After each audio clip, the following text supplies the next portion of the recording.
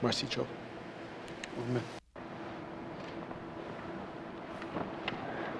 Thank you. Point of order. The Government House Leader is raising a point of order. Mr. Speaker, I rise on a point of order under Rule 24H, making allegations against another member, a House officer, a witness, or a member of the public. 1. Imputes false or hidden motives to another member, or rather my apologies. J. Charges another member with uttering a deliberate falsehood, and or K. Uses abusive or insulting language of a nature likely to create disorder. I've waited until today to raise this point of order because I wanted to review Hansard. Yesterday, during member statements, the member from Monfouille said while speaking of the Honourable Premier, and I quote from page 14 of the unedited Hansard from Wednesday, February 26, 2020, Mr. Speaker, the Premier has confused her powers under the Public Service Act with the Minister of Education's power under the Aurora College Act. In her confusion, I believe she has misled this House and overstepped her authority, in fact, breaking the law, end quote. On the same page, the member also said, and I quote, if these statutory realities aren't enough to convince the Premier of the errors of her ways, the Aurora College Act offers one other bit of guidance that should have told her she was exceeding her powers. For added clarity, Section 19.3 of the Aurora College Act states that for greater certainty, the Minister's authority to appoint the President operates notwithstanding the Public Service Act, end quote. And finally, on the same page, the member stated, and I quote, it should be troubling to this House that the Premier would play so free and easy with something as sanctified as the duly enacted statutes of this House. It makes one wonder where else she might choose to exceed her authority as a Premier. I believe her misconduct warrants an apology to this House and a pledge to us that this will never happen again. Merci, Mr. Speaker. End quote. Additionally, during question period, the member from Monfouille stated at page 31, Section 19.3 of the Aurora College Act, which is a law that we follow, for greater certainty, the Minister of Education, Culture and Employment's authority to appoint and hence terminate the President of Aurora College operates notwithstanding the Public Service Act, end quote. The member further stated, and I quote, will Premier Cochrane apologize to this House for overstepping her authority in terminating the Aurora College President, end quote. And finally, and I quote, merci, Mr. Speaker, since I am not getting the answer the public is expecting, and rather at a later time, I am tabling a document that is legal advice that I received and let the public decide on this. Merci, Mr. Speaker, end quote. Mr. Speaker, the member then tabled document 42-192, a legal opinion from the Deputy Law Clerk regarding the legal authority to terminate the appointment of the Aurora College President. Mr. Speaker, I believe that the member's words and actions in this chamber yesterday seriously violate the rules of order and decorum in this House in a variety of ways, and I will attempt to separate them and express my concerns. 1. Accusations against another member, abusive or insulting language likely to create disorder, Rule 24H and K. Firstly, Mr. Speaker, the member has made serious allegations against another member of this House. The member has alleged that the Honourable Premier overstepped her authority, misled the House, and broke the law. These are very serious allegations, Mr. Speaker. The effect of the member's words create doubt about the integrity of the Premier and appear to reflect an intent to discredit the Premier in the minds of the public. The effect of this is that the member has created disorder in the House. Mr. Speaker, the member has suggested that the Premier broke the law and has further suggested that the public should consider that the Honourable Premier is capable of further abuses of authority. Such allegations and suggestions could easily contribute to the public perception that unlawful activities are actually, or at least likely, taking place.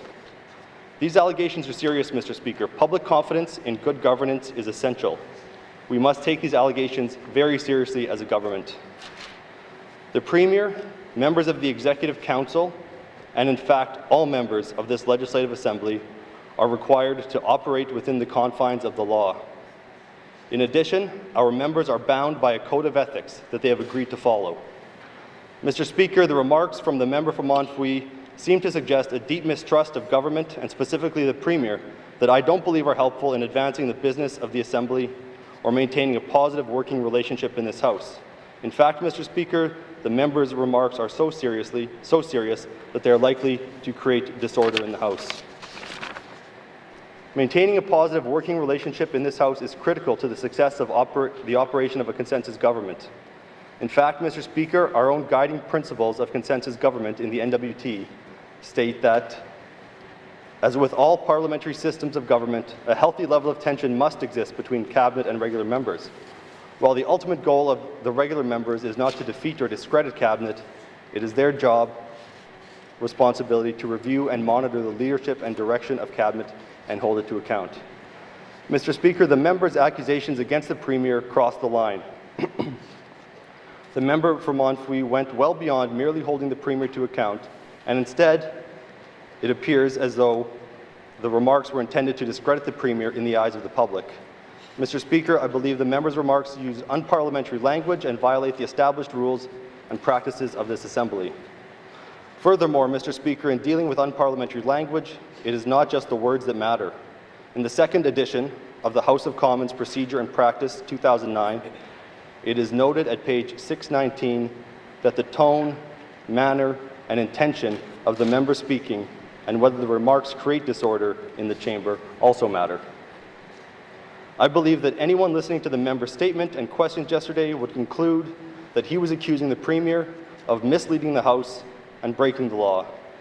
Such allegations create disorder and are unparliamentary and a violation of the rules of this Assembly. 2. Imputing false motives. Rule 24I. Mr. Speaker, the member for Montfouille also implied that there is a likely risk that the Premier would ignore the laws of this territory and intentionally exceed her authority in other circumstances as well. By stating that the Premier would, quote, play free and easy with something as sanctified as the duly enacted statutes of this House, and that it makes one wonder where else she might choose to exceed her authority as Premier, implies that the Premier may have false or improper motives in executing her authority under the law. Again, Mr. Speaker, this crossed a line. Such language is not in the spirit of holding the government to account. Rather, it is an attempt to discredit a former member or a fellow member. It is against the rules of practice of this Assembly. It is unparliamentary and contravenes the guiding principles of consensus government. 3. Suggesting the existence of legal support providing the Premier broke the law. Rule 24H. Mr. Speaker, during question period, the member for Montfouille stated that Section 19.3 of the Aurora College Act states that, for greater certainty, the minister's authority to appoint the president operates notwithstanding the Public Service Act. The member also continued stating Section 19.3 of the Aurora College Act, which is the law that we follow, for greater certainty, the Minister of Education, Culture and Employment's authority to appoint and hence terminate the president of Aurora College operates notwithstanding the Public Service Act. Further, the member from Montfouille stated that since I am not getting the answer the public is expecting, at a later time I am tabling a document that is legal advice that I received and let the public decide on this. Mr. Speaker, I believe the member's comments in this regard suggest a likelihood that the member had legal authority holding that the Premier broke the law. Mr. Speaker, this is inaccurate. The document tabled by the member is a legal opinion. It is not legal authority. The tabling of legal opinions are exceptionally rare. The document tabled offers consideration of who has the authority to terminate an appointment. It does not fully consider who has the authority to terminate an employment relationship, which is a critical distinction. I believe the member from Montfouille's comments in this regard were inappropriate and unparliamentary. Therefore, based on all the evidence above, Mr. Speaker, I respectfully suggest that the member be directed to withdraw his remarks made during member statements and question period and apologize to this House. Thank you, Mr. Speaker. Thank you, Government House Leader. I will now allow comments on this point of order. The member for Montfouille.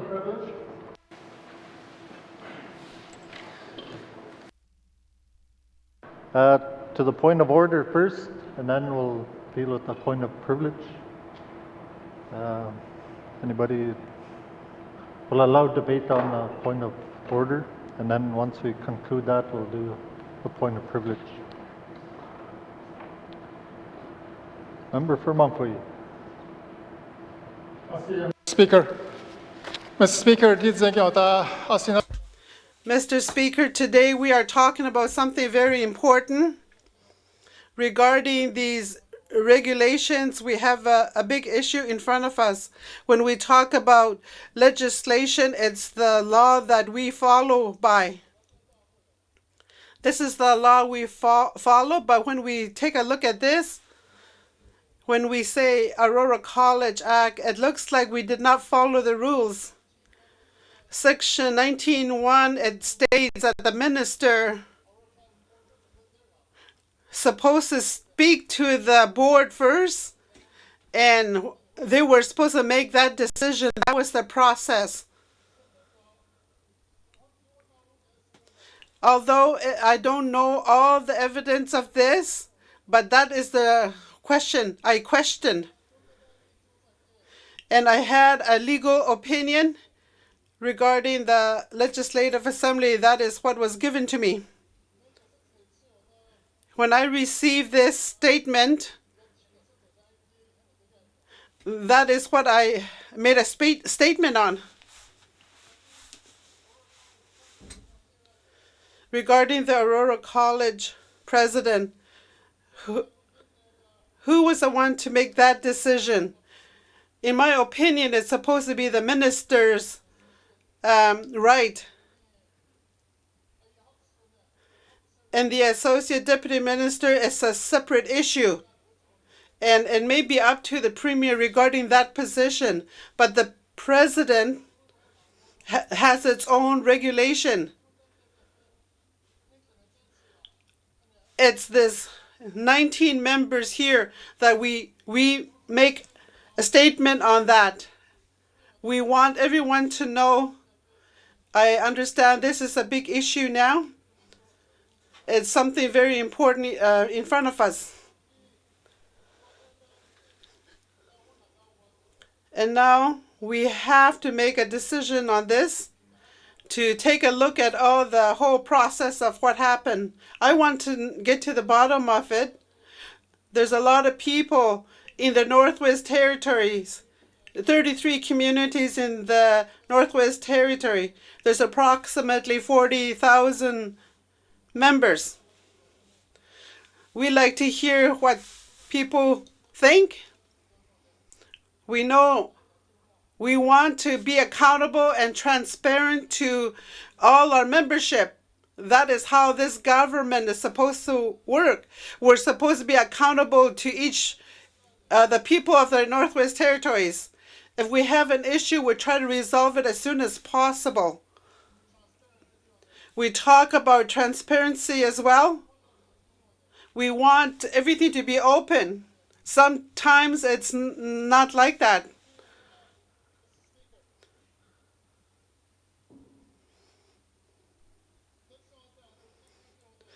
Mr. Speaker, my statement is recorded here. And also, it's the questions that's coming from the communities. The people are the ones that elect us to be here, to be their representative, to speak on their behalf. We have a premier and their cabinet. I'm not trying to say that they're not doing their job, but there's a process that is not quite accurate. I feel that something is not quite right. For me,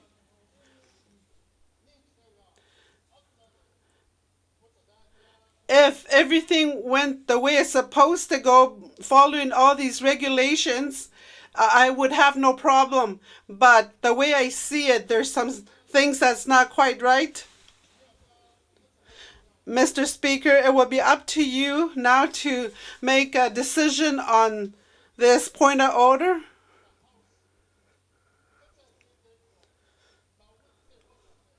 We make big decisions here in this house to represent our membership. And we want to make sure that we represent them properly.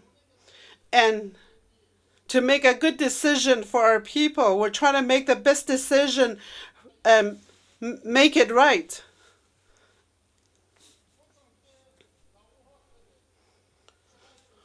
And if you make a side decision or a side, this is not the only thing that happened. There's other things that happens as well. But when I take a look at this, I don't want anything like this to happen again, is the reason why I'm saying this. To prevent it for the future. Mr. Speaker, there's a lot has been said. I speak for my people.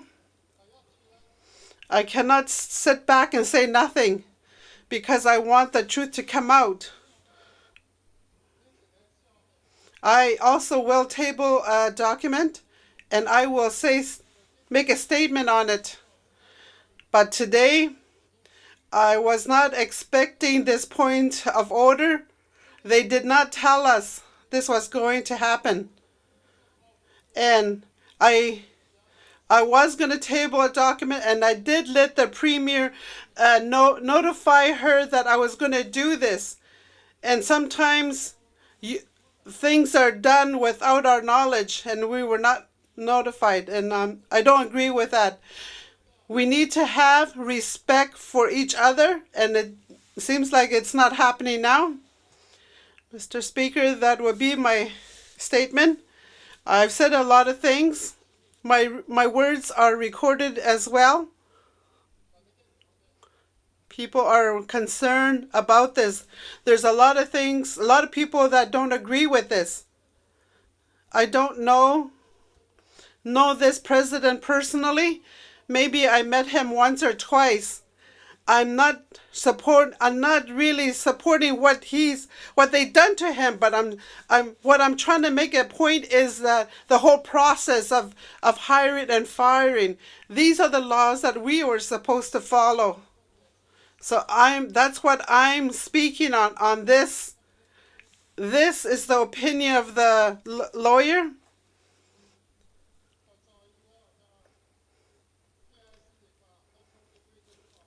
I've said previously, I did make a statement on this, and I'd like to tell you again that there's a lot of people out there that's worried about this. So in this house, when we make decision, we need to follow process. So it will be up to you to make a final decision. Merci, Mr. Speaker. For Mumfree, I'll open up the floor to debate on the point of privilege. Point of order, sorry. Point of order. Minister of Justice.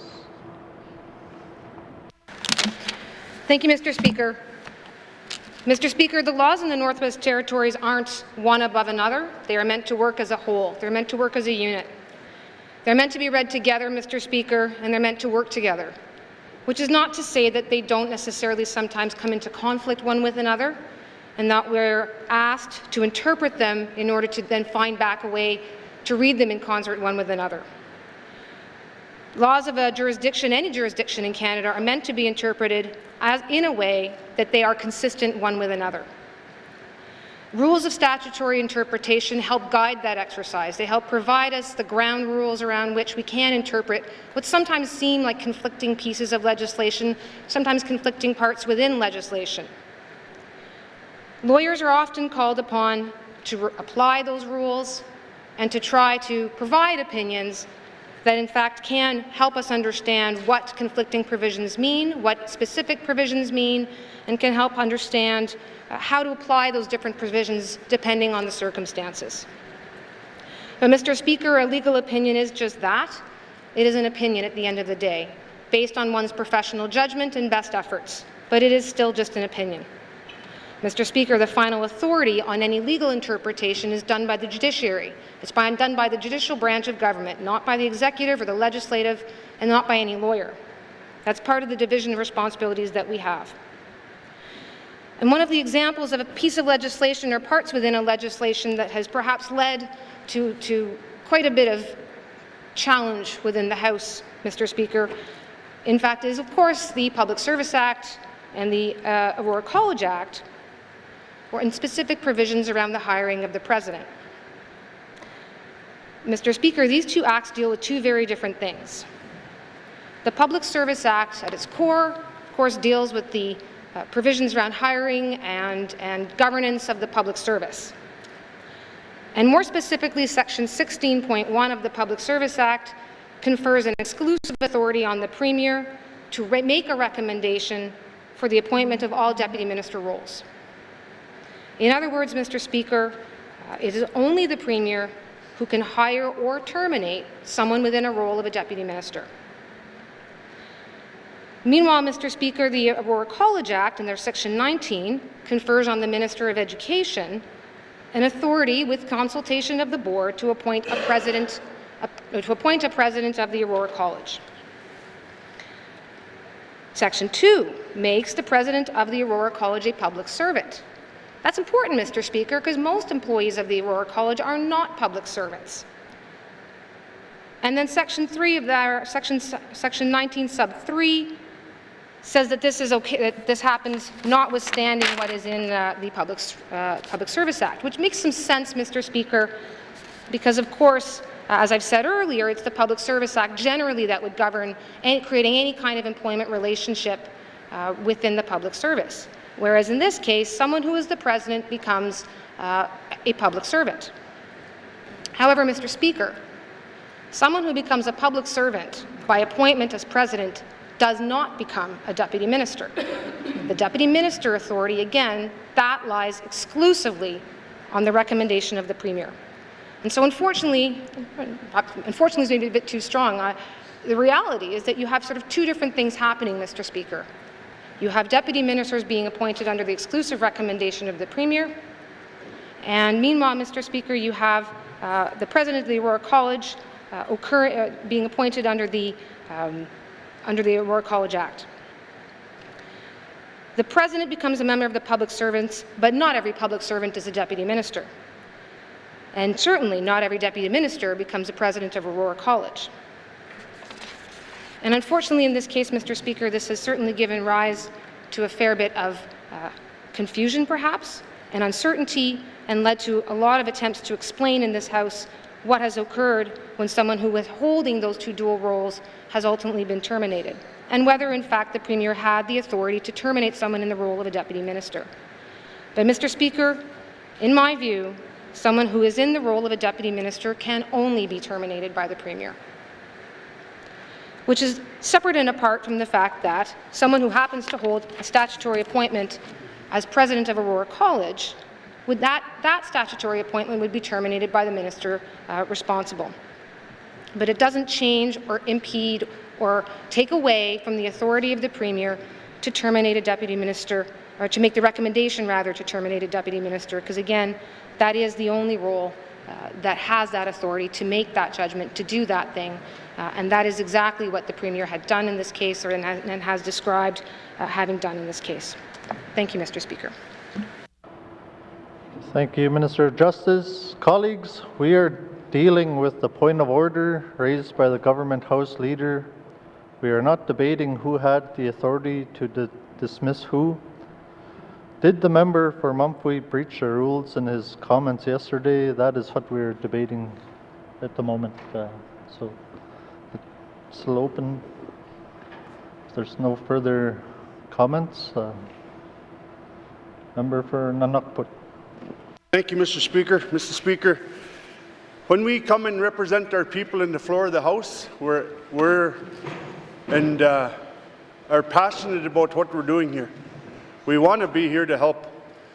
On the point of order, I think that the working together part of the House, I mean, we could bring up anything we want in the floor, anything. It's up to the member who wanted to bring something forward, is passionate about and wanting to see clarity. That's all that I think that was. Working together, it's in black and white, Mr. Speaker. I really think that this House, all members got to reflect why we're here and make sure that we're here for the right reason.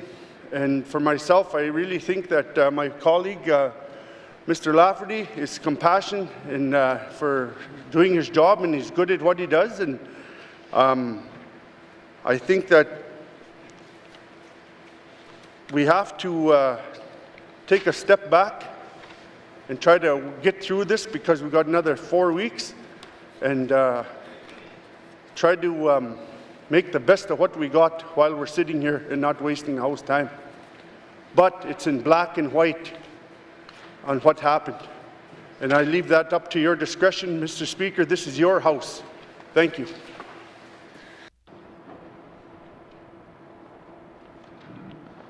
Thank you, Member for N.W.T.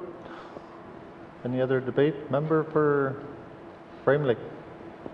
Merci, Monsieur le Président. I hadn't actually thought I would get up and say anything, but I know this is the way that the rules work, but I just feel that I'm at a distinct disadvantage not having had notice of the point of order before we got into the House today, or just very shortly before we got into the House. My honourable friends on the other side have cited a number of legal sections of acts and so on, and so I really feel at a disadvantage in terms of being able to examine the record here and perhaps offer some advice to you. But I would ask, Mr. Speaker, that you do go back and carefully review what was said in the House over this sitting to see what the Premier said about the removal of the individual, and in what capacity she was acting, what capacity the Minister was acting, and so on.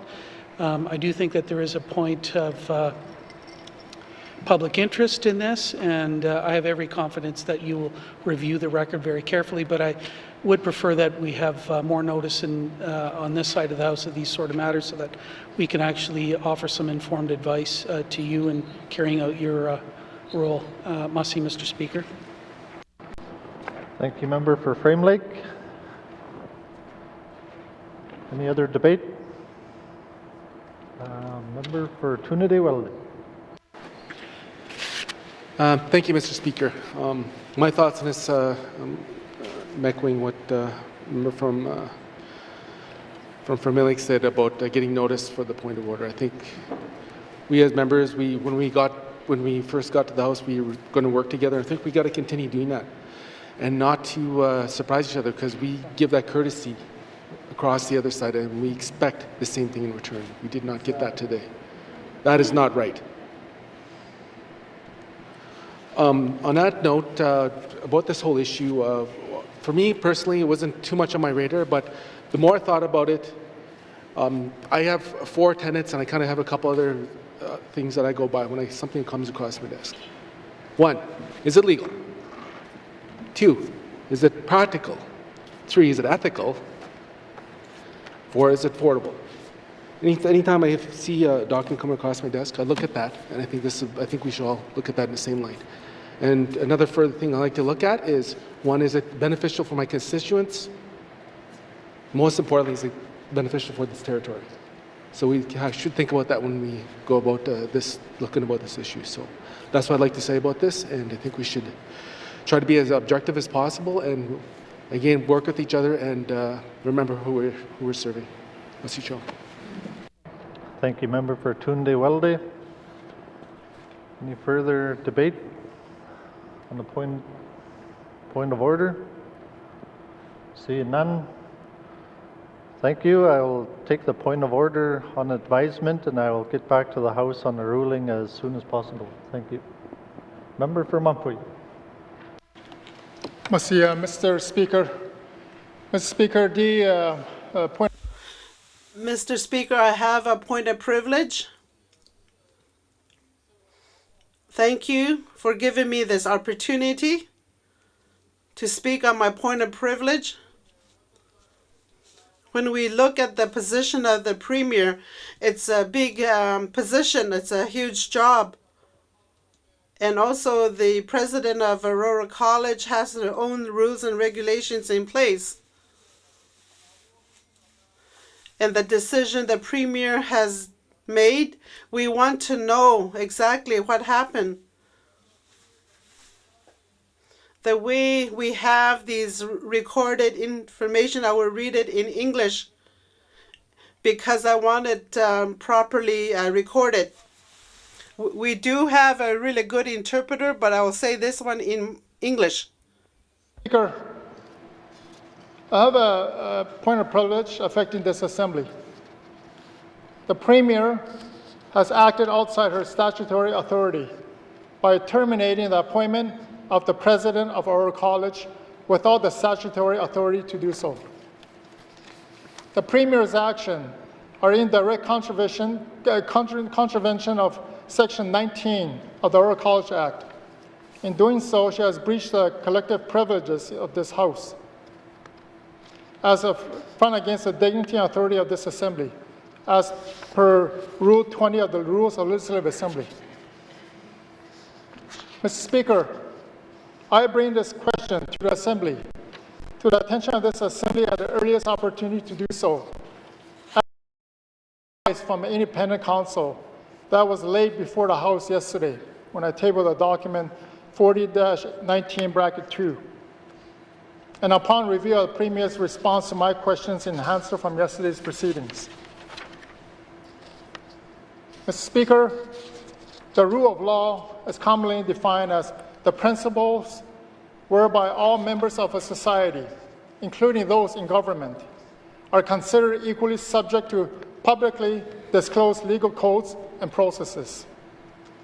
In brief, Mr. Speaker, it means that no one, absolutely no one, is above the law, especially the elected lawmakers, even more so ministers of the Crown.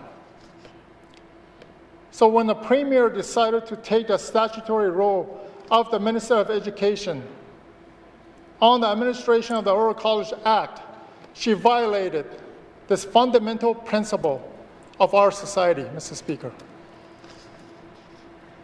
Mr. Speaker, this is a gravely serious matter, in that an act to contempt our laws is to act in contempt of the Assembly that makes them. The authority of this Assembly has been overridden by the actions of this Premier, with the consequences that she has obstructed the ability of the legislature in carrying out the lawmaking functions. Mr. Speaker, the Premier has repeatedly refused to accept that she erred in impeding the statutory authority of one of her ministers. Appropriate sanctions must be sought to curb this behavior, to restore the integrity of the law, the rule of law, and to ensure that we continue to live up to highest standards of probability, integrity, accountability of our actions as elected officials. Mr. Speaker, clearly, like all members across this floor here, I was hoping for a real positive changes within our government, an accountable government, a transparent government. But not this, Mr. Speaker. We cannot continue operating this way for our people. There are so many questions from myself and from the public as well. They hold us in high regards when we make decisions for them across the Northwest Territories. So, Mr. Speaker, I await your decision on this very important matter, and I will respect your decision. Mr. Speaker. Thank you, Member for Mumpwy. Thank you. I'll now allow the Honourable Premier to speak to the point raised. Thank you, Mr. Speaker. Mr. Speaker, I want to start by raising the point that points of privilege should be raised at the earliest possible time. This issue has been raised now for a number of weeks. This point could have been raised earlier. If there was an issue related to the timing of the legal opinion, I note it was dated February 12th, more than 2 weeks ago. Mr. Speaker, nothing in the present circumstances has prevented the Assembly from being able to fulfill its duties. The hiring and firing of Associate Deputy Ministers and their statutory appointments of officials are not matters that relate to functions and duties of the Assembly. I have responded to questions in this Assembly related to a sensitive human resources matter to the extent that is appropriate.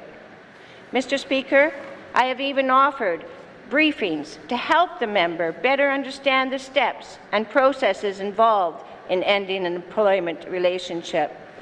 I continue to disagree that anything done in relation to this matter lacked the proper authority, did not follow any required steps, or broke the law. I terminated an employment relationship of an Associate Deputy Minister who also had as the President of Aurora College under the Aurora Colleges Act. The steps required to terminate that employment relationship were followed. The steps to terminate the statutory appointment have also been followed, with the revocation of that appointment by the Minister of Education, Culture and Employment. The termination of that appointment instrument will appear in the Gazette shortly. MLAs should be aware of the nature of statutory appointments. Mr. Speaker, I know that the member of Montfou made hundreds of statutory appointments during his time as minister. This did not mean that he had the authority to terminate any employment relationship for such appointment holders. The revocations of such appointments always follow the termination of the employment agreement. Mr. Speaker, the confusion over this matter is both frustrating and unfortunate, but it should not affect the proper functioning of this House. I regret that we are again taking up valuable time over what appears to be confusion over the paperwork required to effect the termination of an employment or appointment. Thank you, Mr. Speaker. Thank you, Honourable Premier. It is my duty as Speaker to determine whether a prima facie case of privilege has been made. That is, whether on the face of it the matter raised appears to be a matter of privilege, or whether the matter was raised at the first possible opportunity. I'll take this matter under advisement and provide a ruling at a later date. Thank you. Minister statements. Minister statements. Minister of Infrastructure.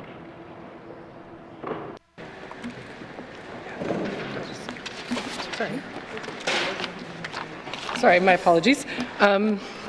Which one to start with here? Airport improvements. Sorry. Thank you, Mr. Speaker. Mr. Speaker, making strategic investments in our transportation system is one of the priorities of the 19th Legislative Assembly.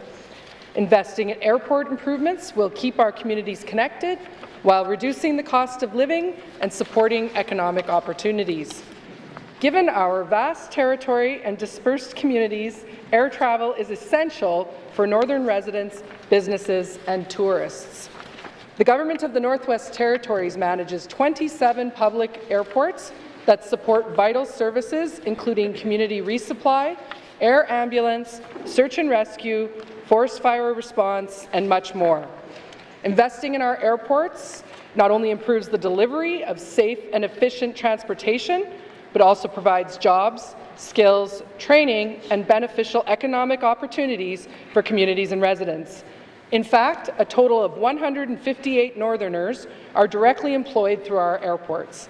This does not include jobs created through special projects such as capital construction projects. Mr. Speaker, today I am pleased to provide an update on airport improvement projects throughout the Northwest Territories.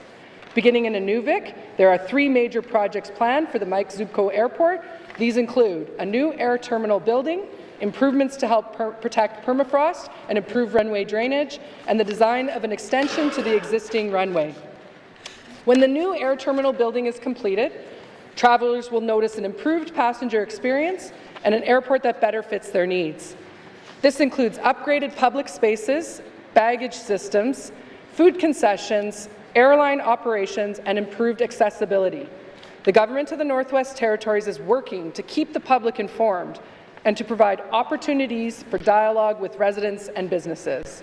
This month, the Department of Infrastructure held 2 public meetings and 1 contractor meeting in Inuvik to discuss the new air terminal building. The project is already providing a boost to local employment as a local business was contracted to demolish the pre-existing hangar on the build site. Construction of the new air terminal building is expected to be complete as soon as 2023. The second project at the Inuvik Airport will result in airfield upgrades to protect permafrost and improve drainage. A total of $22 million in federal and territorial funding was announced last year for this project under the Disaster Mitigation and Adaptation Fund. This project will make the airport more resilient to the effects of climate change, one of the priorities of this Legislative Assembly. The runway and taxiway embankments will be reconstructed to better protect the permafrost under the airport. Surface drainage improvements will also help direct water away from vulnerable areas. Design work for the airfield improvement projects is currently underway and is expected to be completed this fall. Once the design has been finalized, construction is expected to take approximately 2 years. Mr. Speaker, design work begins this summer on the Inuvik Airport runway extension project. Last year, the federal government announced funding of up to $150 million for this project. This funding will be spread out over 5 years and will deliver major upgrades, including extending the length of the runway from 6,000 to 9,000 feet long. The project includes modernizing the lighting, navigational, and military aircraft landing arrestor systems. This investment will support a greater variety of military aircraft while reducing the strain on aircraft that already serve the airport. The runway extension will help increase Canadian sovereignty in the Arctic and benefit local travelers and businesses that rely on this airport. Mr. Speaker, for many communities across the North, air travel is an essential service. For this reason, airport maintenance and improvement activities are particularly important to ensure safe and efficient travel. With this in mind, the Department of Infrastructure is also completing work at some of our smaller airports. For example, we are doing drainage improvements at Sax Harbour, Aklavik, Hay River, and Samba Cay airports. This work will increase the resiliency of these airports to the effects of climate change. Mr. Speaker, improvements are also ongoing at the Yellowknife Airport. As the largest and busiest aviation gateway to the north, Yellowknife Airport continues to focus on improvements for travelers as well as new economic opportunities. The airport recently transitioned to common-use terminals, which will allow airlines to share counter space based on flight schedules, creating increased flexibility and better use of the check-in area. Upgrades were also recently completed to the baggage system and security screening areas of the airport, underscoring our commitment to a safe and secure facility. Mr. Speaker, in addition to improvements to the passenger experience, the airport has been busy making operational improvements.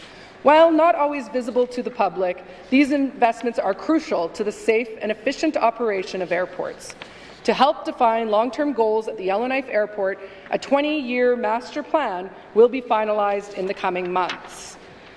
In addition to these improvements at the Yellowknife Airport, our government is also pursuing economic opportunities related to cold weather testing. Most recently, Airbus chose the Yellowknife Airport to test their newest aircraft, the Airbus A220.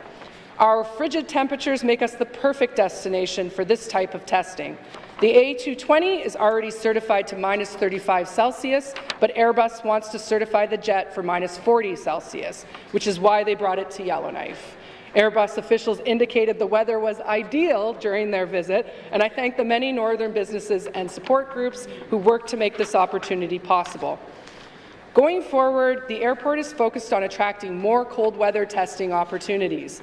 To support this, a dedicated working group has been established at the airport to provide resources and assist aeronautical decision makers. Through this group's work, the N.W.T can provide a wealth of knowledge for companies looking to test their equipment in the north. Mr. Speaker, the Government of the Northwest Territories will continue to invest in all of our airports. By working closely with communities and the federal government to secure funding, we will keep our communities connected while supporting opportunities for Northerners. Thank you, Mr. Speaker. Thank you, Minister.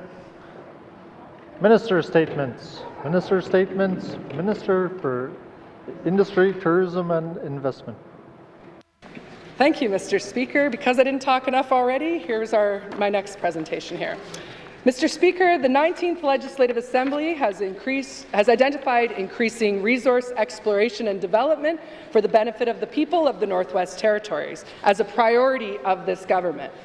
In January, I attended the Association for Mineral Exploration Roundup in Vancouver with Premier Cochrane, Minister Thompson, and staff from the Departments of Infrastructure, Industry, Tourism and Investment, Environment and Natural Resources, Executive and Indigenous Affairs, and Lands, in an effort to advance the interests of the Northwest Territories and work towards attaining this goal. We often talk about the benefits mines bring to our territory. Our mines are huge operations requiring numerous products and services and a large, diverse workforce. This means economic opportunities and benefits that begin to flow to Northwest Territories residents long before mines even open. In exploration activity and geoscience research, spurred by the search for precious stones and minerals. This is the focus of Roundup. It is one of Canada's largest mining conferences that draws delegates from around the world, including Government of the Northwest Territories staff, representing a number of departments, and representatives from Northwest Territories, Indigenous governments, and development corporations. It is an event that I first attended as an engineering student at the University of British Columbia, and it was then, and continues to be today, an important opportunity to promote our resource potential and strong partnership model to those who want to work with us to sustain and enhance our economy. Mr. Speaker, exploration spending in our territory is projected to have decreased again last year to around $78 million. In past years, it has been as high as $150 to $200 million. It is a critical investment that is missing in our economy. This is something we have already said needs to be a priority for our government. It is money that is spent on helicopters, equipment, camps, and supplies. If exploration companies need it, they buy it, and Northwest Territories companies are the benefactors. Just like the mines that they precede, exploration crews and logistics companies also hire locally, not just geologists and geophysicists, but expediters, line cutters, stakers, cooks, technicians, camp attendants, ramp hands, cleaners, and labourers. Mr. Speaker, our government's approach for this year's roundup was to highlight the enormous potential that exists for those willing to be a part of a responsible development in our territory, and to demonstrate in tangible terms the partnerships that we believe will realize new exploration opportunities. We set the stage for our attendance this year by introducing an updated bedrock geology map and database for the mineral-rich Slave Geological Province, which is well known for its excellent mineral potential and the long, prosperous history of mining. On the Sunday preceding Roundup, Premier Cochrane helped to launch an exciting new partnership for our North. Backed by the Government of Canada and supported by Canada's 3 territorial governments, the Invest Canada North initiative will see a robust presence from Northern Canada at the Prospectors and Developers Association of Canada Convention taking place in Toronto next week, that will focus exclusively on promoting investment opportunities in Canada's North to national and international audiences. As the business of Roundup got underway, 2 important media events showcased our territory's innovation and leadership in partnered Indigenous-led resource development. I want to recognize the leadership of the Yellowknife's Dene First Nation, Detencho Corporation, and Cheetah Resources. Their agreement to begin Canada's first rare earth mining project with the first Indigenous-led mine site could be a game-changer, not just for our territory, but for our country. I also want to congratulate the Gwich'in Tribal Council and the Nunavut Regional Corporation again for the release of their regional mineral development strategies. These strategies will serve both as roadmaps for mineral explorers and action plans for Indigenous governments as they seek to attract investment on their terms. Mr. Speaker, there were also a number of formal meetings and informal networking events during Roundup where the Premier, Minister Thompson, and I spoke to the priority that our government will be giving to revitalizing exploration and development in our territory. We highlighted our continuing work to implement new mineral legislation, updated industry representatives on transformative infrastructure projects that are taking shape, and listened proactively to concerns that were raised by our partners. At every step, Mr. Speaker, we were able to point to economic reconciliation in action. Our ongoing work with Indigenous governments was alongside of us, clearly communicated as part of and in step with our own government's presence. Mr. Speaker, it was a powerful message, and it served to solidify the purpose of coming out in force to events like Roundup. We need to take tangible steps to improve the investment landscape in our territory. It's going to take more than just one minister, one department, or one government. Mr. Speaker, the annual Roundup Conference remains an excellent opportunity to build relationships and seek out new partnerships which will build and benefit our territory. I am pleased with the work of the Government of the Northwest Territories at this year's event and confident that in addition to highlighting our political support for this sector, that we were also able to demonstrate that the 19th Legislative Assembly is committed to reaching goals and making decisions in a more transparent and collaborative manner. I look forward to our government building on these successes at Prospectors and Developers Association of Canada Convention and through the Invest Canada North initiative that begins this Sunday in Toronto, and will be happy to update the House and the public of those successes in the near future. Thank you, Mr. Speaker. Thank you, Minister. Colleagues, I'd like to recognize former member for Cam Lake, Kieran Testert, that's with us in the House today. Also Denise McDonald from Inuvik, welcome. And also last but not least, our former clerk of the Legislative Assembly and our first Ombud of the Northwest Territories, Ms. Colette Lingua, welcome.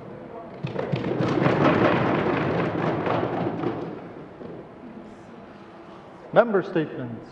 Member statements. Member for Mumfui.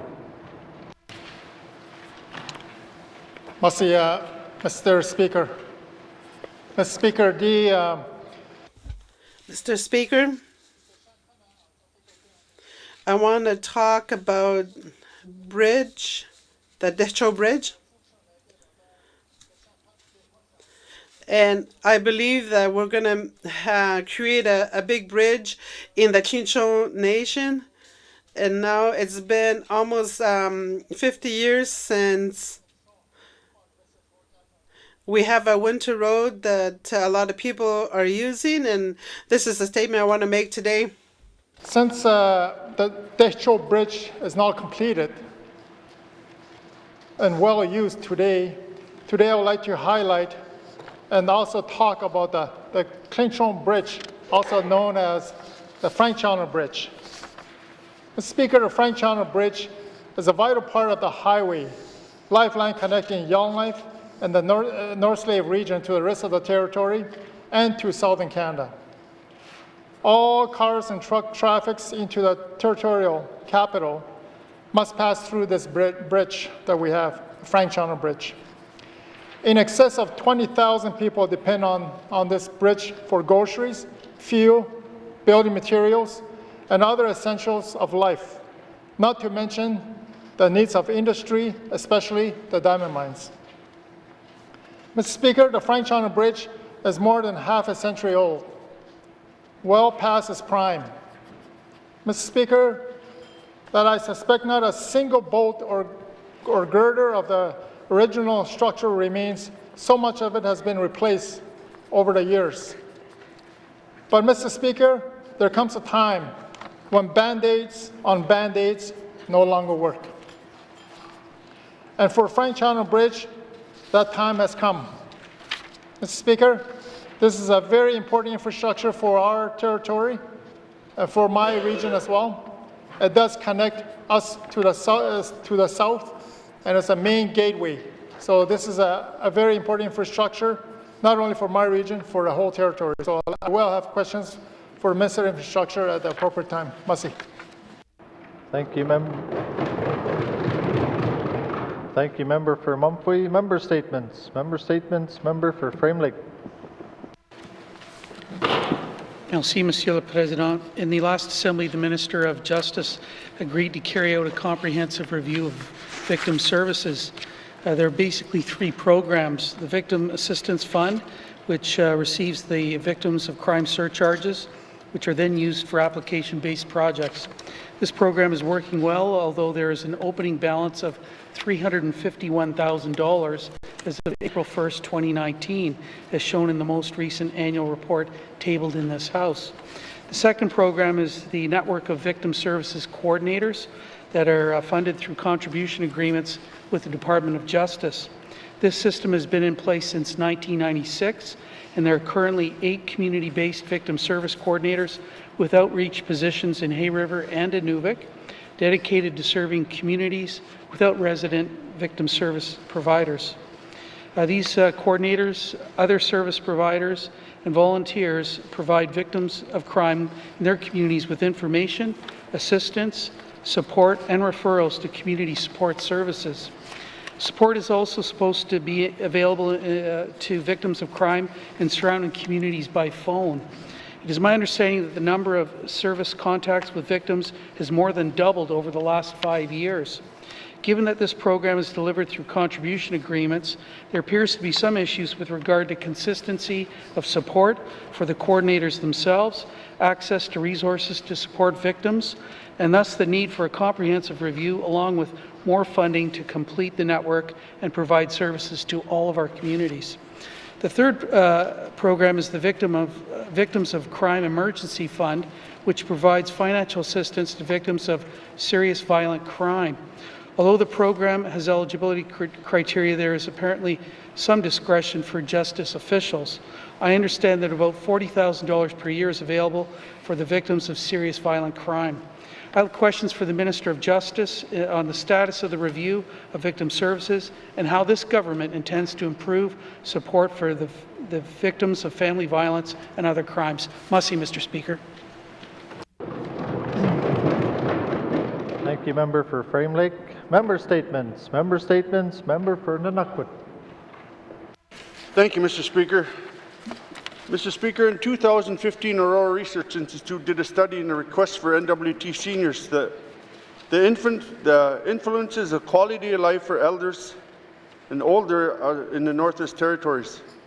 Mr. Speaker, this study was found that Indigenous elders have better quality of life when they feel connected and supported, active, independent, and safe and secure through traditional lifestyles, which is bound in place at home. That's why it is so important the government do everything we can make sure our elders are living in places at our home communities so they can access support programs that as their needs have changed with their age. The 19th Legislative Assembly, Mr. Speaker, identified seniors at aged place at home with dignity is one of the key priorities. In the mandate, the government is committing 10% more to seniors access to housing programs in the summer of 2021. In the meantime, the mandate is set aside more than an entire year for the government to identify the gaps. Mr. Speaker, I can help them do that. Before the summer comes, never mind the summer, Mr. Speaker, I want to invite the Minister of EC&E, Health and Social Services and Housing Corporation to come to N.W.T to meet my elders in the communities, and it won't take long to figure out their needs, Mr. Speaker. Their needs are simple. The need to access safe, appropriate housing where they're near their families and friends and where they can be also feel not scared from abuse of other family and troubles. They need to access to affordable insurance or need the Housing Corporation to relax the policy requirements so that simple repairs can be made without the need of insurance. They need to know that they can travel hassle-free with their family members and need to travel outside the communities for medical care. They need to access palliative care and to die at home with dignity when the time comes, Mr. Speaker. I'm ready and willing to work with the ministers who have these responsibilities under the mandate item, which makes good things happen on the ground for my elders in the N.W.T. Thank you, Mr. Speaker. Thank you, Member for N.W.T. Member statements. Member statements. Member for Tunaday-Welleday.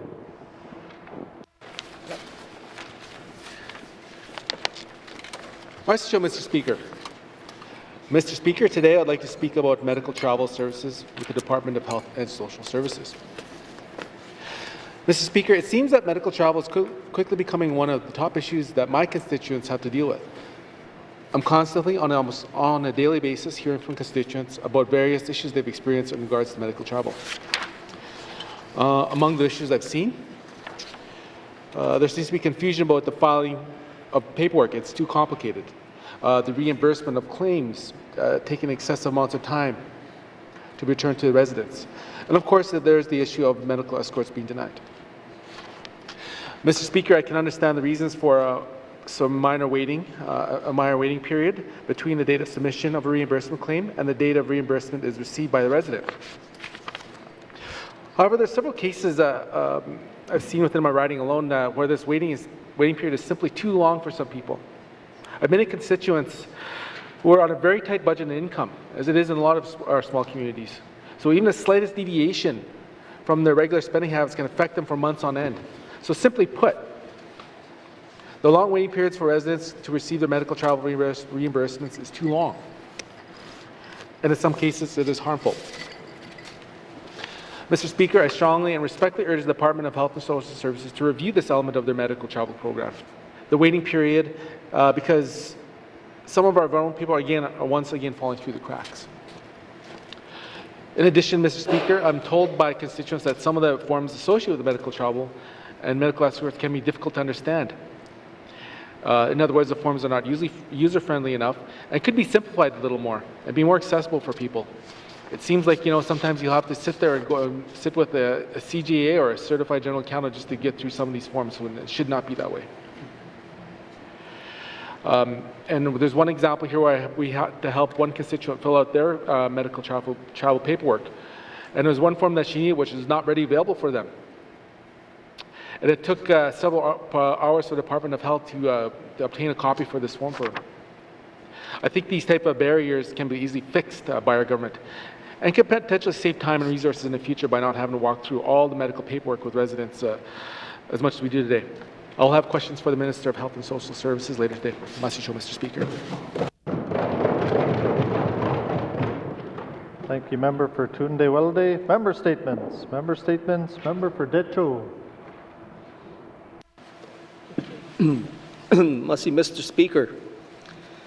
Mr. Speaker, my member statement today is regarding healthcare service in my community of Port Providence and the communities in my riding, which include Kakiza, Katludeche, and Enterprise.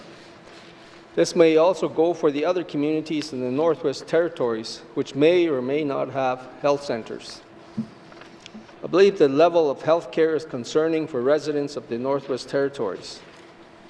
This issue most likely has been raised in every prior assembly, with members stating the problems with health care in our communities or lack thereof. Everyone talks of fixing the health care system. I came to this assembly with the mindset that I could make a difference in fixing the health care system. I want to have improved and simplified paperwork for medical travel right at the local health centers. I want to see better and improved diagnosis of patients at the local health centers. I want to see better health care service to the communities of Enterprise, Katludechi, and Kakiza, and for the Northwest Territories as a whole. I have had patients complain to me about being misdiagnosed for their ailment. They were seen by a nurse practitioner and sent home with a pill for the pain. Most have been back to the health centers 4 or 5 times, and only when their ailment was at a critical stage, they were shipped out. Most patients had to ship themselves out with the assistance of a relative for a serious misdiagnosis. People were afraid to go to a certain nurse practitioner for fear of not receiving the best health care that should be afforded to our people. This is very alarming, to say the least. Mr. Speaker, I will have questions for the Health Minister at the appropriate time. Masicho. Thank you, Member for Decho. Member statements. Member for Yellowknife Centre. Thank you, Mr. Speaker. Mr. Speaker, yesterday I spoke about the analysis by Harold Johnson of the harm alcohol abuse is doing in his northern Saskatchewan community. I could have been talking about the Northwest Territories. The problems are similar, of binge drinking with terrible consequences. Today, I'm going to talk about another approach to alcohol harm reduction that is informed by academic research. The Canadian Alcohol Policy Evaluation Project, known as CAPE, has quantified the cost of alcohol harm in the Northwest Territories at $56 million a year. That's $30 million more than we take in from alcohol sales. On their 2017 report card, we scored a failing grade on alcohol policy, mostly because we don't have a full and effective set of policies. Clearly, we have some work to do. Mr. Speaker, we can get started by creating an alcohol strategy that provides an independent and evidence-based approach to public health policy. CAPE has identified 7 areas which provide the best direct results for harm reduction. Alcohol pricing is one promising area. CAPE recommends a minimum price per standard drink for both on and off-premises sales, adjusted annually to keep up with inflation. A second area is one I've talked about before, which is to persuade doctors to do a screening, brief intervention and referral with their patients who may need help with alcohol abuse. A third area is to move the responsibility for the Liquor Commission into the Department of Health, so there's some consistency around health and safety messaging. Mr. Speaker, it's not all bad news. CAPE gives the N.W.T credit for the graduated licensing program for new drivers because of its zero tolerance for blood alcohol content during the first year they have a license. And it's worth noting, N.W.T is one of only 2 jurisdictions in the country that have mandatory health warnings on alcohol cans and bottles. Mr. Speaker, as legislators, we could do nothing and watch as the harm continues, or we could be leaders on this issue by supporting the development of a strategy with dedicated funding, an identified leader with a public health focus, and robust implementation and monitoring. We need to bring to an end simply picking up the pieces left over from the harms of alcohol and focus on prevention. I will have questions for the Minister of Health and Social Services. Merci, Mr. Speaker. Thank you, Member for Yellowknife Centre. Member Statements. Member Statements. Member for Yellowknife North. Thank you, Mr. Speaker. Today I wish to speak about the hours of service for the Yellowknife Department of Motor Vehicles. Mr. Speaker, a number of my platform points that I campaigned on currently lie dead in the water. I won't walk out of here in 4 years having delivered universal basic income or universal daycare. However, in my platform I had a number of smaller, very simple changes, and hopefully after 4 years of persistence, I can get the Yellowknife Department of Motor Vehicles to be open evenings or weekends, Mr. Speaker. Mr. Speaker, firstly, I'd like to begin by acknowledging that the Yellowknife Department of Motor Vehicles office has put more and more services online, which has reduced wait times. They're accessible 24 hours a day, but there's still a number of services you have to go into the office for. I've been trying to change the address on my driver's license for years. Mr. Speaker, and in this town, which is a government town, if you work government hours, but government services are only available those same hours, you find yourself having to take a day off simply to catch up on bureaucratic paperwork. Now, Mr. Speaker, when I do a jurisdictional scan, it's clear. Edmonton, open 8 a.m. to 8 p.m., 7 days a week. You can go in after supper and, renew your driver's license. A number of jurisdictions, Ottawa, Thursday, they pick one night a week where they're open evenings and then a few hours on Saturday. And Mr. Speaker, I believe we could accomplish this in the next 4 years. One of the barriers to this is we can't simply ask a N.W.T employee to start 2 hours later, and then which would allow the DMV to be open 2 hours later because we run into the collective agreement. Mr. Speaker, I believe the collective agreement which serves the members who work in the public service, but in a government town where they have to then go access those services, it actually becomes a barrier. So I have questions for the Minister of Infrastructure whether we can add some flexibility into the collective agreement that allows our services to be open evenings and weekends. Thank you, Mr. Speaker. Thank you, member for Yellowknife North. Member statements. Member statements. Member for Inuvik-Twin Lakes. Thank you, Mr. Speaker. Mr. Speaker, today I'd like to talk about something that we hear almost weekly in the news in the N.W.T. Drug-related charges, offences. In Inuvik, at a recent town council meeting, it was reported that 69 reports of possible drug trafficking this year in 2019 compared to the 15 in 2018.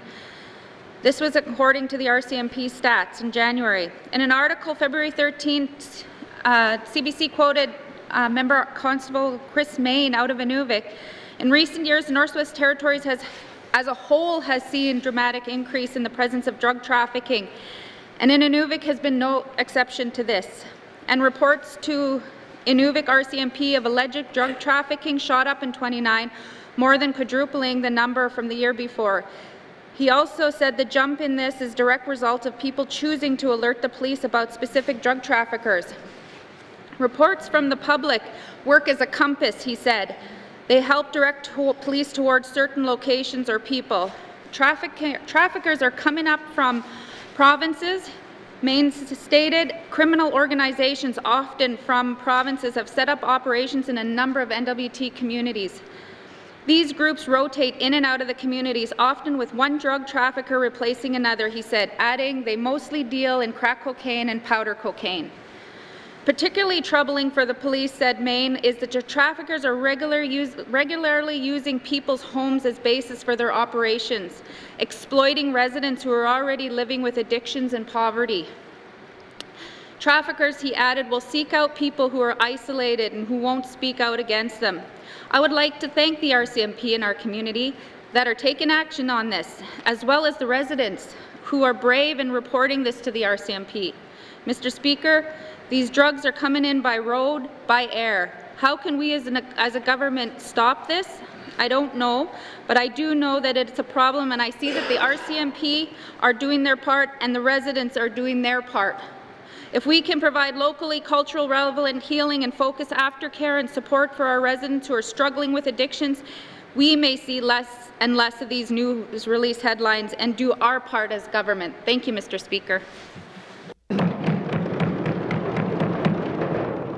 Thank you, member for Inuvik-Twin Lakes. Member statements. Member statements. Member for Kamloops. Thank you, Mr. Speaker. Mr. Speaker, for 4 years, the regular members of the 18th Assembly made repeated calls for the Minister of Municipal and Community Affairs to develop a strategy to address the municipal funding gap. That report was quietly tabled on the final day of the final sitting of the 18th Assembly, which prevented any public discussion. This is not surprising, Mr. Speaker, given how dire the findings were. On page 12, it states in 2019, the full cost of basic infrastructure has increased to $2.9 billion, with an investment of $69 million needed annually. It went on to say the total annual funding deficit for community governments is approximately $24.5 million. The funding MACA provides accounts for up to 90% of community government revenues. The extreme funding shortfall leaves community governments to choose between allowing assets to age into disrepair or pass the cost to residents. If the City of Yellowknife chooses to address their $11.5 million funding gap by raising taxation revenues, the property taxes of every landowner would skyrocket, making the capital an unaffordable place for all but the wealthiest to live. Mr. Speaker, the government's mandate commits to closing the community funding gap by $5 million over the life of this government. At that rate, we may never close the funding gap. That barely keeps up with inflation. Mr. Speaker, the funding proposed in the mandate is equal to a little over $37,000 per year per community. This means communities will continue to be underfunded by this government to the tune of $20 million a year for the next 4 years. Closing the funding gap would satisfy not one, but two of our priorities of our government. According to the Conference Board of Canada, closing the funding gap would create an additional 220 additional jobs per year in infrastructure construction, environmental services, municipal government services, and infrastructure repair. Direct and indirect multipliers of employment through million-dollar investments at the municipal level equate to 13 jobs, whereas $1 million investments at the territorial government level equate to 7. By accomplishing one priority, we actually satisfy two. If we close the funding gap, we create jobs in small communities, Mr. Speaker. In MACA's report, the minister states, "I want to acknowledge that we are unable to definitively answer when and how the funding gap will be closed." End quote. It took the department 4 years, a 4-year study to reach this conclusion. This is not acceptable and it is not sustainable. Thank you, Mr. Speaker. Thank you, member for Cam Lake. Member statements. Member statements. Member for Heerver North. South. Sorry. Heerver. Thank you, Mr. Speaker. Mr. Speaker, this past week I witnessed and participated in a decision-making process where there appeared to be a misunderstanding with respect to a matter that would provide housing to approximately 42 people in Yellowknife. A misunderstanding that blew up in the press and one that could have easily been avoided if this government gave serious thought to the benefit of the project, a project with many moving parts. Mr. Speaker, I give credit to the Yellowknife Women's Society who identified a serious need in the community and have identified a possible or potential solution to address and action this need. The solution, however, does require buy-in from Canada, this government, and all stakeholders, and this is where it gets cumbersome. Mr. Speaker, it is important to note that there are multiple parties involved in the Arnica project. There is the owner of the building, the Yellowknife Women's Society, various N.W.T departments, the Government of Canada, the City of Yellowknife, concerned residents, and the future tenants. Mr. Speaker, the federal government would ultimately provide funding of approximately $4 million, which this territory could use. The N.W.T Corporation would contribute approximately $650,000 to confirm its support of the project to help it move forward. The federal government will want to know if the project is feasible. The N.W.T will want to know if they are making a one-time contribution or if they will have to make further contributions or ultimately have to take the building over at some point. However, it does not end there. There's the matter of the land and building. Is it suitable? What condition is it in? Is there contamination, and are there zoning issues? In addition to that, there are consulting fees, legal fees, purchase costs, ongoing maintenance costs, management costs, and tight deadlines. All this has to be addressed in what is now a condensed timeline. Mr. Speaker, one area that will ultimately bog down the process is the red tape that both the federal and territorial governments have in place. It is in this area that nonprofits require assistance, as they often lack the resources and time to navigate through it. It is assistance in this area that this government has to be proactive on and hands-on. In this day and age, we find it easy to send emails back and forth and try to address issues. Nothing, however, replaces initial face-to-face meeting with all parties present to clarify issues and come to a consensus on how to proceed and define responsibilities to meet deadlines and deliver projects. Mr. Speaker, I seek unanimous consent to conclude my statement. Thank you. Thank you, member for Heerver South. The member is seeking unanimous consent to conclude his statement. Are there any nays? There are no nays. You may conclude your statement. Thank you, Mr. Speaker, and thank you, colleagues. Mr. Speaker, I want to end this on a positive note and say that I am pleased with the Minister of the N.W.T Housing Corporation's commitment to meet with all parties at one table in order to expedite this project. And I will look to her to offer the same courtesy and resources to the Hay River Family Support Centre for their shelter project, as well as those communities looking at similar projects. Thank you, Mr. Speaker. Thank you, member for Hay River South. Member statements. Member statements. Returns to oral questions. Returns to oral questions. Recognition of visitors in the gallery. Recognition of visitors in the gallery. Member for Hay River South. Thank you, Mr. Speaker. I'd like to welcome and recognize Colette Langlois, the ombud for the N.W.T, and I think she's a constituent of mine in Hay River South. Thank you. Thank you. Member for Nuvik-Boot Lake. Thank you, Mr. Speaker. Today I'd like to recognize Denise McDonald, who's a constituent of mine of Inuvik-Boot Lake. Welcome, Denise. Thank you. Thank you. Recognition of visitors in the gallery. Member for Great Slave. Thank you, Mr. Speaker. I'd like to take this moment to recognize two of the pages with us today that are constituents of mine in Great Slave. Apologize for name, Jeanne Mercado and Willem Jacobs. I thank them for their commitment and time to this work. And I'd also like to recognize my constituent, James Tolley, in the gallery. Thank you. Thank you. Recognition of visitors in the gallery. Member for Rangeley.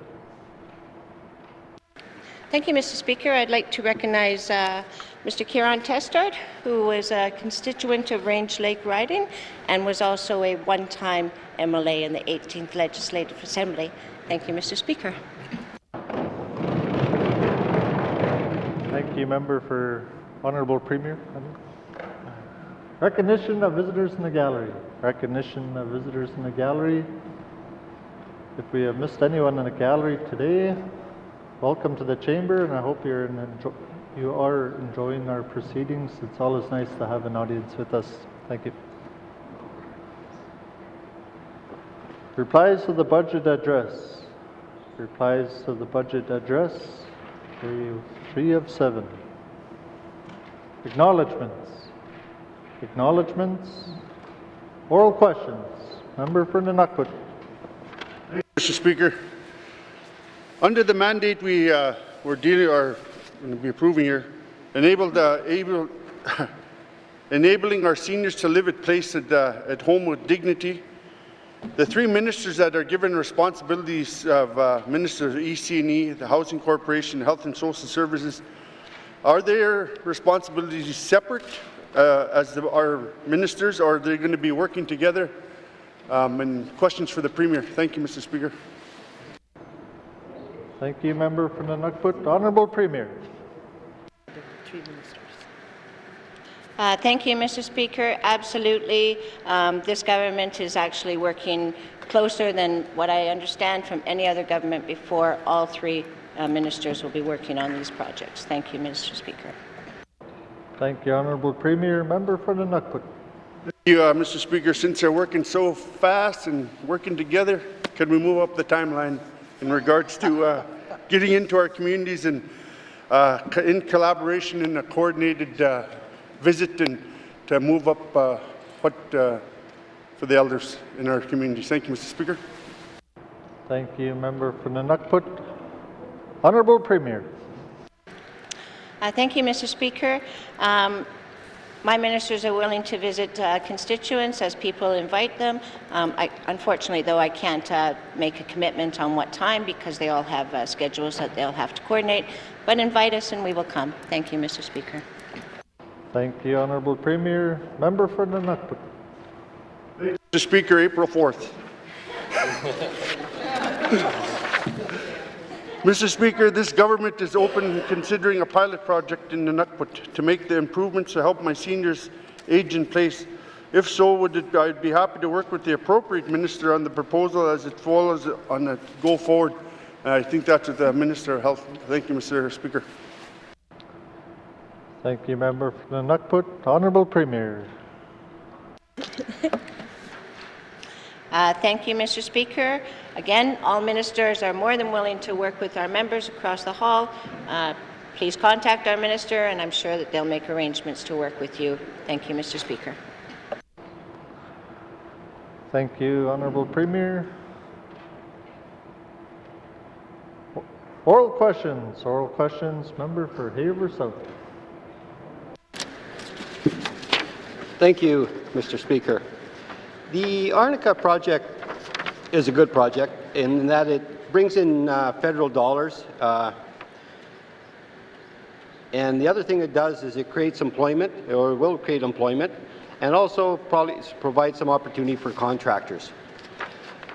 And most importantly, it provides 42 extra beds for people who need housing. Mr. Speaker, I'd ask the Minister of Housing if she will commit her department to develop a policy setting a process that would ensure future proponents accessing federal housing programs provide timely assistance with completing such applications. Thank you, Mr. Speaker. Thank you, Member for Haver South. Minister responsible for the Northwest Territories Housing Corporation. Thank you, Mr. Speaker. With this new project, with this new federal funding that's rolling out with the $60 million but we are willing to work with people within the Northwest Territories to complete their applications and to assist them the best that we can. Thank you, Mr. Speaker. Thank you, Minister. Member for Haver South. Thank you, Mr. Speaker. In Hay River, the Family Support Centre is trying to, over the past couple of years, they've been trying to get a housing project off the ground. And again, nonprofit, limited resources, and running into a bit of a problem. And I know the Housing Corporation has been assisting, but will the Minister of Housing instruct her department to assist the Hay River Family Support Centre with their co-investment application as well? Thank you, Mr. Speaker. Thank you, Member for Haver South. Minister responsible for housing. Thank you, Mr. Speaker. Yes, the Housing Corporation, we are there to help and assist with the application process. It's quite lengthy, but I just want to just explain to the member as well too that this is a federal program. It is offered through CMHC, and we don't even see the applications. So then it would be two different approaches that the Family Support Centre in Hay River would be working solely with CMHC and their representative, and the Northwest Territories Housing Corporation. We're here as a support system to for people of the Northwest Territories to access this program. Thank you, Mr. Speaker. Thank you, Minister. Member for Hay. Oral questions. Oral questions. Member for Frame Lake. Merci, Monsieur le Président. My questions are for the Minister of Justice, who is responsible for victim services for this government. Can the Minister tell us about the comprehensive review of victim services, who carried out this work, and when it will be available to MLAs and the public? Merci, Mr. Speaker. Member for Frame Lake. Minister of Justice. Thank you, Mr. Speaker. Mr. Speaker, the evaluation is currently underway. It's not complete yet. Right now, I'm anticipating it will be received by the end of April to myself, and I will then endeavour to have it to the members of this House as quickly as possible thereafter. Thank you. Thank you, Minister. Member for Frame Lake. Who did it? Merci, Monsieur le Président. I want to thank the Minister for that. I don't think I heard who's actually doing the study, but maybe she can throw that in with the next response. The exact duties and job descriptions of the victim services coordinators, they're not very clear. These are delivered through third parties in various communities. It's my understanding that some of these individuals perform many functions above and beyond the call of duty, including cleaning up crime scenes. Can the Minister explain exactly what type of supports are available for these coordinators and whether there has ever been a review of the effectiveness of these supports? Merci, Mr. Speaker. Thank you, Member for Frame Lake. Minister of Justice. Thank you, Mr. Speaker. Mr. Speaker, I apologize to the member, I did miss that part. The review is being done by FWCO Management Consultants. Now, with respect, Mr. Speaker, to the work being done by victim services providers in the communities, I have had the opportunity of working directly prior to being in this role with some of the individuals who provide victim services. They do tremendous work. They do often go above and beyond. As for cleaning up crime scenes, that is the very first time I've ever heard that, and I'd certainly hope that I can speak to the member further if that's in fact the case. That said, with respect to generally their duties and their supports, I am assured that the current review that's underway will consider whether or not our victim services workers are being given adequate supports and what more might need to be done, if anything, to better support them. Thank you, Mr. Speaker. Thank you, Minister. Member for Frame Lake. Merci, Monsieur le Président. I want to thank the Minister for that. I can assure her that's what I heard firsthand, directly from a constituent who is had to serve in that capacity before. So, but the community-based approach to victim services makes a lot of sense, of course. It's been in place since 1996, but clearly the network of supports and coordinators has never been completed. As I understand it, there are 11 coordinators in 8 communities. Can the minister tell us if there are plans to expand these services to all of our communities, and when will that happen? Merci, Mr. Speaker. Thank you, Member for Frame Lake. Minister of Justice. Thank you, Mr. Speaker. Mr. Speaker, at this point, between now and April, we'll be determined or be waiting on the review to determine whether or not there needs to be an expansion. In the meantime, victim services workers do provide assistance by phone, though certainly I have no illusions that that's not the same as being in person. So again, Mr. Speaker, I'll be waiting on that review to determine whether or not some further action needs to be taken to expand, or how else we might better support victims of crime across the territories. Thank you, Mr. Speaker. Thank you, Minister. Member for Frame Lake. Merci, Monsieur le Président. I want to thank the Minister for that. So can the Minister tell us, though, whether there are any specific plans now to improve victim services here in the N.W.T, and what will those improvements look like? Hint, hint, budget 2020-21. Merci, Mr. Speaker. Thank you, Member for Frame Lake. Minister of Justice. Thank you, Mr. Speaker. Mr. Speaker, I am alive to the fact that, in fact, there has been some increase to the budget of the victim services provision here in the Northwest Territories in the most recently tabled main estimates. There's been an increase of $240,000 to victim services. That's the first increase to victim services base funding in many, many years, Mr. Speaker, and will help better support the provision of those services. Mr. Speaker, one other note is that we are also improving the supports that we give to our victim services workers. There is a small pool of funding provided through federal funding that helps provide enhanced health supports. Because these are partners in the communities, they are not necessarily given the opportunity, or don't necessarily within their employment have enhanced or expanded health benefits. So there is some funding available for these workers should they need additional, whether it's psychological supports, counseling, or otherwise, and that is coordinated through the Department of Justice. Thank you, Mr. Speaker. Thank you, Minister. Oral questions. Oral questions. Member for Kamloops. Thank you, Mr. Speaker. My questions today are for the Minister of Municipal and Community Affairs. My first question is, 2 weeks ago, my colleague from N.W.T asked the Minister to read the report Focus for the Future, tabled by MAC on the last day of the last Assembly. Has the Minister read the report? Thank you, Mr. Speaker. Thank you, Member for Kamloops. Minister responsible for Municipal and Community Affairs. Thank you, Mr. Speaker. My apologies to the member. I have not read the report. Thank you, Mr. Speaker. Thank you, Minister. Member for Kamloops. Thank you, Mr. Speaker. No, and I appreciate the Minister's honesty on that one, and maybe we can do dinner and reading together. My next question is, what is the department planning to do moving forward to ensure that the figures reported on page 12 continue to be annually updated and provided to the N.W.T Association of Communities? Thank you. Thank you, Member for Kamloops. Minister responsible for Municipal and Community Affairs. Thank you, Mr. Speaker. We are meeting this weekend with the Association of Communities, and I will be meeting with the Executive Director to get a full briefing and to follow up and look for solutions and going forward to work with our municipal gap. Thank you, Mr. Speaker. Thank you, Minister. Member for Kamloops. Thank you, Mr. Speaker. I'm not sure if I understood if the report would be, the figures would be updated on an annual basis, but my next question is, what percentage of the annual $25 million funding gap does MAC anticipate will be covered by federal funding? And my second part of that question is, how sustainable do we feel that relying on federal funding to cover the municipal funding gap is? Thank you.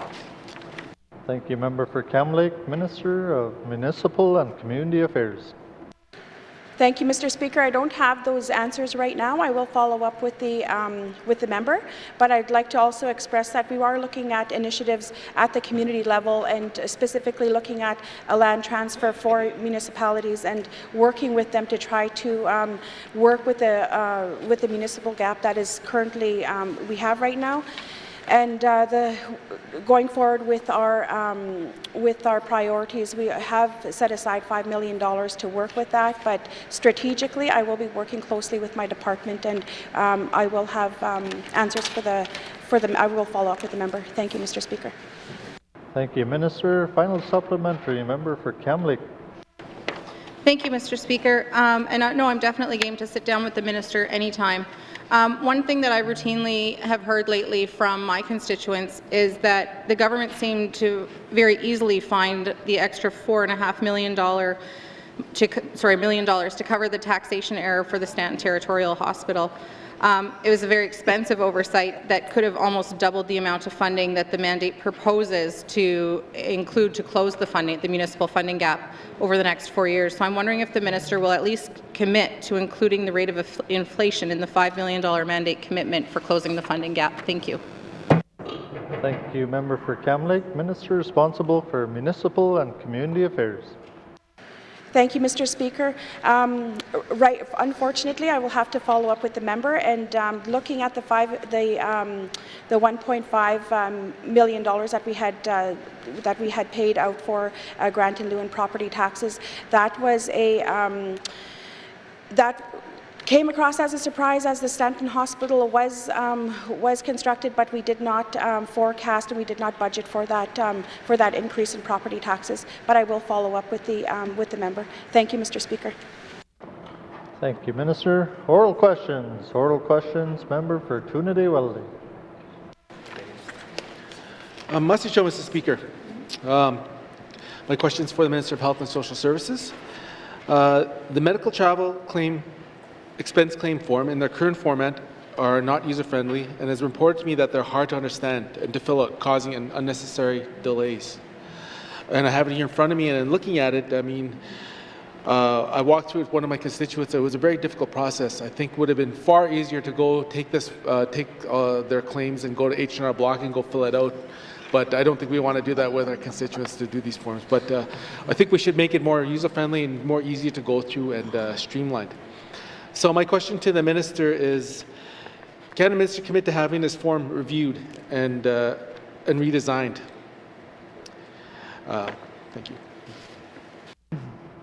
Thank you, member for Tunadee-Wellesley. Minister responsible for Health and Social Services. Thank you, Mr. Speaker.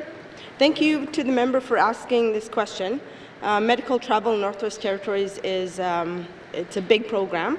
So the Medical Travel Office has not previously heard concerns about the expense claim from clients.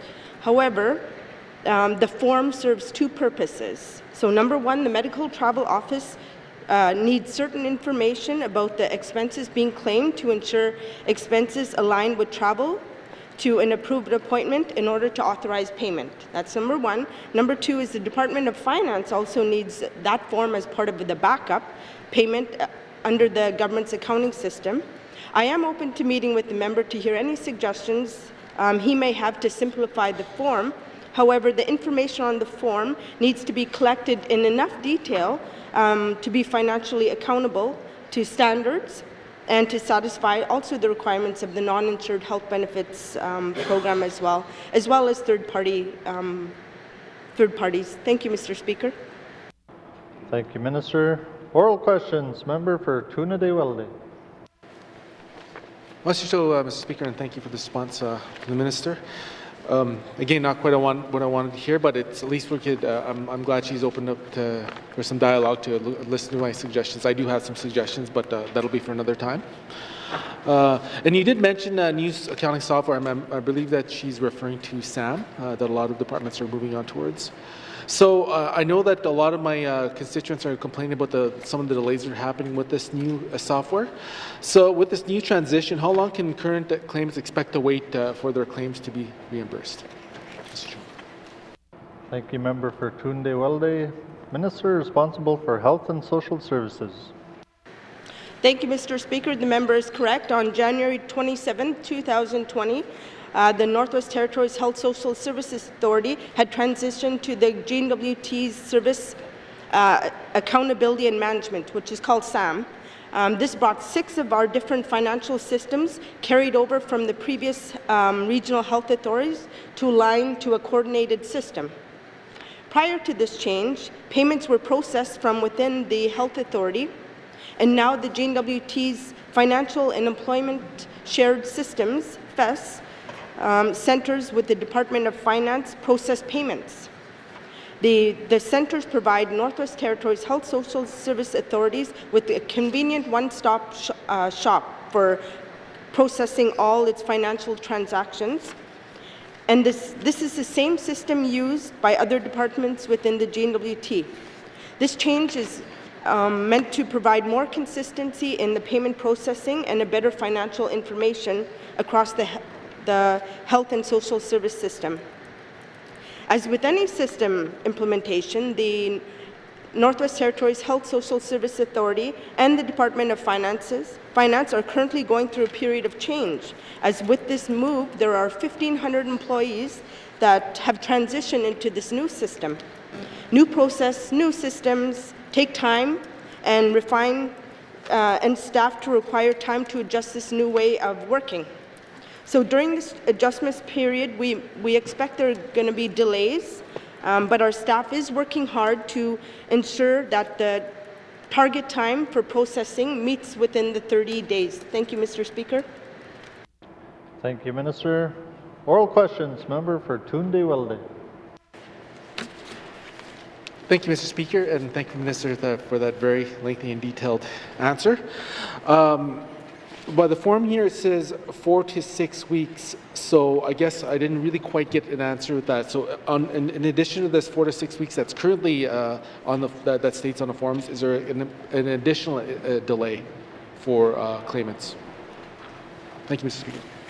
Thank you, member for Tunde Welde. Minister responsible for Health and Social Services. Sorry, Mr. Speaker, is the member asking if the process is within the 6-week period? Can I just ask for clarification, please? Thank you. Minister, member for Tunde Welde. Yeah. Thank you, Mr. Speaker. My apologies. I'll just repeat myself here again. So the form here says 4 to 6 weeks to in its current state. So with the new implementation of SAM, is this going to these delays going to be in addition to the 4 to 6 weeks on top of this that claimants will have to wait? Another 30 days. Mr. Chair. Yeah. Thank you, member for Tunde Welde. Minister responsible for Health and Social Services. Thank you, Mr. Speaker. As I slowly glance over to Minister of Finance to just seek clarification, as the processing now comes through Department of Finance, and I don't believe that is correct. From the time that the invoices or the claims get into our system, it's within that 30 days. Thank you, Mr. Speaker, and if that's not correct, I can clarify with the member. Thank you. Thank you, Minister. Final supplementary, member for Tunde Welde. Thank you, Mr. Speaker. My final question is, this form was quite difficult to get, and it wasn't readily accessible. So will the Minister commit to having this form in electronic form, easier access online for the public, because I didn't see it, and that's for potential claimants, and then also have a quick tutorial just to make sure. Again, that's probably a start to our dialogue to make it a little easier. So have a quick tutorial to how to use this form. Thank you, Mr. Speaker. Thank you, member for Tunde Welde. Minister responsible for Health and Social Services. Thank you, Mr. Speaker.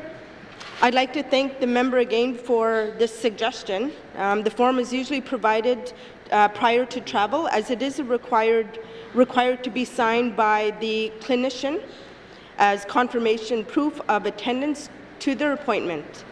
The form is available at any medical travel office or at all health centers throughout the Northwest Territories.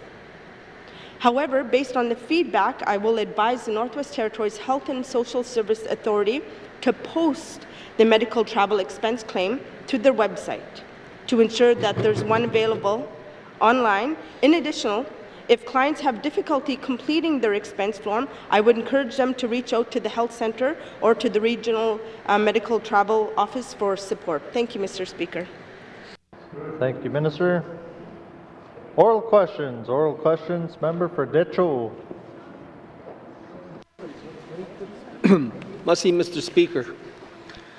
My questions are directed to the Health Minister. I'm not certain if the Health Minister is aware of ongoing problems with healthcare in the small communities. However, does the Health Minister have any aspirations to fixing the healthcare system? Merci. Thank you, Member for Decho. Minister responsible for Health and Social Services. Thank you. Sorry. Thank you, Mr. Speaker. Yes, the member brings up concern about the health centres across, well, the health in general across the Northwest Territories. I do want to talk about a program we're doing. It's the primary health care reform. So it's an initiative that is advancing culturally, safety, and relationship-based care as priorities of the health and social service system, and where clients have better access to services closer and in their communities. Thank you, Mr. Speaker. Thank you, Minister. Member for Decho. Merci, Mr. Speaker. Does the department conduct annual evaluations of health care services provided by each health centre? Merci. Thank you, Member for Decho. Minister responsible for Health and Social Services. Thank you, Mr. Speaker. I'm not aware of whether we provide evaluations on each of our health centres, but I can look into it and get back to the member. Thank you, Mr. Speaker. Thank you, Minister. Member for Decho. Okay, my final question to the Minister. Does the department conduct investigations into complaints made against health centre staff in terms of the treatment received by patients? Merci. Thank you, Member for Decho. Minister responsible for Health and Social Services. Thank you, Mr. Speaker. Absolutely, we do. And I can get back to the member on the process of being able to have this looked into. Thank you, Mr. Speaker. Thank you, Minister. Oral questions. Oral questions. Member for Yellowknife North. Thank you, Mr. Speaker. In my member statement earlier, I said I hope that by the end of 4 years that I can go renew my driver's license on an evening or weekend in Yellowknife. My first question to the Minister of Infrastructure are what are the current barriers to extending the hours of the DMV? I know that nothing is simple around here, but can she just identify some of the barriers? Thank you, Member for Yellowknife North. Minister of Infrastructure. Thank you, Mr. Speaker. I appreciate the member's acknowledgement about the difficulty of sometimes changing a process that's been going on a while. They have tried in the past to change some hours or to privatize the office here, and it didn't work well. So some of the issues in which they were saying was the problem was that the timing and having people working late was leading to situations of harassment and even stalking. That if that was to occur, there needs to be a response team available to the office that's located there, so that would then mean extending security hours and others. It would also mean to extend the hours of people that could do the special approvals or the overrides and authorizations. So it's not just those 3 people sitting at the front or 1 person sitting at the front. There's other staffing that would have to be amended. There were things around even just the building maintenance that would then have to change in order to have the extension of the hours. A big one was also in dealing with the union collective agreement, which I am not the minister for, so I won't speak to. However, there would need to be negotiations and changes to that contract in order to extend the hours. Currently, we only have 2 funded issuing positions and 1 supervisor position. So any of these issues would not allow a 6-day-a-week issuing without hiring additional staff. And as we've all heard many, many times in the last little while, we have no money. Thank you very much, Mr. Speaker. Thank you, Minister. Oral questions. Member for Yellowknife North. Thank you, Mr. Speaker. Well, that was quite the list of challenges to simply being open for evenings or weekends. I do believe there is a solution here, and I do believe I can work with the minister to find one. Even if we were to close Mondays and open Saturdays, that would be the exact same amount of working hours. Perhaps that is one of the solutions. So I'm going to spend the next 4 years trying to work through each of these issues. I'd like to begin with the collective agreement. The minister is correct that collective bargaining is the department of the Board of Management, of which she is a member, and it is chaired by the Minister of Finance. Ultimately, each department brings towards to form the N.W.T's bargaining mandate, which then meets with the respective union. My question for the Minister of Infrastructure is she willing to write to the Minister of Finance that the Department of Infrastructure in the future would like the flexibility to extend those hours at the Department of Motor Vehicles? Thank you, Member for Yellowknife North. Minister of Infrastructure. Thank you, Mr. Speaker. It's my understanding that is not my place to be lobbying my colleague, the minister, in that manner. So my answer to you would be no. Thank you. Thank you. Final supplementary, member for Yellowknife North. That is completely the role of a minister in the department. There's a number of schedules in our collective agreement, specific cases for corrections and nurses. And yesterday we had a conversation about home care workers and allowing them to work more flexible hours so they can serve elders outside of the hours of 9 to 5. And the Minister of Finance does not know the on-the-ground operations of every department. I'm not asking that the Minister of Infrastructure commit that she can do this. We can't commit anything to change in the collective bargaining agreement. That is why it's bargaining. I'm asking the Minister of Infrastructure to write on behalf of her department to the Minister of Finance asking for the opportunity for more flexible hours at the Department of Motor Vehicles to be pursued during bargaining, Mr. Speaker. Thank you, member for Yellowknife North. Minister of Infrastructure. Thank you, Mr. Speaker. The member is correct in that there is a lot of conversation that will go on within the cabinet, in which I would very much be okay with having a discussion with my colleague about your email. And have to say, I was actually quite intrigued when I received your questions and did look at this as maybe an opportunity of something we could change. However, as I learned the processes of the N.W.T, I understand that there is a process that has to be followed. Yes, I want to streamline and change processes so they are more efficient. However, at this point, with the knowledge I have, I do not want to say that I would put a formal writing request into my colleague. Thank you, Mr. Speaker. Thank you, Minister.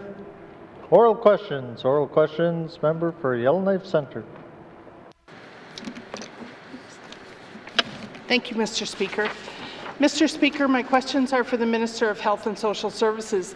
In my statement today, I spoke about the work the Canadian Alcohol Policy Evaluation Project, or CAPE, has done to look at ways to reduce alcohol harm. CAPE identified a group of best practices, and I wonder if the Minister could tell us what role, if any, the N.W.T had in developing this work. Thank you. Thank you, member for Yellowknife Centre. Minister responsible for Health and Social Services. Thank you, Mr. Speaker, and I thank the member. I was able to print out the report for the CAPE report, and unfortunately, the Northwest Territories scored very low. We only have 33%, and as part of the report, it came under 11 policy domains. And I want to speak a little bit about the report because it is very disturbing, and it's something that our department needs to improve on. And I do want to talk about some of the things we're doing. In 2016, the N.W.T tasked a opioid task force, and recently under the mandate, the task force group has been expanded to include alcohol and drugs. That's one part of it. Last month, the group renamed as the Territorial Committee on Problematic Substance. So its mandate is to develop a comprehensive response to the ongoing issues related to substance abuse in the Northwest Territories. One of the deliverables for the Northwest Territories will be in the form of a whole-of-a-government alcohol strategy. It's already been identified in the CAPE as it's an evidence-based review, as having a specific territorial strategy to discuss alcohol-related harms in a coordinated approach that will have a measurable impact. So the whole of the government approach is 11 policy domains, as I mentioned, as part of the CAPE report, and many of them fall just outside of the health and social services, hence the importance to have a territorial approach. So the plan is for the committee to report to the chair of the Deputy Ministers Committee on Child and Family. And as this is an inaugural meeting, it was identified the committee that the development of the alcohol strategy, would require community input through active engagement and determine the scope of work. Thank you, Mr. Speaker. Thank you, Minister. Oral questions. Member for Yellowknife Centre. Thank you, Mr. Speaker. Mr. Speaker, I appreciate the Minister was able to share some good information there. I just wondered, in particular, to repeat my first question, what role the N.W.T played in the development of the CAPE report. Thank you. Thank you, Member for Yellowknife Centre. Minister responsible for Health and Social Services. Thank you, Mr. Speaker. So, yesterday I mentioned that there was a research RFP out. So this is a preliminary research and a discussion paper towards the development of an N.W.T alcohol strategy and was recently tendered. The results of this discussion paper will be presented in a full-day workshop that's held next month, March the 12th, at the Chief Dry Geese Centre. The purpose of that workshop is to set the direction for a whole-of-government approach towards the development of an N.W.T strategy. This will be led by our Department of Health and Social Services. The next step, and during that process, is to be able to talk about the CAPE report, as there were recommendations under the 11 domains. Thank you, Mr. Speaker. Thank you, Minister. Oral questions. Member for Yellowknife Centre. Yeah, thank you, Mr. Speaker. Mr. Speaker, I'm going to give up on that question, and I'm going to go on now to the failing grade. The Minister has referenced that we got a failing grade, as most jurisdictions did.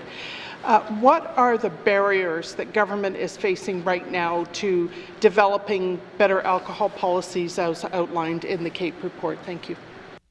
Thank you, Member for Yellowknife Centre. Minister responsible for Health and Social Services. Thank you, Mr. Speaker. Well, there are a lot of barriers as a result of this report. I mean, it basically told us we're failing under the Canadian Alcohol Policy Evaluation. So our department is working with the receiving funding from Indigenous Service Canada so that we can support this problematic substance abuse. And we are looking at hiring a special advisor for this substance abuse, and we will continue to be tasked at looking and coordinating the alcohol strategy in the Northwest Territories. Thank you, Mr. Speaker. Thank you, Minister. Final supplementary. Member for Yellowknife Centre. Yeah, thank you, Mr. Speaker. Mr. Speaker, at times in the past when a new alcohol policy has been discussed that would change pricing, change accessibility, and so on, there's been pushback from the public. So my question for the Minister is, how is she going to create public support for better alcohol policies? Thank you. Thank you, Member for Yellowknife Centre. Minister responsible for Health and Social Services. Thank you, Mr. Speaker. As I mentioned that we are doing the research now, we will be coming together and hiring a position to be able to oversee this project. And it's right, you know, we talk within this government that it's not just a government approach. We need to reach out and involve our Indigenous partners and other stakeholders in the Northwest Territories to be able to have positive results as we work through the alcohol strategy. Thank you, Mr. Speaker. Thank you, Minister. Oral questions. Oral questions. Member for Mumfree.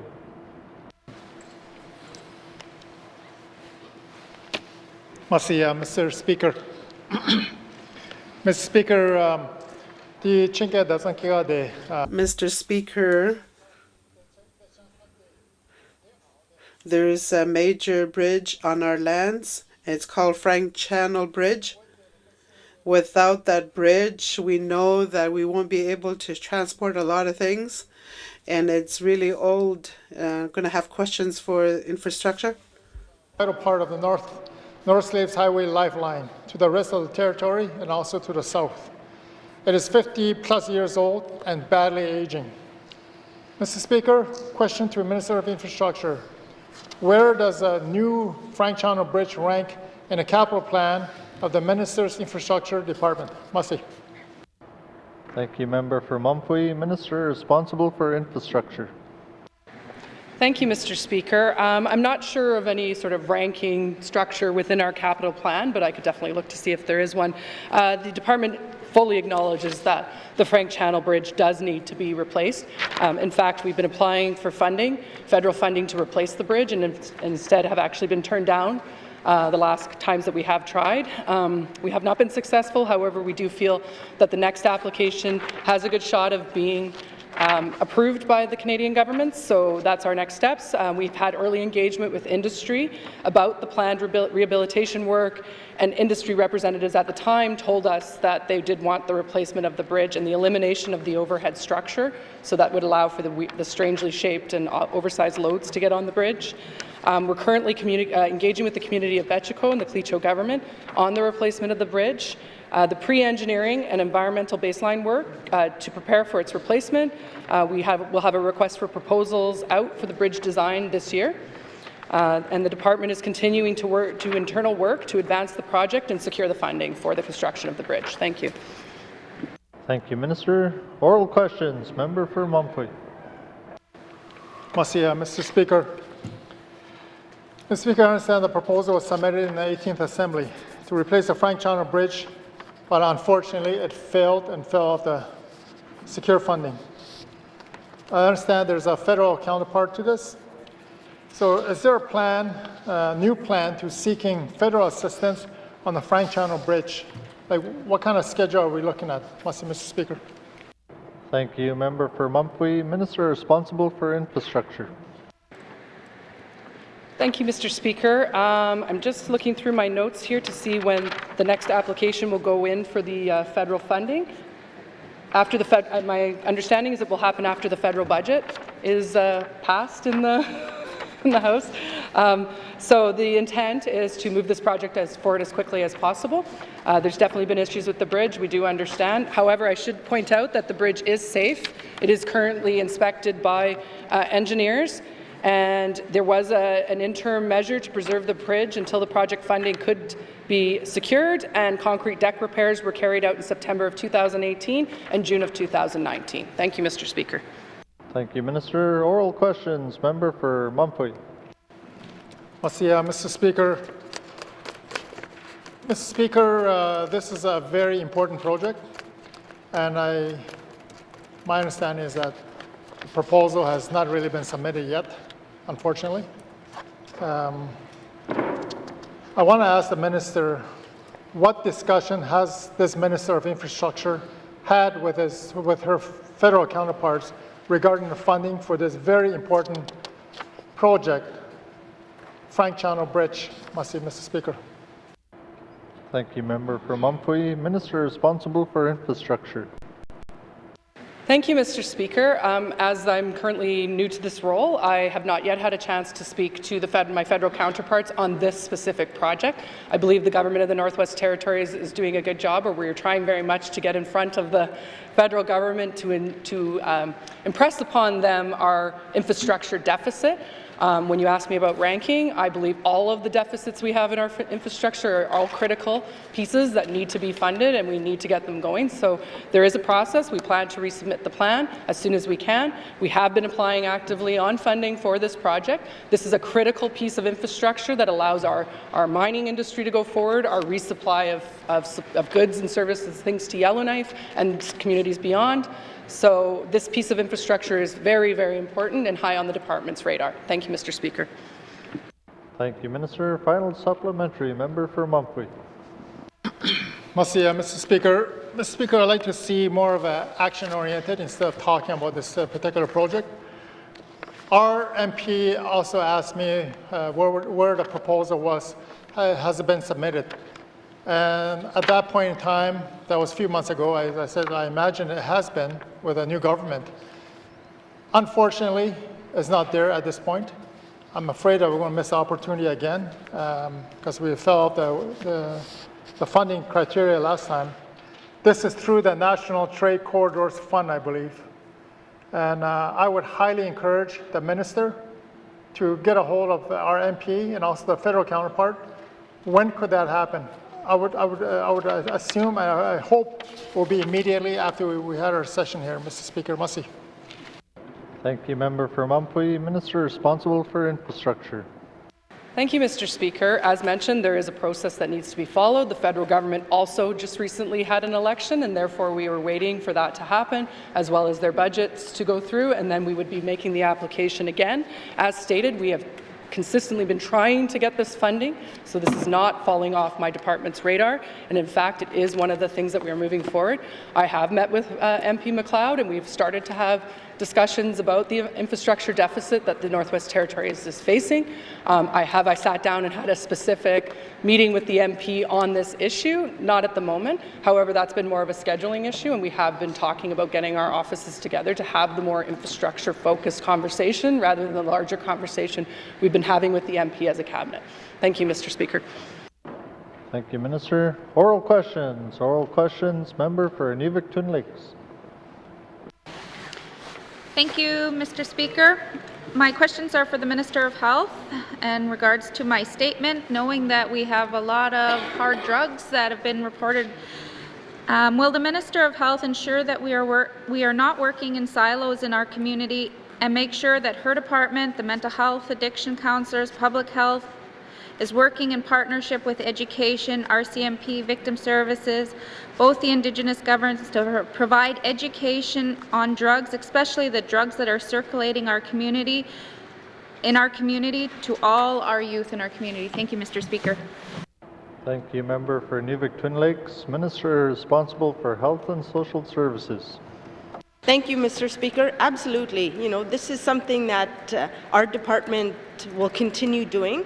But not only that, you look at the mandate, Mr. Speaker, and a lot of the different priorities talk about working in partnership, and it's important that we continue to work within all the different departments rather than working in silos, and I think that's important. All stakeholders in the communities, we need to work together and continue to do better for the youth and all of the residents of the Northwest Territories. Thank you, Mr. Speaker. Thank you, Minister. Oral questions. Member for Inuvik-Twin Lakes.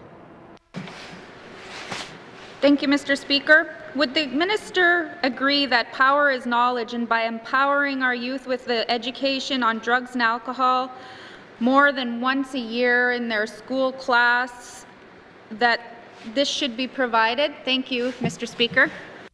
Thank you, Member for Inuvik-Twin Lakes. Minister responsible for Health and Social Services. Thank you, Mr. Speaker. Yes, the Health and Social Service staff work closely with the Department of Education, Culture and Employment, and we support opportunities to work with youth on drugs and alcohol education. One example I want to bring up is we sponsor the DOPE Experience, which is a multimedia workshop that engages youth in art and discussion on substance abuse. Staff are also partnering with the Northwest Territories Association of Communities and Western Arctic Moving Picture to deliver these workshops. Thank you, Mr. Speaker. Thank you, Minister. Member for Inuvik-Twin Lakes. Thank you, Mr. Speaker, and I thank the Minister for that. But the one that I want the Minister to commit to work with the other ministers, Minister of Justice, Minister of Education, to ensure that they're all working together to make sure this happens more frequently. Given the amount of hard drugs, I understand the DOPE experience, that is for marijuana, and that's because of the legalization. We wanted to educate our youth on how marijuana affects us, but what I want is these hard drugs. In the community, I'm hearing from young kids under 19 that are starting into these hard drugs, the crack cocaine and things like this. So we need to be doing this education before. We need prevention before we go to reaction. Thank you, Mr. Speaker. Thank you, Member for Inuvik-Twin Lakes. Minister responsible for Health and Social Services. Thank you, Mr. Speaker. I hear the member's concern. We both live in the same community, and it is a big issue for us, but not only just us, for a lot of communities in the Northwest Territories. So I'm going to commit to that. So that, for me, is a third yes today. So thank you. Thank you, Minister. Member for Untitled Lakes. Thank you, Mr. Speaker. I understand the minister may not have this detailed information on hand, but can minister advise me if there's a wait time for treatment should someone choose to go for drug addiction? And where can our youth, like under 19, under 18, if they find themselves with this type of addiction, where can we get help from them? Thank you, Mr. Speaker. Thank you, Member for Nuvik-Twin Lakes. Minister responsible for Health and Social Services. Thank you, Mr. Speaker. The wait times varies per facility, and they usually average between 1 to 6 weeks for the wait time, but there's also been situations where we've had to have patients wait for up to 2 months. That's the one answer I know, and I can get back to the member on what the process is, and I just want to make sure that I give the member the right answer, so I'll get back to the member with the process. Thank you, Mr. Speaker.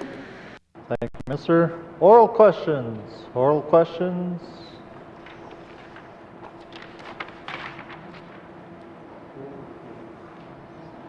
Written questions. Mr. Clerk. Oh, sorry. Written questions. Written questions. Returns to written questions. Mr. Clerk. Mr. Speaker, I have a return to written question 1-19-2 asked by the member for Frame Lake on February 5th, 2020, related to the Government of the Northwest Territories' participation in the Association for Mineral Exploration Roundup from January 18th to the 23rd, 2020 in Vancouver. Thank you, Mr. Speaker. Thank you, Mr. Clerk. Written questions. Written questions. Replies to the Commissioner's address. Replies to the Commissioner's address.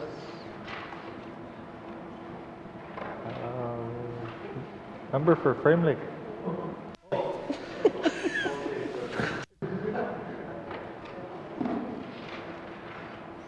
Petitions. Petitions. Reports of committees on the review of bills. Reports of committees on the review of bills. Reports of standing and special committees. Reports of standing and special committees. Tabling of documents. Minister of Finance. Mr. Speaker, I wish to table the following document: Supplementary Estimates, Infrastructure Expenditures, number 1, 2020-2021. Thank you, Mr. Speaker. Thank you, Minister. Tabling of documents. Member for Yellowknife Centre. Thank you, Mr. Speaker. Mr. Speaker, I'd like to table the following report card: Reducing Alcohol-Related Harms and Costs in Northwest Territories, a Policy Review. Thank you, Mr. Speaker. Thank you, Member for Yellowknife Centre. Tabling of documents. Tabling of documents. Member for Tunadee-Welde.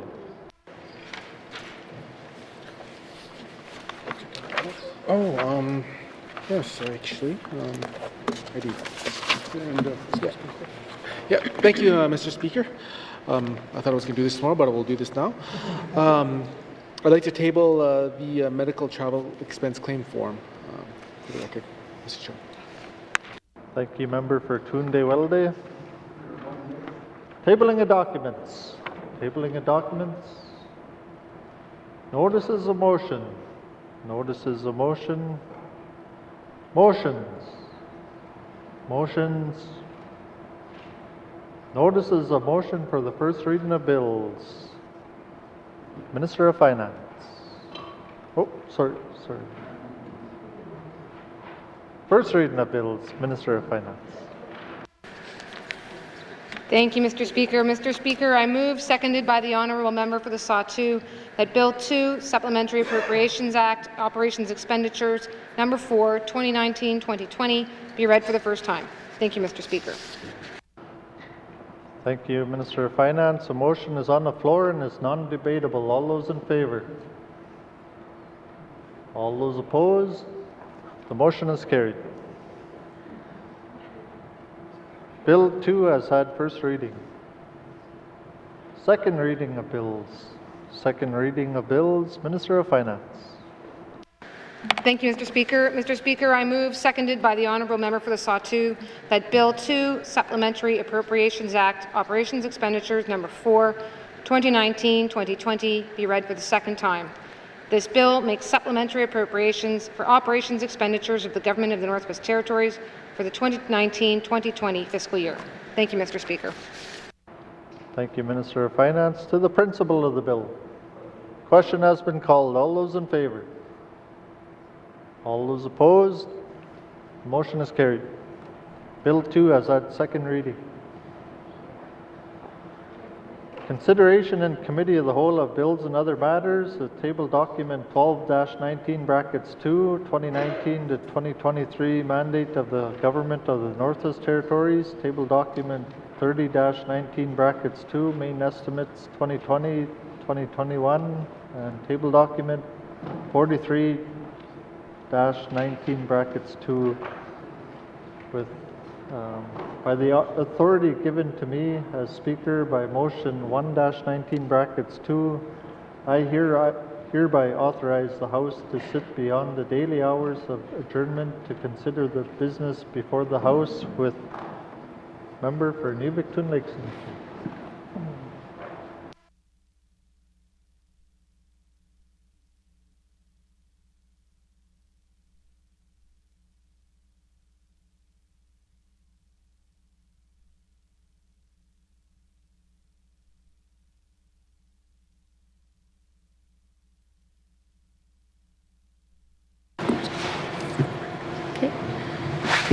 Committee will call the committee to order, and we will take a short recess. And what is the wish of the committee? Sorry.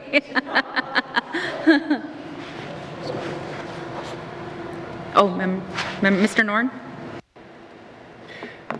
Thank you, Madam Chair. Committee wishes to consider table document 12-19, bracket 2, 2019-2023, mandate of the Government of the Northwest Territories. Mr. Chair. All right. Does committee agree? Okay, we'll take a short recess. Agreed?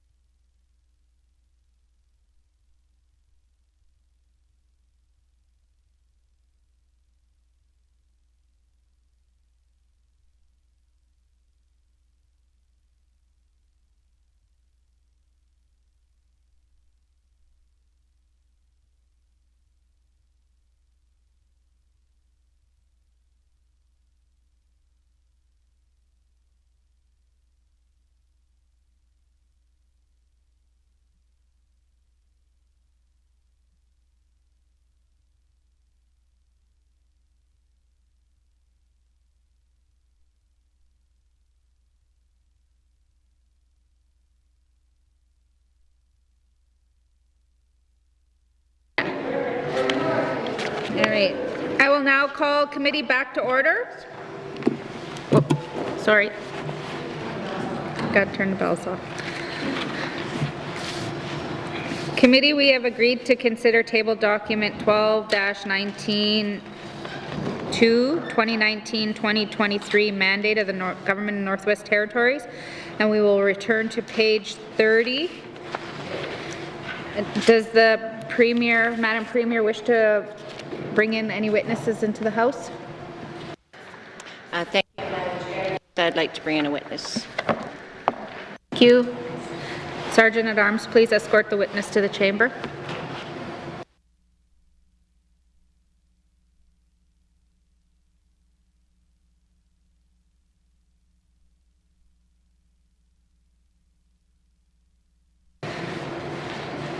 Page 30.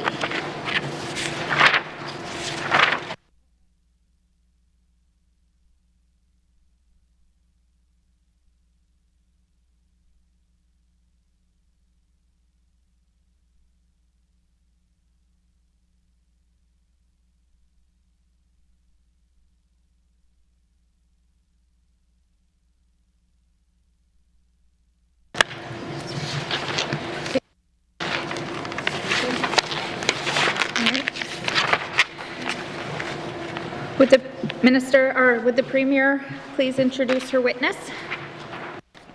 Thank you, Madam Chair. On my right is Mr. Martin Goldie. He's the Cabinet Secretary and the Deputy Minister for Executive and Indigenous Affairs. Thank you, Madam Chair. Thank you, Madam Premier.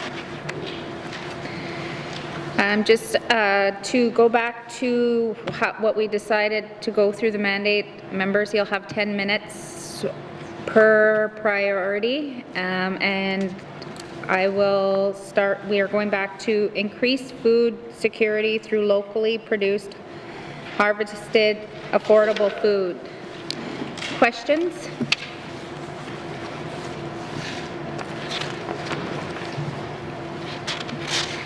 Member for Frame Lake. Thanks, Madam Chair. So I had someone approach me actually last night who has 48 chickens here in Yellowknife. They like to give away some of the eggs or maybe even sell some of the eggs locally, but there seems to be some issues around that. How is this going to, how are the items here going to help that individual be able to sell eggs locally? Thanks, Madam Chair. Thank you, Member for Frame Lake. Madam Premier. Thank you, Madam Chair. This might be a little bit more difficult. Kind of feel sorry for the neighbors, 25 chickens next door. We are going to be amending our own regulatory framework so that we can remove barriers to developing food production businesses. Lands will be reviewing its policy and regulations in that regard. However, this might also be a municipal issue, Madam Chair, and so therefore we would need to work with the municipal government. Thank you, Madam Chair. Thank you, Madam Premier. Member for Frame Lake. Thanks, Madam Chair. Yeah, I don't think there's a municipal issue here, at least in this particular instance. So maybe I could just get a little bit more detail about what some of the barriers are right now with the current regulatory framework when it comes to local food production. Thanks, Madam Chair. Thank you, Member for Frame Lake. Madam Premier. Thank you, Madam Chair. If we can direct the question to the Minister of Lands. Ian. Thank you, Madam Premier. Minister of Environment, Natural Resource. So, sorry, thank you, Madam Chair. So, when we're looking at barriers, it's about trying to work with the communities to see what they want to do, what they want to harvest. Then again, it's making sure that we're doing things within the right act, the framework and policies moving forward.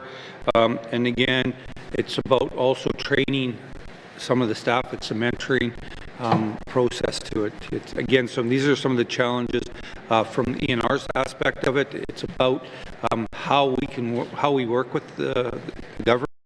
It's it's about the ability to deal with the land. And again, it comes down to our regulations and how we can fix some of these things about agriculture and how do we use that land and how we can work with them to get it. Because right now we have really high rates, but that's from the previous process that we've done it, so that's part of the regulation, so we're trying to work on those things. I hope that those are a couple of the challenges that we see moving forward. Thank you, Minister. Member for Frame Lake. Thanks, Madam Chair. I think I'll start over again. This is a guy who's already got chickens. He's got them here in Yellowknife. There seems to be some issues around food handling, maybe education, inspection stuff. This is not an ENR issue. As I understand, it's probably an environmental health issue, which is health and social services. So what are we doing? What are the current barriers? And what are we going to do to improve food handling, inspection, services, and so on to allow for local food production and retail? Thanks, Madam Chair. Thank you, Member for Frame Lake. Madam Premier. Thank you, Madam Chair. I apologize for that. There's quite a few departments. You're absolutely right. The Department of Health will be having to look at some of their regulatory frameworks as well. For example, people that might want to provide produce or canned preserves in the community market, we would need to do some kitchen, because right now there's a requirement for an industrial kitchen. Those are things we need to look at. If you're small production, do you need to have that? The other one I know from running the homeless shelter was being able to utilize, I hate to use the term, roadkill is kind of what I know it as, and so that was always an issue, and so meat spoiling because we couldn't reuse that meat when, in my case, women were hungry. So those are some of the issues that we need to address as we move forward. Thank you, Madam Chair. Thank you, Madam Premier. Member for Frame Lake. Okay, thanks, Madam Chair. That's, I think, more of what I was looking for. And that's probably what this individual is also looking for. I want to go to work on Nutrition North. I don't have any difficulty with what's proposed here, but I think the other thing that's missing that I don't see here is that we need to work with Nunavut and Yukon to put pressure on the federal government to design a much better Nutrition North program that doesn't reward retailers, that actually rewards perhaps producers, local producers, and consumers of food, not retailers. So is that something that this government is going to be doing as well? Thanks, Madam Chair. Thank you, Member for Frame Lake. Madam Premier. Thank you, Madam Chair. Absolutely. The three territories have over the years, many years, my understanding, have developed strong partnerships. When we go to speak to the federal government, we will continue to do so, and I will make a commitment to bring this issue forward to all the other two premiers. Thank you, Madam Chair. Thank you, Madam Premier. Member for Frame Lake. Thanks, Madam Chair. Well, while I'm on a roll, another general observation I'd like to offer with this particular mandate item is there are a few deliverables here, but I'd hope to see some actual targets. You know, are we going to increase local food production by 25% at the end of 4 years, or whatever the target is? So I'm just wondering, do we actually track local food production and consumption in a way where it's measurable, where we could set targets? Thanks, Madam Chair. Thank you, Member for Frame Lake. Madam Premier. Thank you, Madam Chair. At this point, we can't put targets such as improve food production by 25% because we haven't done a base analysis of what actually we are producing. So you can't increase things when you don't know where you stand at the moment. Thank you, Madam Chair. Thank you, Madam Premier. Member for Frame Lake.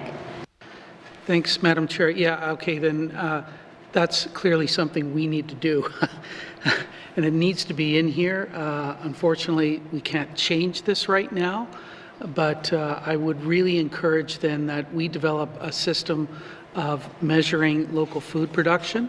So because if we don't have a way of measuring it, how can we know whether any of these things in here are actually going to improve and increase local food production? So can I get a commitment out of the Premier that we will develop a system of measuring local food production and consumption? Thanks, Madam Chair. Thank you, Member for Frame Lake. Madam Premier. Thank you, Madam Chair. In my opening comments on the mandate, I had there's a paragraph that says we also recognize that to better report and meaningfully measure progress, in many cases, we need to establish indicators and improve program evaluation. The work we do towards ambitious goals set in the mandate will include the establishment of new indicators and a greater focus on program evaluation. Madam Chair, as I've said many times, one of my specialties is in accreditation, is in best practices, and so therefore we are going to be doing more measurable outcomes throughout the N.W.T over the next 4 years. Thank you, Madam Chair. Thank you, Madam Premier. Member for Frame Lake. Thanks, Madam Chair. Great to get that commitment out of the Premier that she's going to be working, and her cabinet colleagues will be working towards developing ways of measuring local food production and consumption. And that was, I think, something that we had recommended in the last Assembly as well, when we reviewed the agricultural policy or strategy that was developed in the last Assembly. So no further comments, Madam Chair. Thank you. Madam Premier, did you have any comment? Madam Premier. Thank you, Madam Chair. I will take that as comment, and I'm looking forward also to having measurable outcomes for a lot of areas in the government. Thank you, Madam Chair. Thank you. Member for Decho.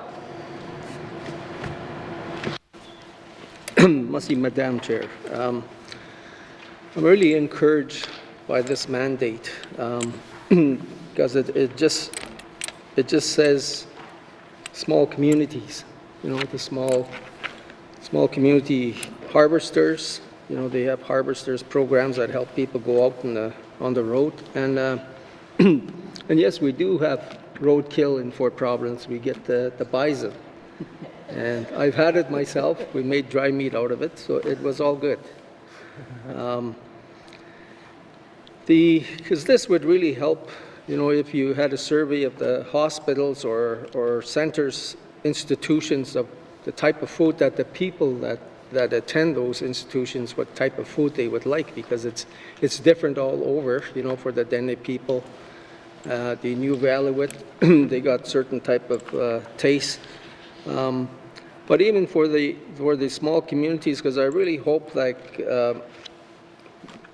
they have testing and inspection stations that are in the communities, because that's where the people are that will do the harvesting and whatnot of the foods. So I'm really hoping that will happen. I just don't know what if that's kind of the game plan moving forward, or else they're going to be central.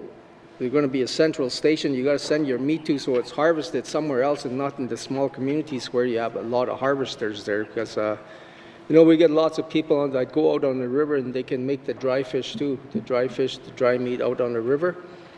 Plus some of the elders too, they like soft foods. So you know, there's soft foods like porcupine, the beaver. They like to have boiled fish, probably in the hospital system. You know, we got to think of all those areas when we're talking about, you know, increasing the food security. So I'm just wondering if you could paint a picture for me, because this will be probably some kind of report by the time we're done our sessions, and that I wish there would be, you know, this could be escalated to move ahead. Can you paint a picture to me of what you envision from your department on how you're going to move on this mandate? We'll see. Thank you. Member for Decho. Madam Premier. Thank you, Madam Chair. Thank you for the comments. The member is absolutely correct. A lot of harvesting happens in the smaller communities, fishing, hunting, etc. But we also have a market in the regional centres as well. For example, our community gardens. So I recognize it's totally different. So this mandate will go across all regions and all small communities. We talked about one of our mandates as well as regional decision making, but it's bigger than that. It's about really looking when we allocate positions, where are they best situated. So thank you, Madam Premier, or Madam Chair. We will take into consideration the needs of people in small communities as we develop positions. Thank you, Madam Premier. Member for Decho. Just a final comment regarding the regulatory framework that I hope they really keep the small communities in mind when you're setting your legislation and everything, because I know government has a hard time thinking of the small people and how they can move forward when they're thinking about locally produced and harvested foods. Must eat. Thank you, Member for Decho. Madam Premier. Thank you, Madam Premier, or Madam Chair. Yes, we will take into consideration as we develop the programs, as we develop all programs, where they are best situated. Thank you, Madam Chair. Thank you, Madam Premier. Member for Decho. I'm good. Member South. Thank you, Madam Chair.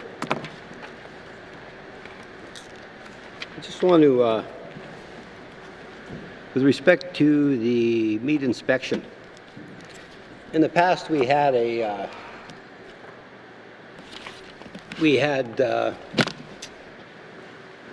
pig farm there in Hay River and provided that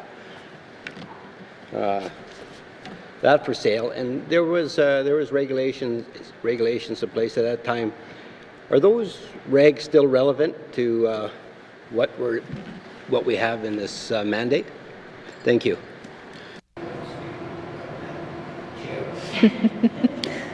Thank you, Member for Hay River South. Madam Premier. Madam Premier. Thank you, Madam Chair. If I can direct the question to the Minister of Health and Social Services on the current regulations. Thank you, Madam Chair. Thank you, Madam Premier. Minister of Health and Social Services. Thank you, Madam Chair. I do want to talk about today the agriculture strategy, which maybe some of the members are referring to, and it's the public health regulations. So the question we asked ourselves, what are we doing as a department to support the agricultural strategy and the food security? So the our department, Health Social Services, along with departments E&R, ITI and Lands, we're all working together to implement the agricultural strategy. So our main goal here is to ensure that the public health is protected in the production and sale of local foods. Also, our work supports the priority of this assembly, of course, to increase food security by facilitating the local production of food and the sale of food. If I can, I do want to speak a little bit about the food establishment safety regulations. So changes to the Northwest Territories food establishment safety regulations under the Public Health Act came into force in August 15, 2019. So these changes supported the last Assembly's priority and to move forward on this agricultural strategy, and also to support this Assembly's priority to increase food security. The changes made it clear farm gate sales of locally grown low-risk foods are allowed. It also makes it easier for people to sell locally grown and home-produced foods from home and at farmers market. So those are some of the things that our department is working on. I know we are responsible for some of the Health Act and the food establishment safety regulations. So I just want to bring that forward. Thank you, Madam Chair. Thank you, Member for Hay River South. Thank you, Madam Chair. I guess the question was the meat inspection regulations. Are they still relevant today? I think they were in place when we had pig farm in Hay River, and there was processing going on. Thank you, Madam Chair. Thank you, member for Hay River South. Madam Premier. Thank you, Madam Chair. My understanding is that, yes, the meat regulations are still in place, but that is what we're going to be doing, reviewing, amending all regulatory frameworks to look at all barriers to, but we have to be conscious that safety has to also take a play in that. We're not just going to let free for all. There has to be a safety element, but some of our regulations might be a little bit too stringent in this modern age, so we will be looking at them all. Thank you, Madam Chair. Thank you, Madam Premier. Member for Hay River South. Thank you, Madam Chair. The other issue, I guess, is that we do have that agriculture strategy in place, and I'm hoping we do something with it. And one of the problems, though, in talking to some of the growers in that in the area, one of the problems they have is that there's in the South Slave just no access to land, and it's a big problem. So they're allowed a little portion there, and they try to move out past their lot lines there, and I'm sure that lands will go after them at some point for that. So I'm just wondering if there's anything we could do in the South Slave to allow some lands to be opened up, even if it's on a yearly basis, and to assist in the development of that agricultural sector. Thank you, Madam Chair. Thank you, member for Hay River South. Madam Premier. Thank you, Madam Chair. At this time, it might be a little bit too early to make a commitment on yes or no. However, lands is also part of the process that will be reviewing all its policies and regulations to identify the barriers that impede local food production. So they are part of the review that is happening. Again, we have to identify the barriers before we can identify what regulations need to be changed, so I can't make a commitment at this time to say yes, that will happen. Thank you, Madam Chair. Thank you, Madam Premier. Member for Hay River South. Thank you, Madam Chair. The other thing that was brought up to me as well is that some of the producers they hire people and they're paying basically minimum wage.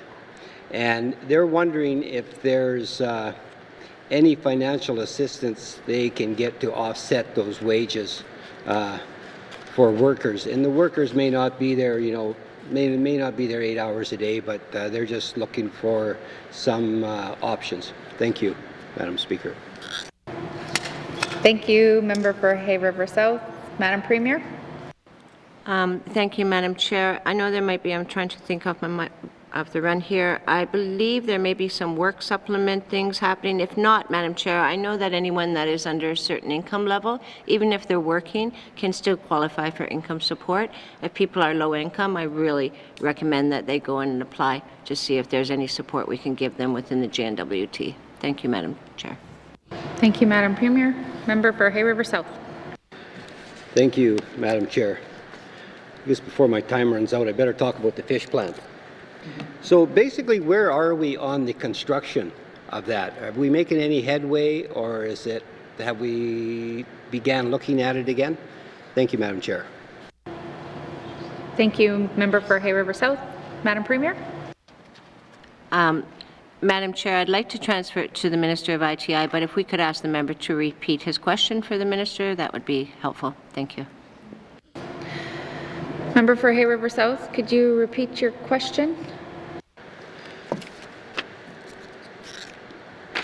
With respect to the fish plant, where are we on looking at going forward with the construction of it? I know it was stalled because of pricing, so I'm just wondering if we've got a plan in place, because I hear rumors and I just kind of want to get the straight goods from the Premier or the Minister. Thank you, Madam Chair. Thank you, member. Minister of Infrastructure. I think we talked about this earlier on in session, was that when the bids came in on the fish plant originally, they were much larger than the GNWT had allocated budgets for. I'm seeing here in my notes it was about almost $6 million more than we had anticipated. So the last that we discussed it was that we are back looking at the actual design of the plant and how we can scale down maybe what was too ambitious of a project to begin with, and how we could bring that design back down under the budgeted price that we had anticipated. I believe that's exactly where we're at right now, is revamping that plan. I'm just trying to look here if the department's given me a date. I don't have a specific date for that completion, but I can definitely commit to the member that I would return and get you that information, get him that information. Thank you. Thank you, Minister. Member for Hay River South. Okay. Like I said, for Hay River, that's a very important industry, and for I think communities around the lake. We've got a stock there. We don't have to feed it. It's just waiting to be caught and go in the frying pan, and so we got to we got to take this seriously. And the other thing is that I guess I'm concerned that sometimes the expertise we use within the communities, we use the bureaucracy and the bureaucrats that don't quite have that expertise, but they may think they do. And I want to make sure that we actually have somebody that knows, that can provide us some sound advice on how to proceed with this to make sure that it works. Because, over the years we've tried and we don't seem to get anywhere. So if I can get a comment on that, thank you, Madam Chair. Thank you, Member for Hay River South. Time I'm going to... okay. Minister of Infrastructure. I'll keep it really short. We are working with Memorial University out of Newfoundland to work on the design of the fish plant. So we are looking towards experts for that advice. But noted, I take the members' concerns into note and will make sure that they're addressed. Thank you. Okay, thank you. Member for Tunaday-Willaday. Thank you, Madam Chair. I've been looking at this one. Affordable food is so important, and you look across, you look at food indexes and the price of just a basic bag of groceries all across the territories, just insane prices in small communities. Again, I've said this a couple of times. I always think about the single parents in the small communities, and any sort of fluctuation affects those vulnerable sectors, and that's what I would like to see. Right now I'm looking at things like the greenhouses and community gardens. So it says they want to assure supports in this document. So my question to the Premier is, what kind of supports are we proposing to help with greenhouses and the lot? Merci. Thank you, Member for Tunaday-Willaday. Madam Premier. Thank you, Madam Chair. I'd like the Minister of ITI to answer what kind of supports are available for greenhouse operations. Thank you, Madam Chair. Thank you, Madam Premier. Minister for ITI. Just one moment, please, while I look through my numerous binders here for greenhouses. I know we do have supports in place for greenhouses. My apologies.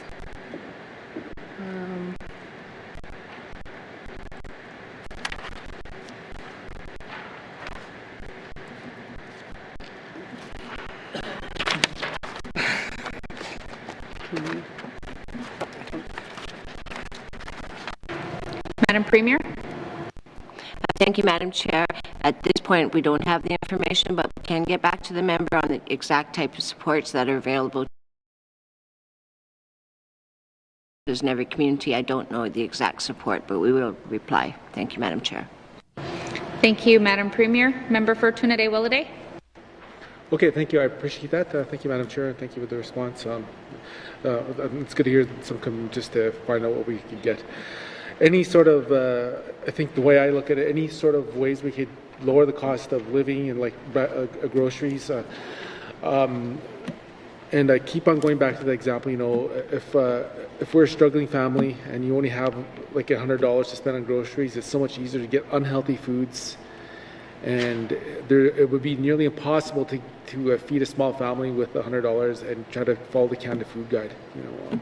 and I'm hoping we move in this direction.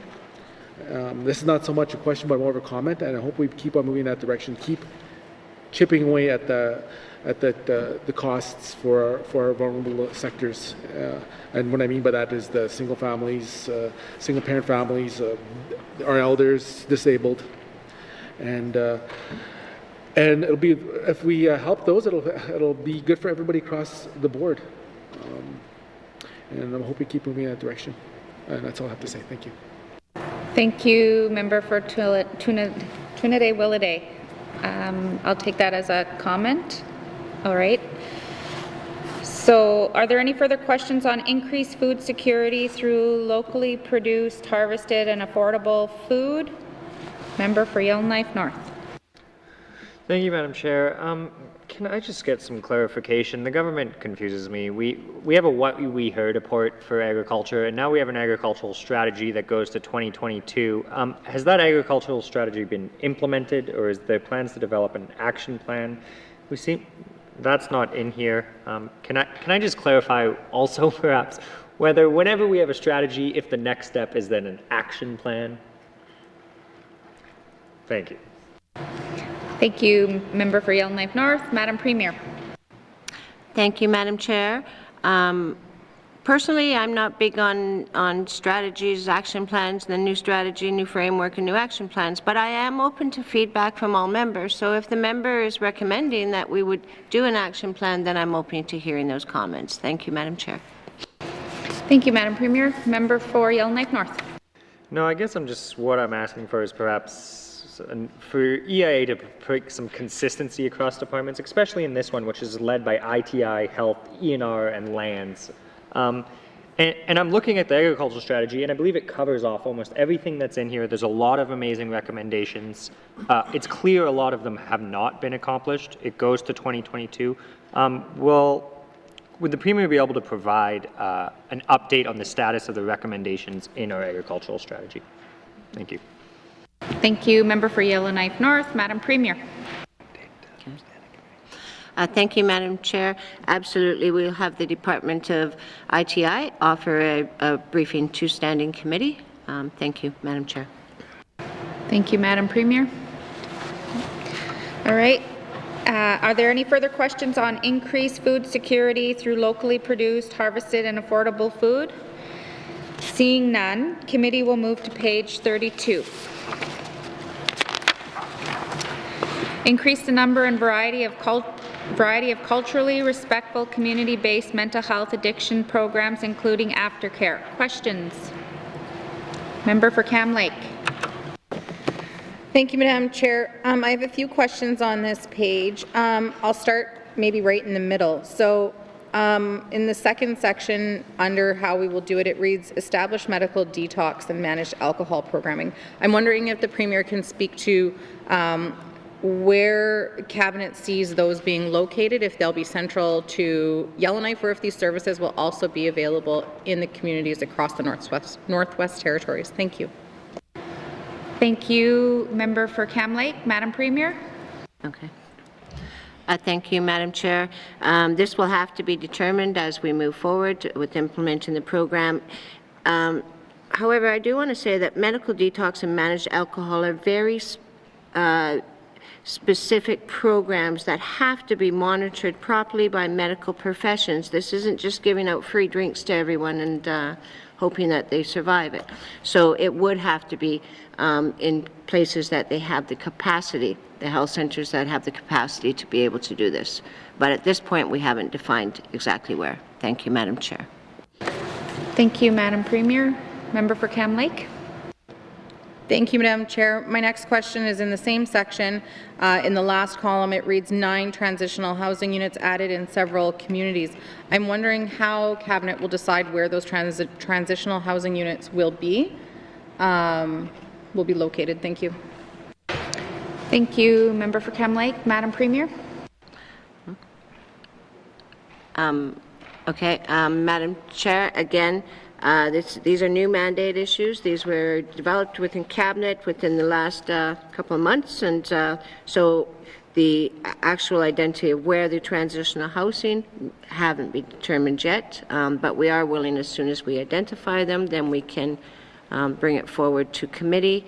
The Minister of Health and Social Services want to expand on that? Thank you, Madam Chair. Thank you, Madam Premier. Member for Cam Lake. Minister of Health. Okay. Yeah. So to maybe just go back to the first question on the availability of the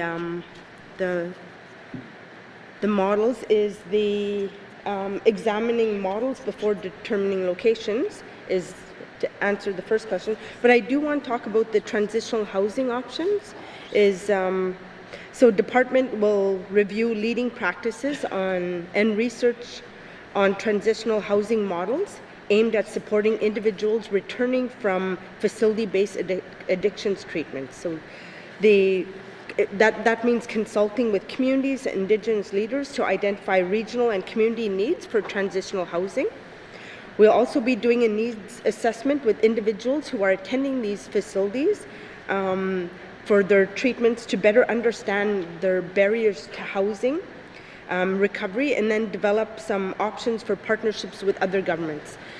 We talked about, there's so many times when we have our clients come out of treatment and there's nothing for them afterwards, and this is something the department needs to work with other departments, income support, housing, and so it is a full approach model.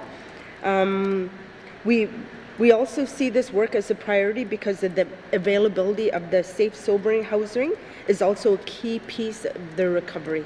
So, although locations are not yet determined, it's just looking at individual needs as they come out of facilities.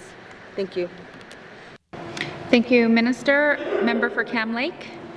Thank you, Madam Chair. I completely agree with the Minister that it's an essential part of recovery to have somewhere to go to when you're done your treatment. I think if we ended up polling our communities, we would find that 33 communities would identify that they need transitional housing. So I guess I'm wondering if the need is available, or is there rather, in all 33 of our communities, how are we going to decide where to distribute 9 units? Thank you. Thank you, Member for Cam Lake. Are we Minister of Health? I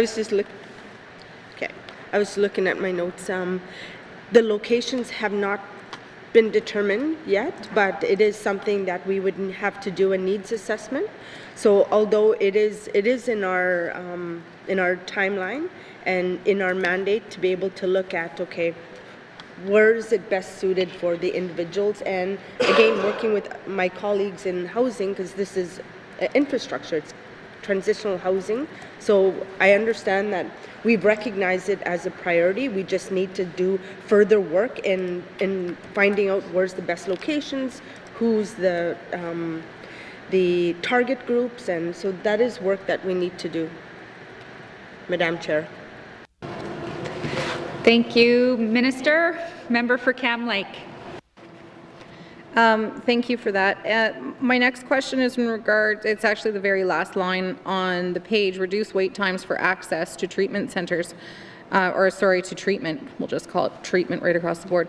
And it's my understanding that we're going back out for RFP later this year for our treatment facilities. So I'm just wondering why reducing the wait times has a timeline of the very end of our term, if that's something that we have the ability to have an effect on this.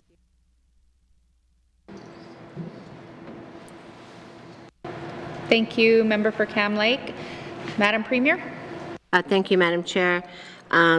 The title, what will we do, is strengthen community counselling services. So waitlists are regarding that. You can't reduce the wait lines for access unless we have other options to do it. This is one that we do have statistics, so we do have a percentage that we want to lower it by, hopefully. But we can't lower that until we have stronger peer support groups, until we have managed alcohol groups. All those things that are being implemented before will help us with the wait times. So that is why it's at the end, is because we need all the other programs and support to support people from actually relapsing or people getting into hard uses of alcohol and drugs. So all of those things have to be in place first. Thank you, Madam Chair. Thank you, Madam Premier. Member for Cam Lake. Thank you, Madam Chair. My last question today, or not today, for this page, has to do with actually under the first one. And during election month, we heard a lot of talk about on-the-land addictions recovery and mental health wellness options. We also heard yourself, am I allowed to say the chair, talk about the experience you had at the Arctic Wellness Foundation out by the multiplex in a member statement very recently. Just keep going. Just keep going. Okay. And so maybe that wasn't a personal conversation. So I'm a little worried that on the is slightly, to me it looks slightly less large than I'd like to see it. And so I'm just wondering if you're comfortable speaking about where Cabinet would like to go with on-the-land options for people both in Yellowknife, but then also more importantly in our communities. Thank you. Thank you, Member for Cam Lake. Madam Premier. Thank you, Madam Chair. The difficulty when you're dealing with alcohol and drug uses, it's not, the N.W.T alone can't solve this issue. We need a community as a whole to be able to address this. So we do support things like in Yellowknife, in our capital, the wellness camp behind the arena there. Those are good things, but we also in the smaller communities, we need to engage, and our whole cabinet is on that. We need to engage with Indigenous governments, and they have their own traditional methods of healing people. It's very disrespectful for us not to take that into consideration. So we haven't defined what they would look like.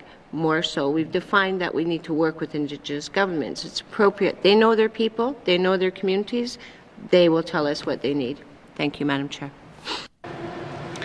Thank you, Madam Premier. Member for Cam Lake. Knife Centre. Thank you, Madam Chair.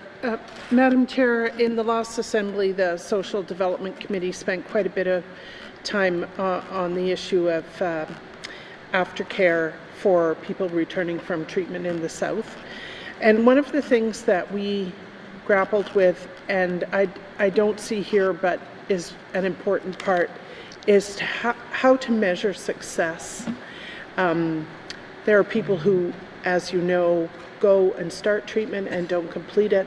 There are people who go and complete treatment and stay sober for the rest of their lives, and there's everything in between. So do you have some thoughts about how to evaluate the results of improving services for aftercare for people who have addictions treatment? Thank you.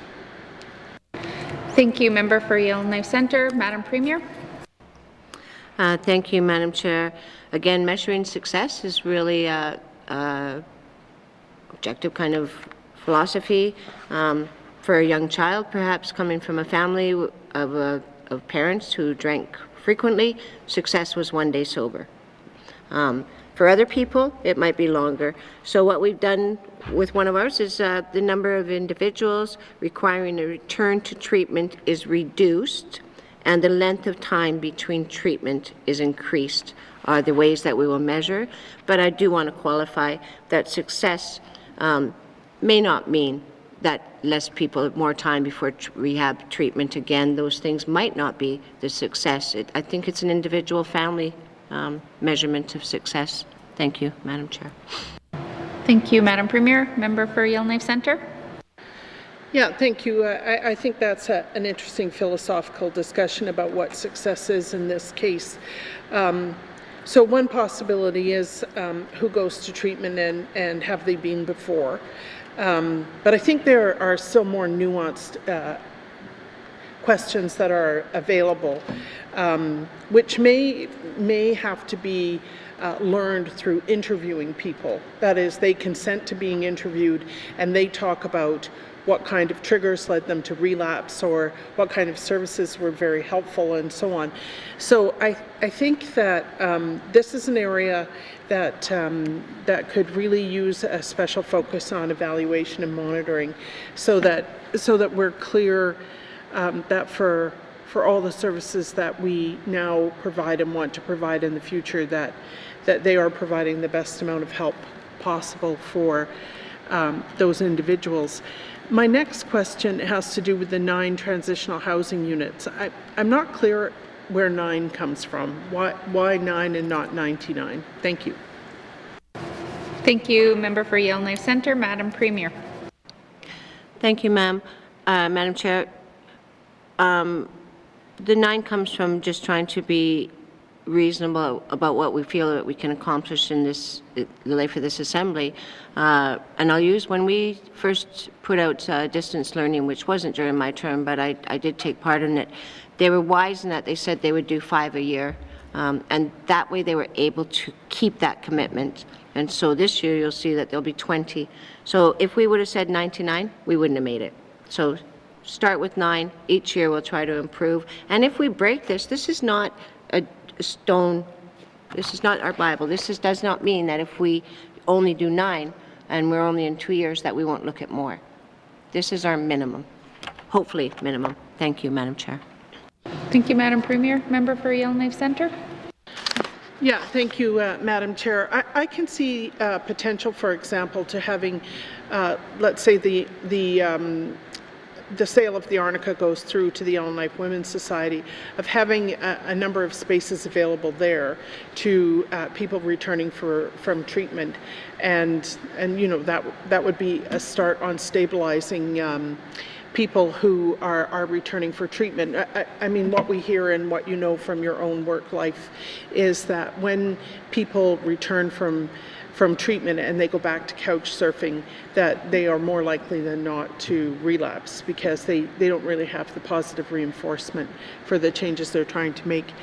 My last question in this area has to do with the alcohol strategy. How does that fit within this mandate area? Is it something that will pull these different pieces together, or is it something that's separate? Thank you.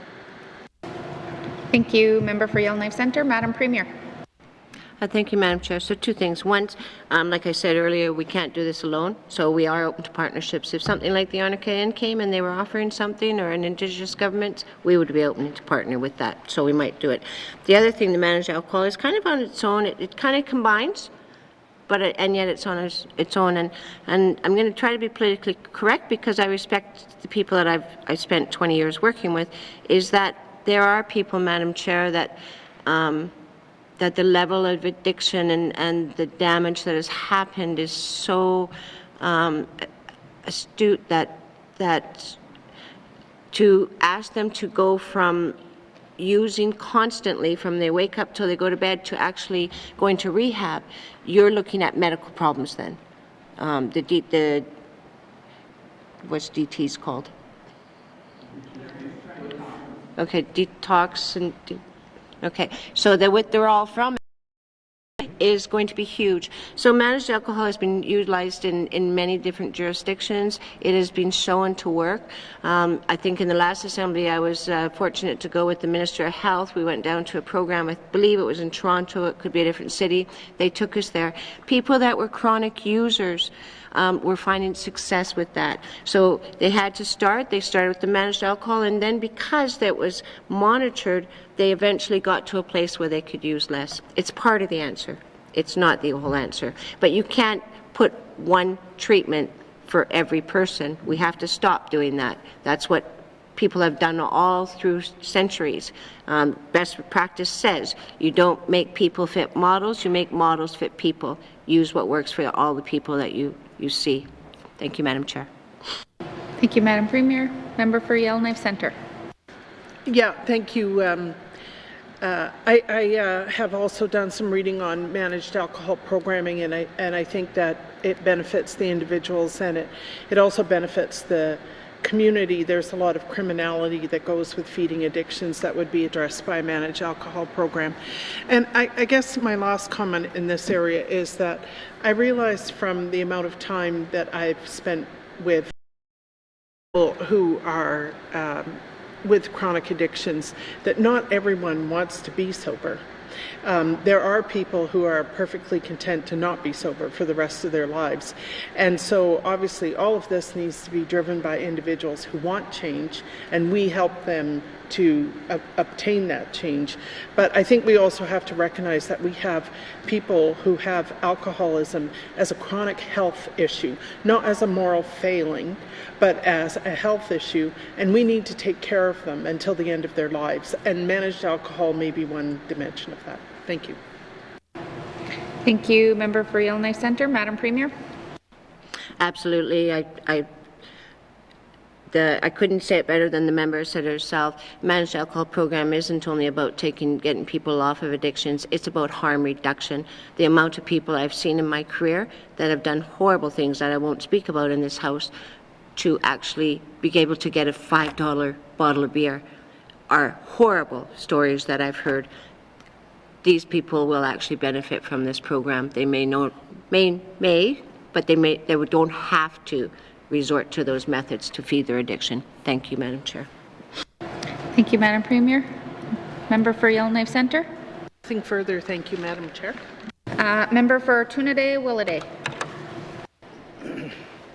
Merci Cho, Madam Chair. This one here was very near to dear to me, addictions issues and aftercare. It was a big part of my platform, and I spoke to a lot of people about this. And for me, I mentioned before when we did our roundtable, I've been sober for a long time now. I struggled with alcohol for many years, and I'm proud to say now it's been over 7 years now. And you try to lead by example, and that's what I'm doing. But it's got to be more than that. And you talk to a lot of people that are in pain right now. They're suffering, and you just feel powerless. When you're going through when you go through our campaigning. But now we're here. We could do something about this, and I'm glad we actually put this again. This is a good item to have on our mandate. But the hows are always the tough parts. The how to get there. And one of the things that I looked at was, it shouldn't be just the GMT just imposing their will and like, here, we're going to have this great big white palace here. You can go to this and get healed. For me, we should always engage with the communities. I think it should be one of those items where the GMT will fund our communities, our Indigenous governments. Our land is vast. Our culture is so different from the north and south, east and west, and we deal with our sick people differently. But our communities don't know our people the best, and we know how to best help. And look at on-land programs. So, I guess my question is: would the Premier be willing to go that route, or to fund our communities directly, and let them handle their on-land programs? Would that something the Premier be interested in looking at? Madam Chair. Thank you, Member for Tunaday, Willaday. Madam Premier. Thank you, Madam Chair. Absolutely. I'm glad that the member recognizes no one model fits all. It's what I've said forever. It's a core to my heart. I believe that. We do need community. I've said that. We can't do this alone. We need to be open to working with Indigenous governments. That's why it's in this mandate. What we think in Yellowknife is the answer may not be the answer in Tuktoyaktuk. So we have a responsibility as a GNWT to make sure that we engage with all Indigenous governments so that they define their healing, and then we support them in actualizing their programming. Thank you, Madam Chair. Thank you, Madam Premier. Member for Tunaday. Madam Chair, and thank you for Madam Premier for. I'm just looking here at the timelines here, winter 2020 for a review to be completed. So has there been an active engagement with communities or Indigenous governments to reach this benchmark? Madam Chair. Thank you, Member for Trinidad-Willowday. Madam Premier. Thank you, Madam Chair. So right now, I mean, the winter 2020 is for the international jurisdictional review, engaging with Indigenous governments. I'm not sure. I don't know if we've done that at this point. In fairness, ministers have been busy developing the mandate, developing all the work we have to do, getting familiar with her, and being in session. So if the minister hasn't started this work, I have full faith that she will begin this work as soon as possible. Thank you, Madam Chair. Thank you, Madam Premier. Member for Trinidad-Willowday. Thank you, Madam Chair. Another thing too is aftercare. You know, it's really important to always follow up with any sort of treatment program and preventing relapse. So, and I think it's important that we closely track this to measure, you know, change, positive change. So. What measures is the Premier planning to go forward with to help to measure this measures of success? Thank you, Member for Trinidad-Willowday. Madam Premier. Thank you, Madam Chair. So some of this is actually we can obtain from our database, people that we send out for treatment supports, people that we provide out drug and alcohol counseling. That will give us a baseline. And then the goal is to actually reduce that so less people are sent out and stuff. So we can get baselines. Some of it the program developed in hospitalizations for alcohol. We know how many people go to the hospital, so we can. We already have a baseline. We just need to pull those out, and then we can actually measure success by if our rates of hospitalization, our rates of return to treatment centers, etc., are lowered. Thank you, Madam Chair. Thank you, Madam Premier. Member for Trinidad-Willowday. Thank you, Madam Chair. I got one more question. I know that our member for N.W.T, she's not here right now, but I know that she mentioned that Salt River and Palm Acres had a program in place, and so it met with some success from what I've been told. So with these partnerships with these treatment centers down south, will the Premier be willing to work with some of these treatment centers in the south and bring some of their programs and work with some of the people up north to try to work with them to get into the communities? Thank you, Member for Trinidad-Willowday. Madam Premier. Thank you, Madam Chair. I think that question would probably be best answered by our Minister of Health and Social Services. Thank you, Madam Chair. Thank you, Madam Premier. Minister of Health and Social Services. Thank you, Madam Chair. I do want to talk about the facility-based addiction treatments we have in the South. We have 4 that we work with currently. It's the Poundmakers Lodge, which is located in Center, which is in Calgary. We also have the Aventa Treatment Center for Women, which also is in Calgary, and we have the Edward Treatment Center, which is in Nanaimo. So this is something that, you know, our continued partnership with the facilities in the South, and it's important to know that as we look at the mandate, bringing services closer to home, and if there's a model out there that our department can mirror to bring back closer to home, then definitely that's something our department will look into. Thank you, Madam Chair. Thank you, Minister. Anything further, member from Trinidad-Willowday? Thank you, member. Next on my list is the member for Inuvik-Twin Lakes. Thank you, Madam Chair. Just looking at this priority, one of the things that maybe I'm just going to say, can we, within strengthening community counseling services, I kind of look at it as more of taking a position that we may have. We have a medical social worker in the hospital in Inuvik that deals with clients that are in the hospital.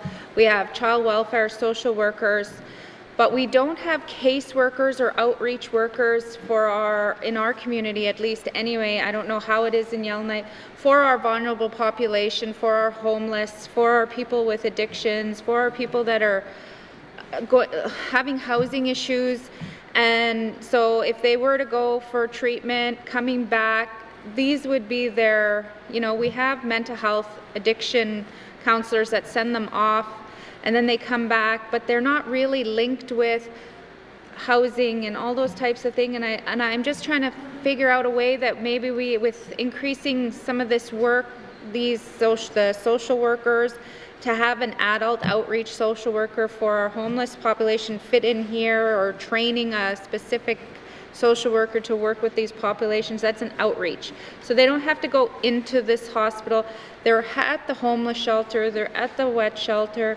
They need somebody who can reach out to them, because we know as Indigenous people, we don't really go looking a lot of times, unless we're really sick and really need help. So we just need someone there that can put the hand out and we can start to trust and work with. So I ask if that somehow can be looked at, especially in our regional centers where the homeless population is higher. Thank you, Madam Chair. Thank you, Member for Inuvik Twin Lakes. Madam Premier. Thank you, Madam Chair. What the member is talking about, I believe, kind of looks like our integrated service delivery program that we have offered.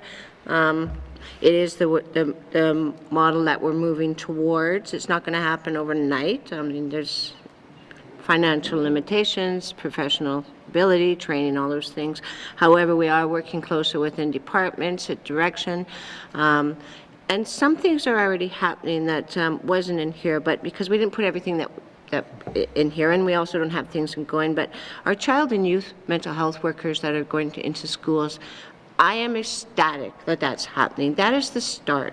I believe the member spoke today about the issue of young people. If we can get them when they're younger and deal with their mental health, wellness, and help them make better choices through our child and youth mental health workers, through our career pathways workers within the schools that are going to help try to guide students starting in grade 7. That's the beginning. But we do have to work better towards integrated service delivery. The departments know, all these ministers know, and all their deputy ministers know, we are expecting in this government that they will work better, not only amongst themselves, but with all stakeholders. And that does mean, if you're going to work with all stakeholders, I hate to say it, but I'm just going to say it to all government employees, you have to be willing to get out of your offices. Thank you, Madam Chair. Thank you, Madam Premier. Member for Inuvik Twin Lakes. Yes. Thank you, Madam Chair. So looking at establishing under here, and I know some other members have talked about it, the medical detox and managed alcohol programs. I know from my past experience, when clients are wanting to go for treatment in the hospitals, we've always accepted them to prior 2 to 3 days before they're going to go, because clinically they need at least 3 days to medically withdraw. Some need more though, if they're everyday heavy addiction users. So I'm just wondering how, if we're going to be doing this, is it going to be in our hospitals? Because I do know that these clients can be heavy load clients, and they can't just, so they would be more of what we call in the practice as one-to-one, because of their addictions and withdrawing sometimes.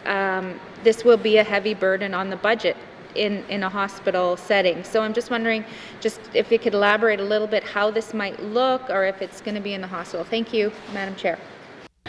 Thank you, Member for Inuvik Twin Lakes. Madam Premier, Minister of Health and Social Services. Thank you, Madam Chair.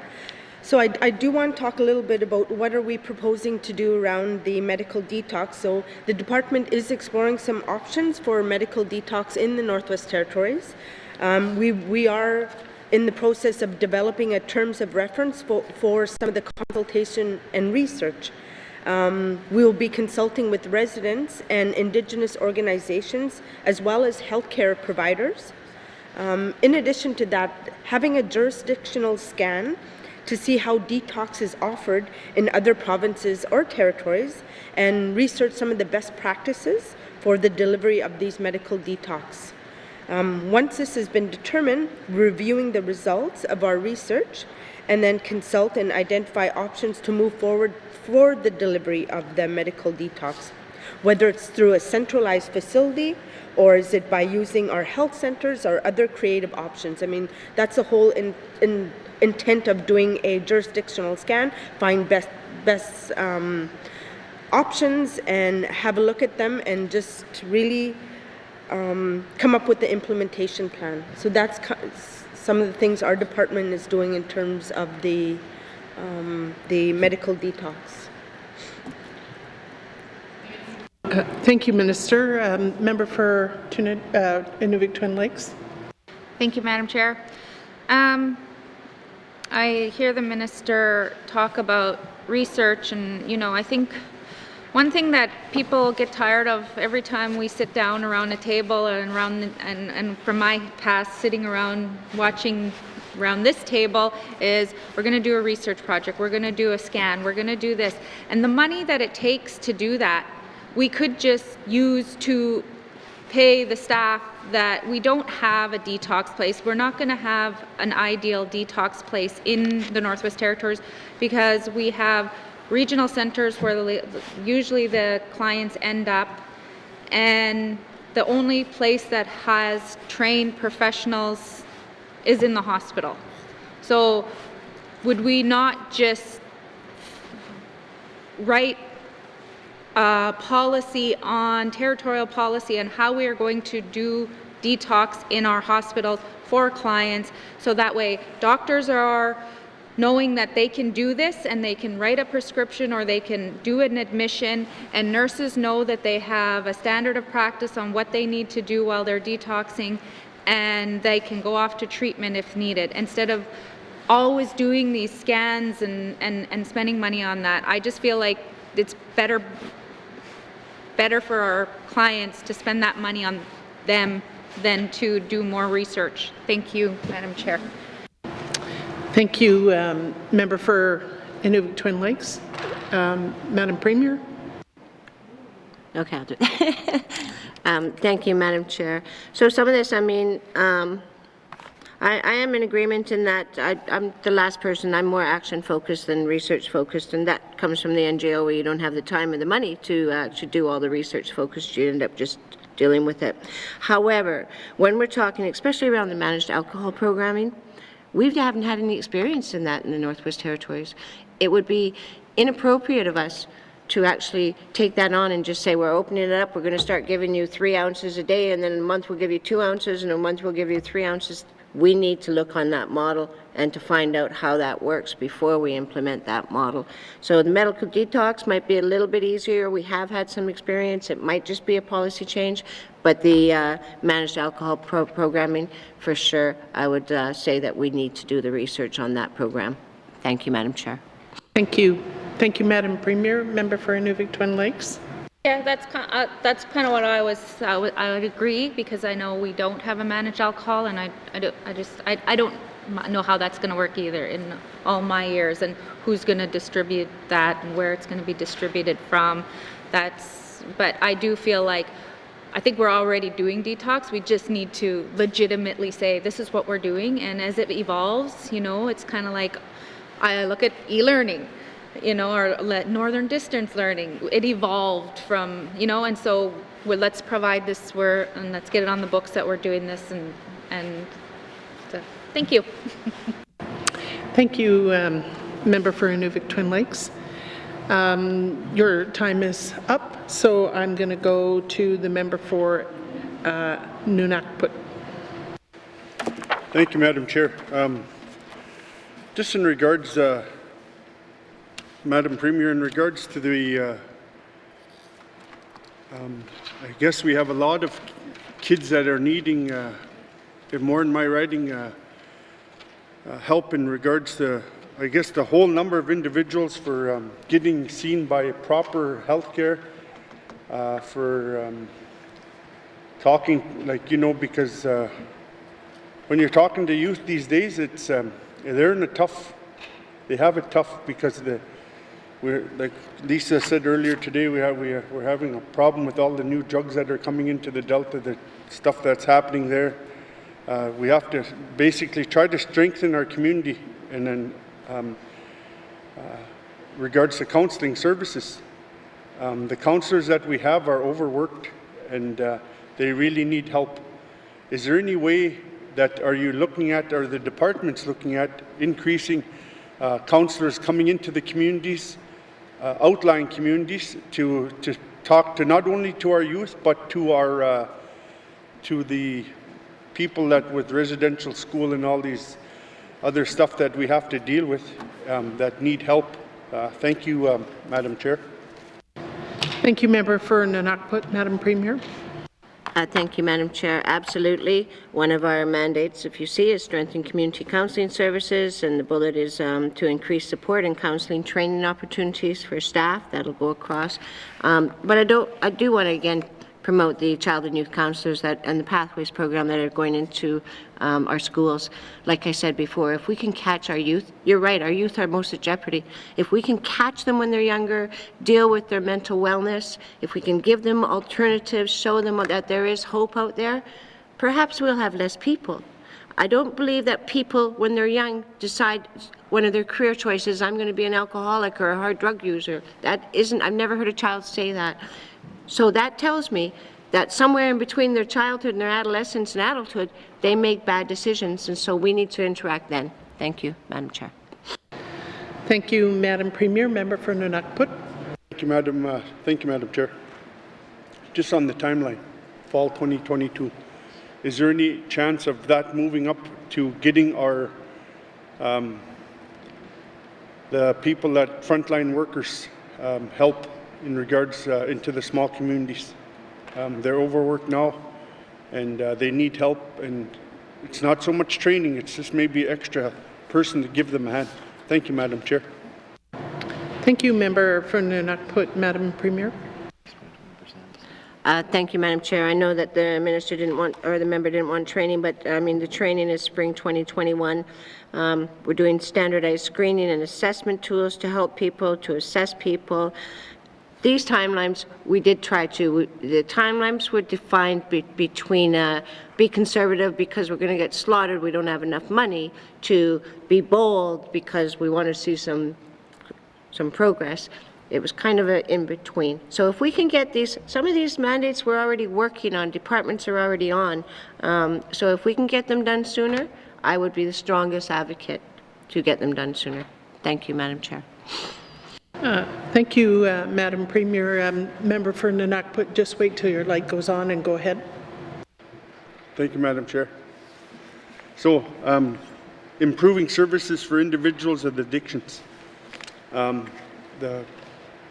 It's a big thing to send people out, and I'm happy a lot of the people back home, they're taking that initiative upon themselves and trying to get help. We're pretty good with timing to get them sent out, but it's when they come back home. There's no mechanism for helping them when they come back home and when they got to say no.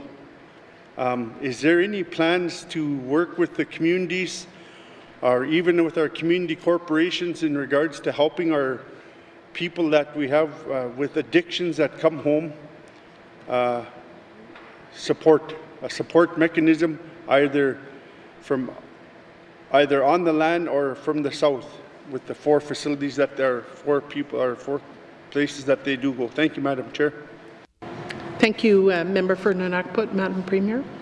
Thank you, Madam Chair. Absolutely. So in addition to the transitional housing that we're looking at, because not all people can go home to their same home environment. It might not be the most healthiest home environment. They might need some space. But we're also looking at increasing our community-based peer support programs, such as AA and Wellbriety. It's not the only 2 models that I'm attached to. We're open to seeing what the communities say are models. And then the other one is working with our partners, Indigenous governments. They know best. So we are open to ideas. We said over and over, we cannot do this alone. We need to do this in partnership with the whole community, the whole N.W.T, and the federal government. Thank you, Madam Chair. Thank you, Madam Premier. Member for Nanakput. Thank you very much, Madam Chair. In regards to that, thank you, Madam Premier, for that. I really like what I hear. I look forward to working with the different health department on getting some help for the people that we represent, because we know everybody back home. Everybody, we know the troubles that everybody's going through. just because somebody's smiling, it doesn't mean it's okay, right? So we just thank you for those answers. It's a comment. Thank you, Madam Chair.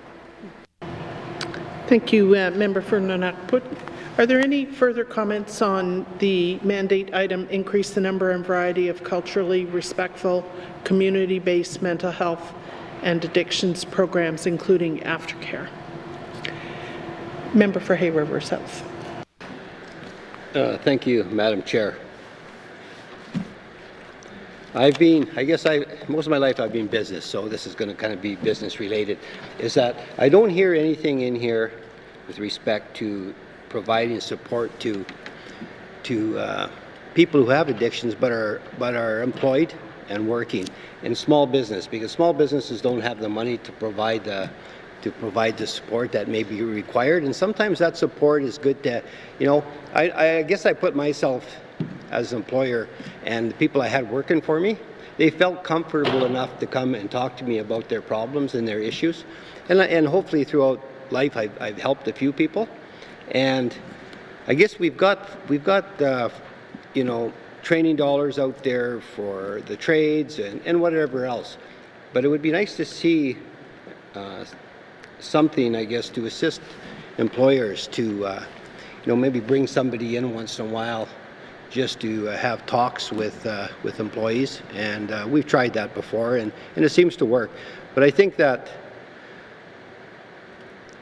with a lot of, most of the people I've had working for me have been Indigenous people. They've been from around the Northwest Territories, and I think, and like I said, I think they felt comfortable around me, and I just see a benefit there, and we seem to ignore that. And we look south for the answers, or we look, other places, and we've tried stuff. It works sometimes it doesn't work, and we keep throwing money at plans and strategies and all that. And myself, I like to see it go where it counts the most, and that's to help people. So I guess the question is, do we have anything in place to assist people with addictions in the workplace? Thank you, Madam Chair. Thank you, Member for Hay River South. Madam Premier. Thank you, Madam Chair. I'm going to start with, do we have anything in the future? I know it's, do we have an existence? Because we need to be open to all ideas as we move forward. What do we have currently? Again, I'm going to try to be politically correct. Not all people that have addictions are unemployed. In fact, the vast majority of them, I'm guessing, may be employed. You have to have money to pay for your addictions. My father was a great weekend warrior. I don't know if people know that term. Come to me later if you don't understand the term. So all of these services actually are for people, not only unemployed but employed. The community counseling that you can get from adults, the peer support programs we're talking about, AA is available for anybody. It's not a requirement you're employed or unemployed. I think that we do Indigenous governments, what they do on the land, people might be willing to work with them, but we need to be open to ideas. So I've heard you, I hear the need, and so we'll discuss it and the idea of how can we engage, how can we support employers better. Thank you, Madam Chair. Thank you, Madam Premier. Member for Hay River South. I thank you for that, and you're right. We do have to look at anything that comes forward, because if we can piece something together and make it whole, then that's kind of what we want. So I guess it's up to us, I think, as government in the bureaucracy, is to go out and talk to the people. It's kind of like the training for trades and that. You bring somebody in, talk to all the employees. And it'd be nice to do the same with counselors as well. And it's not hard to do. For me, I just call somebody up and say, can you come over, right? But not everybody can do that, or sometimes people are just so busy trying to make a living. And I think it's, we got to take it upon ourselves to find ways to make it easier for people to assist in dealing with these issues. Thank you, Madam Chair. Thank you, member for Hay River South. I didn't hear a question. Did you want a response? Okay, thank you. Are there any further questions on addictions and aftercare? Seeing none, we will now move on to the second last mandate item, which is increase the number of resident healthcare professionals by at least 20%. Member for Inuvik Twin Lakes. I could have his 10 minutes. No. Thank you, Madam Chair.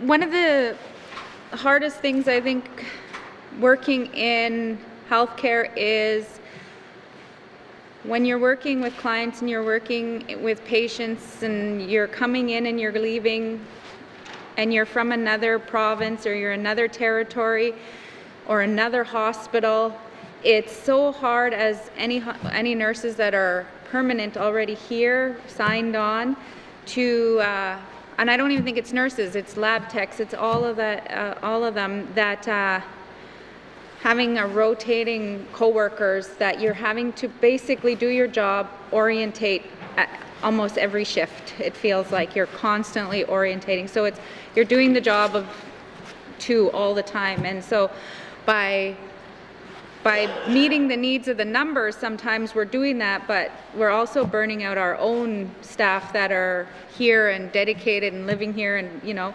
so that's one thing I just wanted to bring up, is that it's not just that we have a shortage, it's that we're burning out the ones that are here, and maybe that's why they're also leaving, or you see majority of the ones that are here go half-time or quarter-time because they just don't want to be there all the time.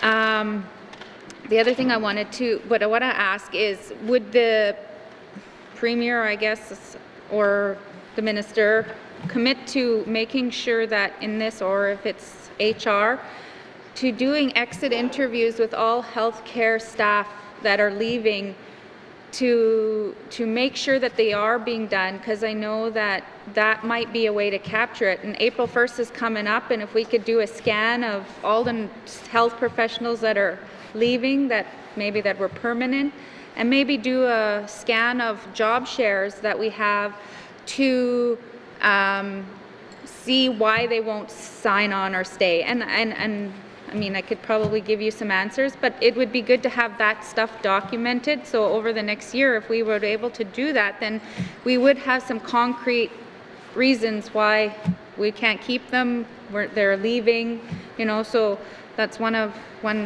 thing that I would like to ask for a commitment from this mandate. Thank you. Thank you, member for Inuvik Twin Lakes. Madam Premier. Thank you, Madam Chair. With having a large hospital in the capital city, actually, I think most MLAs of the Yellowknife MLAs, correct me if I'm wrong, but myself, for sure, during the campaign, the amount of nurses, doctors, health care professionals in my riding was phenomenal. They were literally, people were crying at the door. They weren't, and I heard it very clearly, it is not the money. We don't need the money. We're making good money. We need the break. We need the time. You're killing us. So I heard that, and I carry that forward with me, because we need to take care of not only the people needing services, but the people providing services. So you'll see in here we talk about working with employees and partners to identify factors contributing to retention challenges. You can identify, you can ask them, but the best way sometimes to get the retention strategies, what the difficulties are, is exit interviews. I am not going to commit to doing every single employee will get an exit interview, because I've done exit interviews in my past, and you have the great intention, but sometimes people walk off the job. So, but we will add exit interviews within our programming, and you'll also notice it's not only about the whole priority is get more people here, but we've talked about retention. This is about recruitment and retention. Keep the ones we have. Thank you, Madam Chair. Thank you, Madam Premier. Member for Inuvik Twin Lakes. Thank you, Madam Chair. The other thing would be too is, and I know I'm not sure, just so that it's out there, and I know that I've talked to some of the conversations that we're having today is kind of helping to help the departments with ideas. So another thing, and I know that when we're bringing up casuals or terms, you know, because that's what usually ends up happening, especially in my region. I mean, I was a hiring manager, so this was the reality, to have people to take care of patients.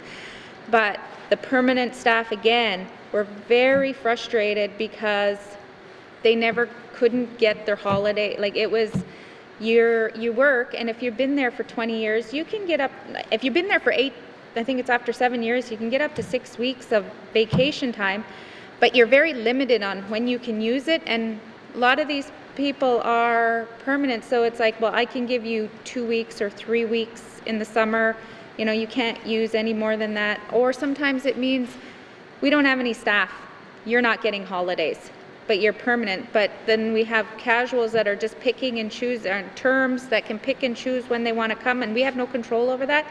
But then when they're here for a period of time, they also get, like if they're a 1-year term, they'll get the training allowance, and they'll get this, and they'll get that. So people that are signed on permanently don't get any more perks. They actually get less because these people are being flown in and out, so they're actually getting, it's almost like you get a free VTA if you stay as a term or a locum, you know, you're getting a VTA all the time, which we don't do VTAs, but this is the way we need to have staff to take care of our residents. So, but permanent, they don't get a travel in and out. They get their Northern Living Allowance on their paycheck like everyone else. So do the terms, they get their Northern Living Allowance, you know, so there's not a lot of strength in saying you're essential and you're important and we need to, you know, make sure that we keep you permanent. Because when I became a manager, you know, there were the talk where they were leaving. They were actually living in my community, but they were doing terms because they were like, at least I can get holidays and I can pick and choose. I can work, I don't have to work Christmas. I don't have to work the summer. I don't have to work spring break when my kids are off. And we don't need this kind of a system. And I don't know how we're going to fix that because I know there's going to be union involved, but I really think that needs to be looked at. Thank you, Madam Chair. Thank you, Member for Inuvik Twin Lakes. Madam Premier. Thank you, Madam Chair. Those are some of the ideas that we're hoping to draw out as we work with employees and partners to identify the factors contributing to retention. My gut is telling me, and the health field is not, I'm a social worker, it's kind of close, but I don't deal with blood.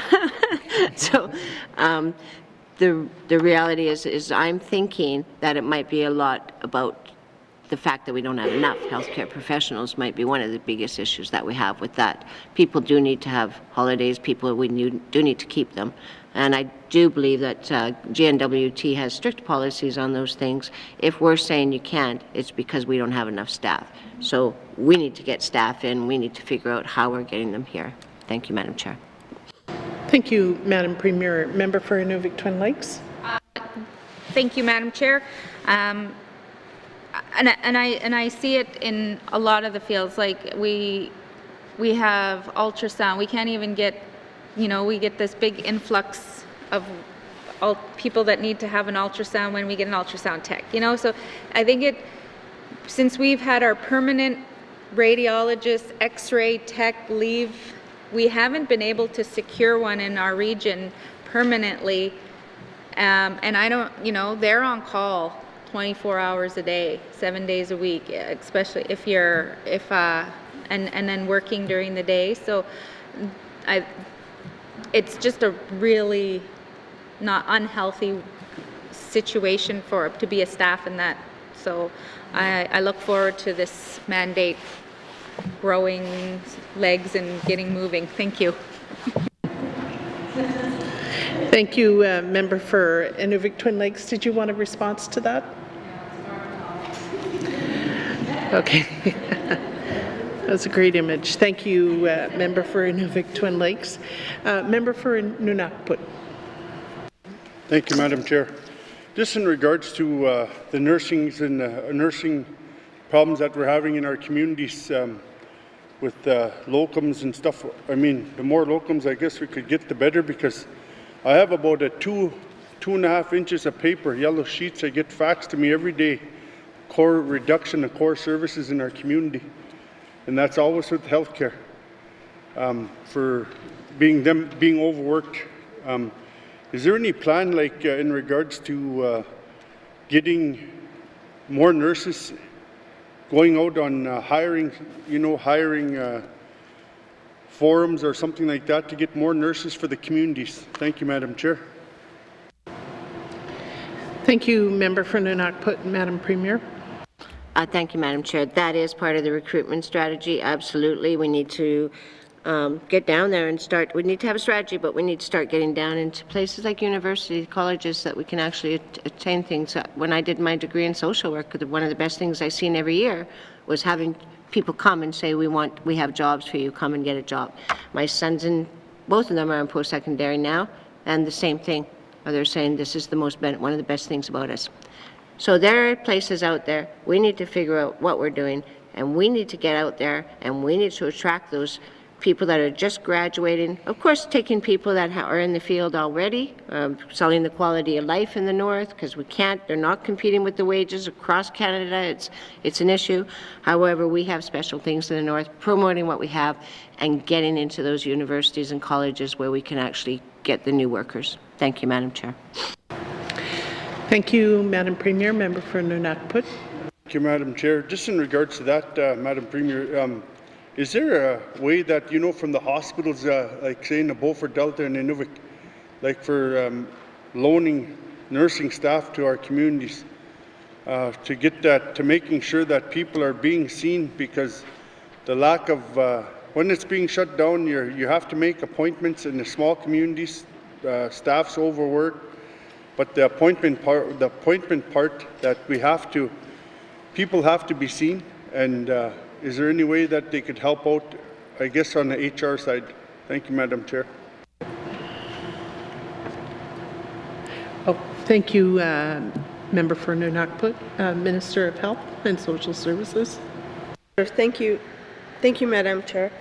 So I hear the member's concern, and one of the difficulties we have in our communities is the hiring, like finding the specialized nurses and the doctors or whoever it may be. Cost of living is quite high. Finding them housing is another challenge. These are challenges that we get right across the whole Northwest Territories, and I hear the members' concern about having specialized nurses or doctors come more frequently in the community. We need to look at that. That's important. I mean, now you find in some of the smaller communities, they just go make appointments on their own at bigger centers because they don't want to have these wait times. And we see that. We know this is happening, and we need to do a better job as a department to recognize that and, be able to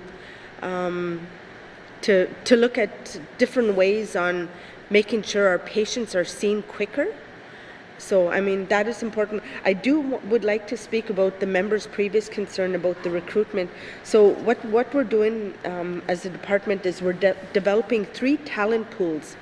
So in order for recruitment is one is for the health and social service professionals, which includes the nurses. We're also doing one for physicians and also one for students. So we want to engage students and youth at the earlier so we can get them engaged in seeking employees for the future. So these are some of the things that we are looking to do as a result of achieving our mandate. So there are a lot of different things that we need to look to our departments to come up with faster ways so that our patients have better quality services, and even our regional staff. I'm just told recently that some of our regional staff don't even have staff to lend as I look across the floor.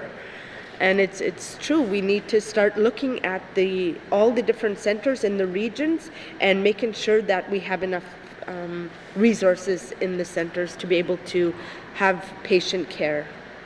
Thank you. Thank you, Minister of Health. Member for Nunavut. Thank you, Madam Chair. No, thank you, Minister, and thank you, Madam Premier, in regards to that. In the communities that I represent, we have apartments on top our health centres. There's 4 apartments per health centre, and I really think that what we have, and we're blessed for that for sure, because you don't have to wait too long. You just got to walk down the stairs, and I'm very thankful for the staff that we have there, but they're just overworked, and there's got to be a way that we could try to help them to get more staff to help alleviate the pressure. Don't have to stay for long, a couple of weeks, maybe per month or something, to get the job done, to make sure that they're seeing the constituents, like some of them have.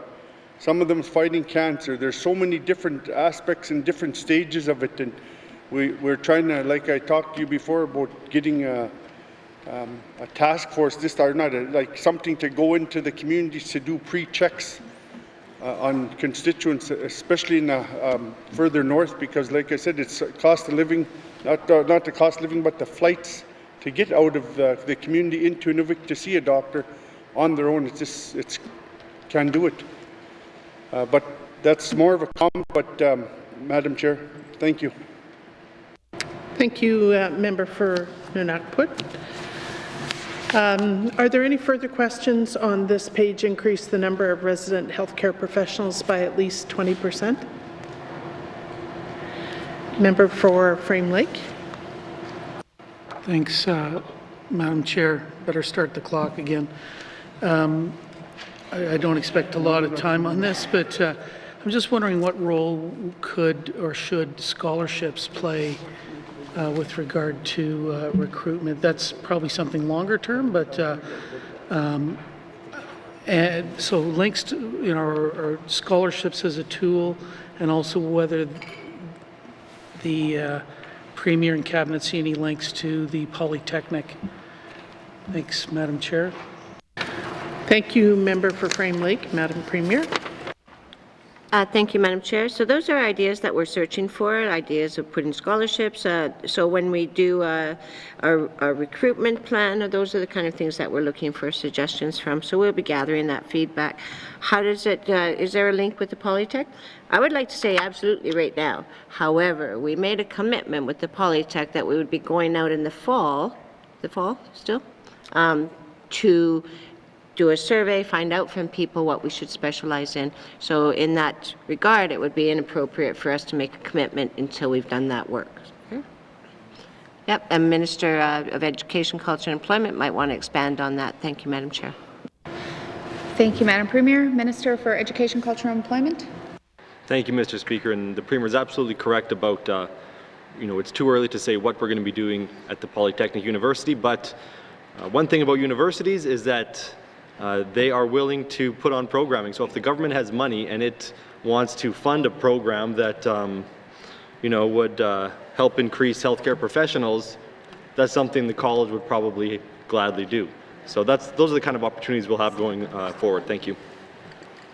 Thank you, Minister. Member for Frame Lake. Nope. Member for Yellowknife North. Thank you, Madam Chair. One of my concerns I have with this one is I recognize it's best practice to increase resident healthcare workers, and we should be training as many nurses and getting as many nurses as possible. But right now, the case is that we can't find those nurses, and locums are really filling the gaps. One of the beautiful things about locums is they're brought up here and they can immediately jump into a position, or at least that's the goal. My concern with this is that what we may see is that, we want more resident people, so we're going to start getting rid of the nurses we're currently bringing up from down south. So I'm looking for a commitment, I guess, that we're not going to just simply start using less locums without actually having the nurses in place. I think this is a long-term goal to actually reach. And I know the Health Authority has posted a deficit. They just came back with another SUP. And one of the ways that that you could cut costs is, let's stop bringing up so many locums. But I'm afraid if we do that, the situation's going to get worse. So I'm looking for some sort of commitment that we don't start don't stop bringing up nurses from down south until we have those positions filled. Thank you. Member for Yellowknife North. Madam Premier. Thank you, Madam Chair. This is a long-term goal. I think it would be very inappropriate for anyone to just discontinue what we have. The priority is to increase the number of resident healthcare professionals by at least 20%. The priority doesn't say about decrease the amount and then increase. So if we are providing services to our residents in the north as public servants, which we should be, and we already know we got a shortage, it would just be illogical for us to stop using locums until we have that filled. Thank you, Madam Chair. Thank you, Madam Premier. Member for Yellowknife North. Thank you, and I'm glad to hear that. And my other concern, or one I would like to see with this, is I've raised a number of times of, some more flexible positions, some more part-time positions. I have a number of constituents who are retired nurses, and, they're not willing to go out for a full-time nursing position, but they'd gladly come back at, casual or part-time. And I think that's another one of those things is that we really have to do whatever we can to retain people, and that may, involve being a little flexible in our hours or creating some different positions. So I'm wondering if that is part of that in any of these items here, looking at some kind of alternative ways, and whether it be part-time or casual, to make sure we can retain anyone who's willing to work here. Thank you. Member for Yellowknife North. Madam Premier. Thank you. I will start by saying we do want qualified people in our healthcare professionals, so I just want to clarify that.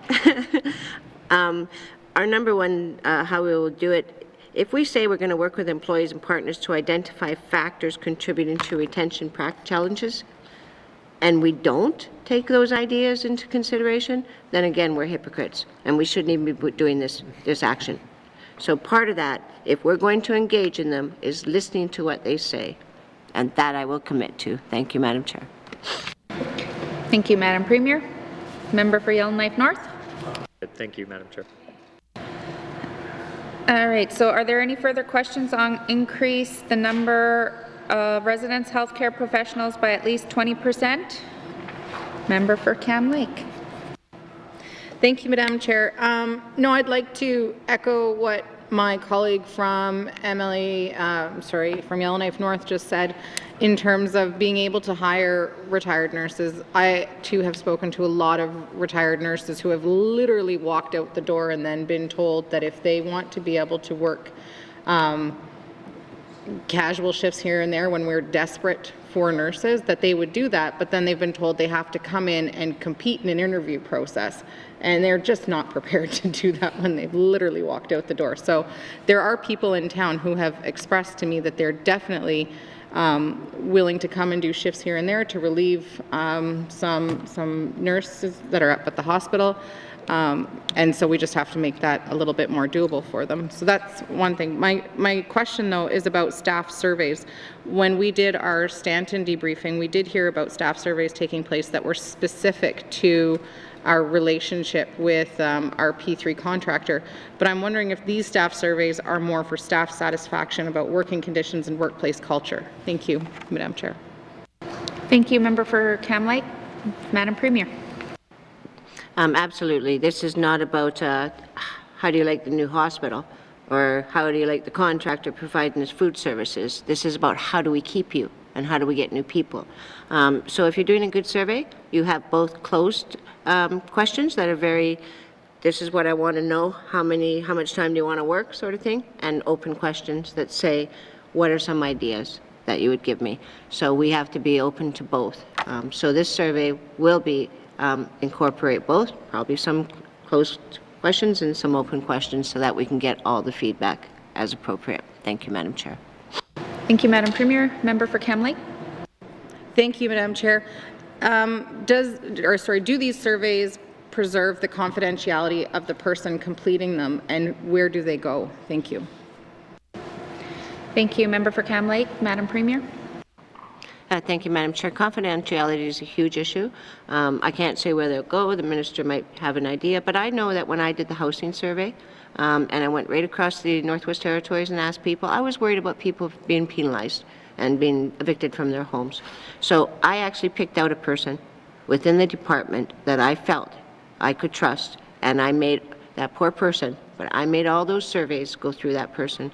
The minister does have that authority to decide that if she so wishes. Thank you, Madam Chair. Thank you, Madam Premier. Member for Cam Lake.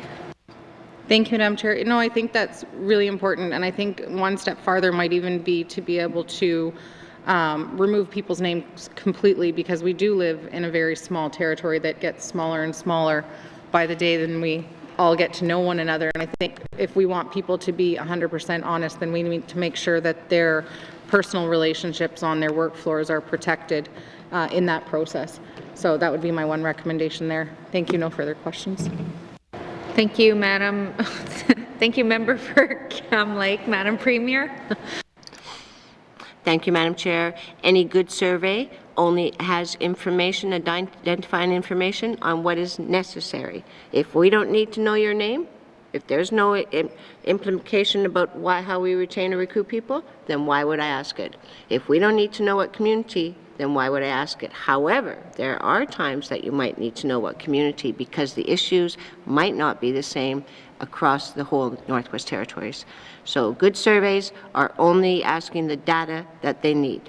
Thank you, Madam Chair. Thank you, Madam Premier.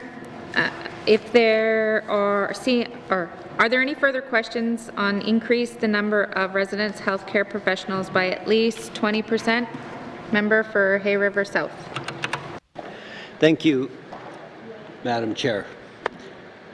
I guess if things have changed, I guess, with workers nowadays, and that includes the doctors and nurses, and people want a quality of life. And in the past, where you can count on doctors and nurses to work 20-hour days, I think those days are gone. And having locums come in here and nurses, I think that's going to be the standard for a while. And I agree with my colleagues is that we can't throw them out to the wind. They've got we should be planning how to best use them to our advantage. Mostly, firstly for the quality health care for our residents, and the second thing we worry about is the cost. And I guess I'm wondering, the healthcare system is, of course, in a deficit. What impact does the having to bring locums and outside medical services and professionals into North, how does that impact, and are we capturing that back from the federal government? Thank you, Madam Chair. Thank you, Member for Hay River South. Madam Premier.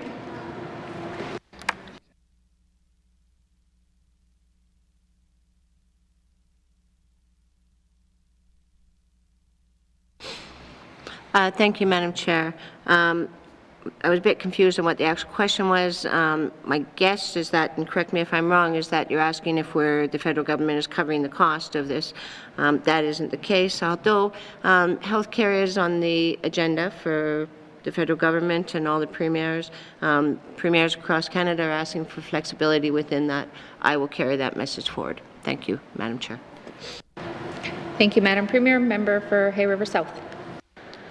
Thank you, Madam Chair. I guess the other area that we don't tap into, and for whatever reason, is through immigration and doctors and professionals from other countries.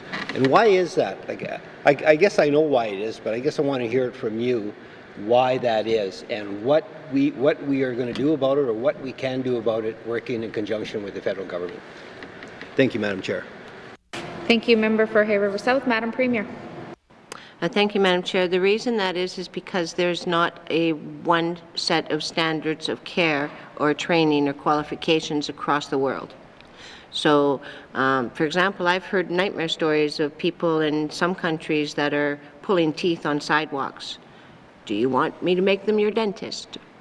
Those are the things that I'm asking. So there has to be a quality of care that people need to meet the standards, the Canadian standards of healthcare.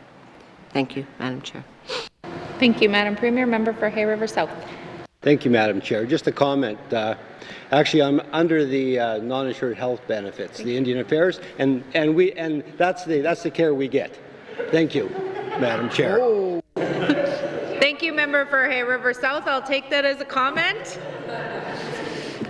All right. Are there any further? Did you have any more? Okay. So, are there any further questions on increase the number of resident healthcare professionals by 20%? Seeing none, committee, we will move on to page 35. Create a polytechnic university. Questions?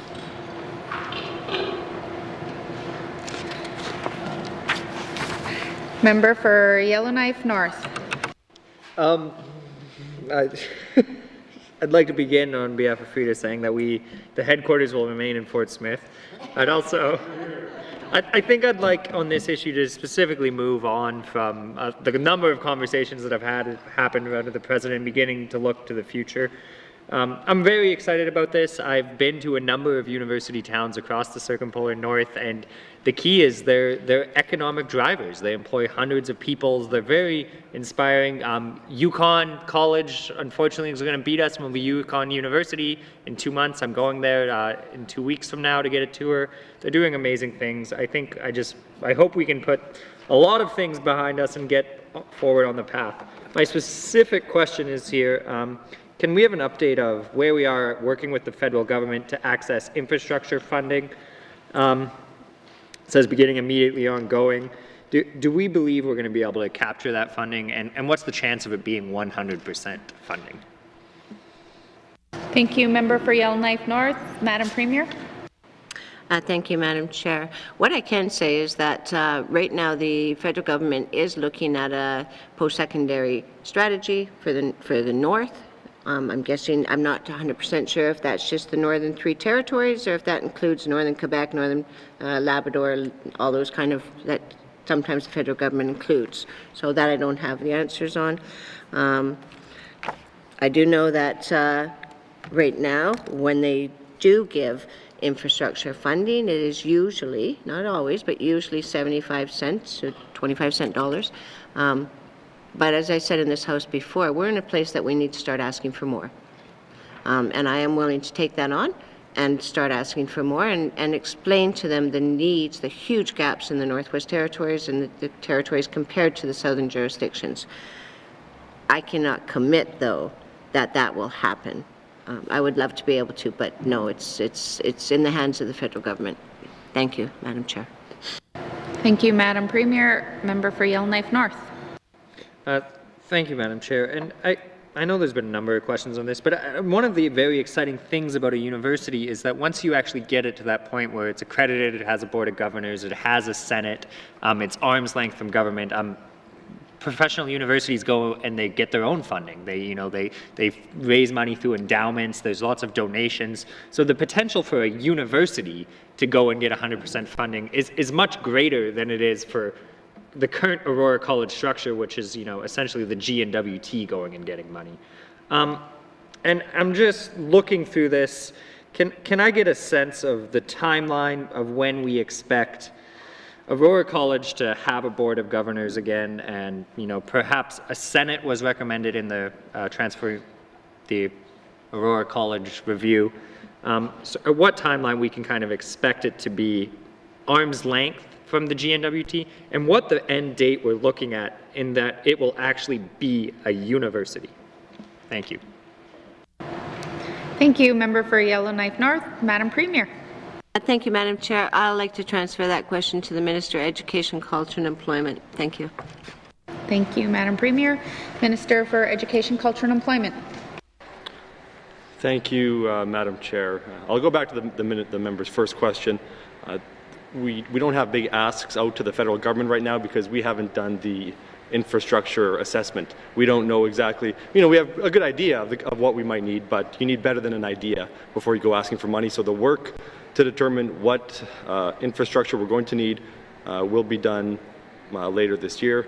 And the second question that he just asked was about timelines. As I've said before, we're looking at 2022 for a return to a board of governors. The Senate would be sometime thereafter, and what that Senate looks like or what the governance model looks like, it's still to be determined. So I can say that, but that doesn't mean that's the way it's necessarily going to be, because we are so early in this. We're still in the phase where we're strengthening the foundation of the college and preparing for the transformation. Thank you. Thank you, Minister. Member for Yellowknife North. Thank you, Madam Chair. Yeah, I'm happy to hear 2022 is Board of Governments. That's during my term, so I can see that step, and hopefully I will see a Senate formed. And then I just want to clarify, this is transform Aurora College over the next 6 years. So are we on track, and do we believe that in 2026 Aurora College will be a university accredited as such? Thank you, Member for Yellowknife North. Minister for Education, Culture and Employment. Thank you, Madam Chair. Yes, that is what we currently believe. However, I've told the House before and the committees before that this isn't necessarily about getting it done as quickly as possible so we can check boxes. It's about doing it right. And if things need to be pushed back by a season because of we're not ready to start a capital project or something like that, or the legislation isn't where it should be, and the committee might need more time to look at the legislation, I'm willing to make those adjustments to timelines. But as it stands, a lot of work has gone into creating a timeline, and 2026 is what that timeline currently says, and that's what we're aiming for. Thank you, Madam Chair. Thank you, Minister. Are there any further questions on Create a Polytechnique?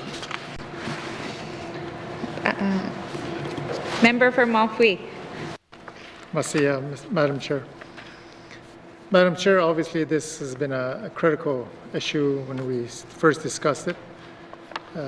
University of the North, in Polytechnic University. We have existing challenges in our communities. I know Mr. Bonroche alluded to on several occasions, and he's passionate about it, where our own students are struggling in secondary schools. And here we're talking about university in the North. And we have 3 existing campuses, 32 community learning centers.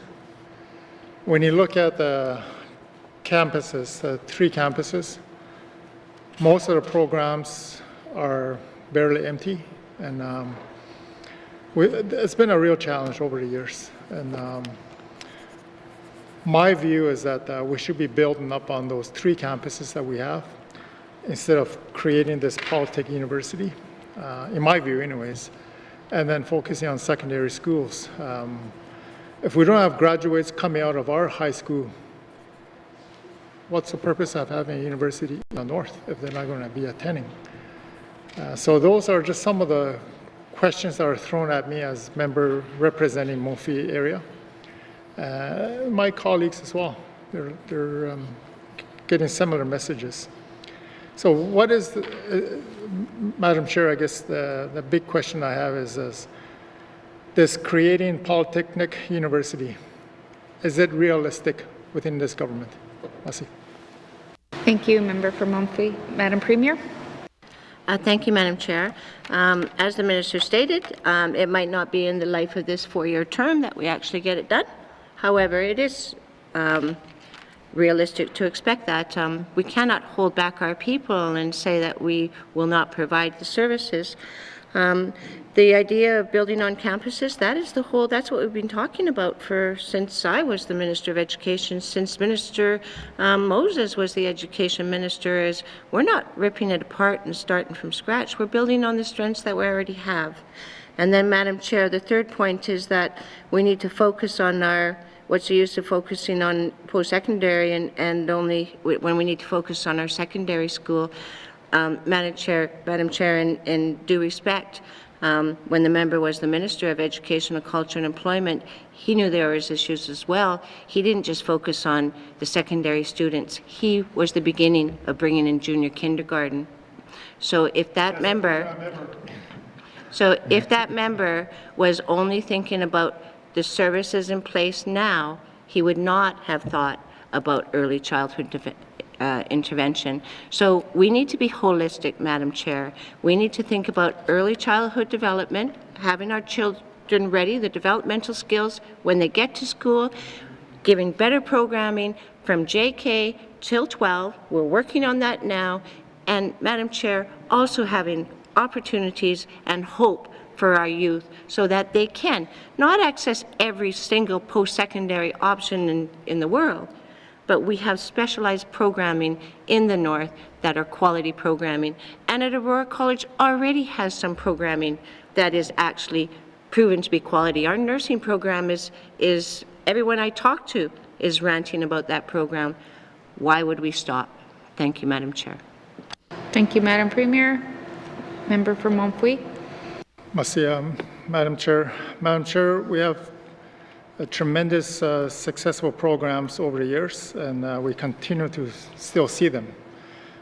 Great work has been done in the past, and we'll continue to carry that forward. With this particular area, I obviously would like to know if there's been an actual survey with the students across the Northwest Territories on this initiative. If there's a favorable response from the public. I'm not just talking about organizations, I'm talking about the people of the North. If they're in favor of creating a university in Yellowknife. And, we have 3 campuses. Minister alluded to what we're building on top of the 3 campuses. Not if we're creating this university standalone campus and having 3 additional existing campuses. One of the social work program has been taken away from us. Recreation program is another one. So these are just some of the programs that has been successful in the past, but there's been lack of interest. We should have a clear idea why is there a lack of interest from the general public of Northwest Territories. A lot of students are going south. We all know that. And I went south for university, and my kids did too. And if we go around the room here, a lot of our kids gone off to southern institutions for various reasons. One of them is a choice that they have. So I still question that, we will have eventually, I guess, according to the minister and the premier, that we're going to have a standalone campus here in Yellowknife, a university type.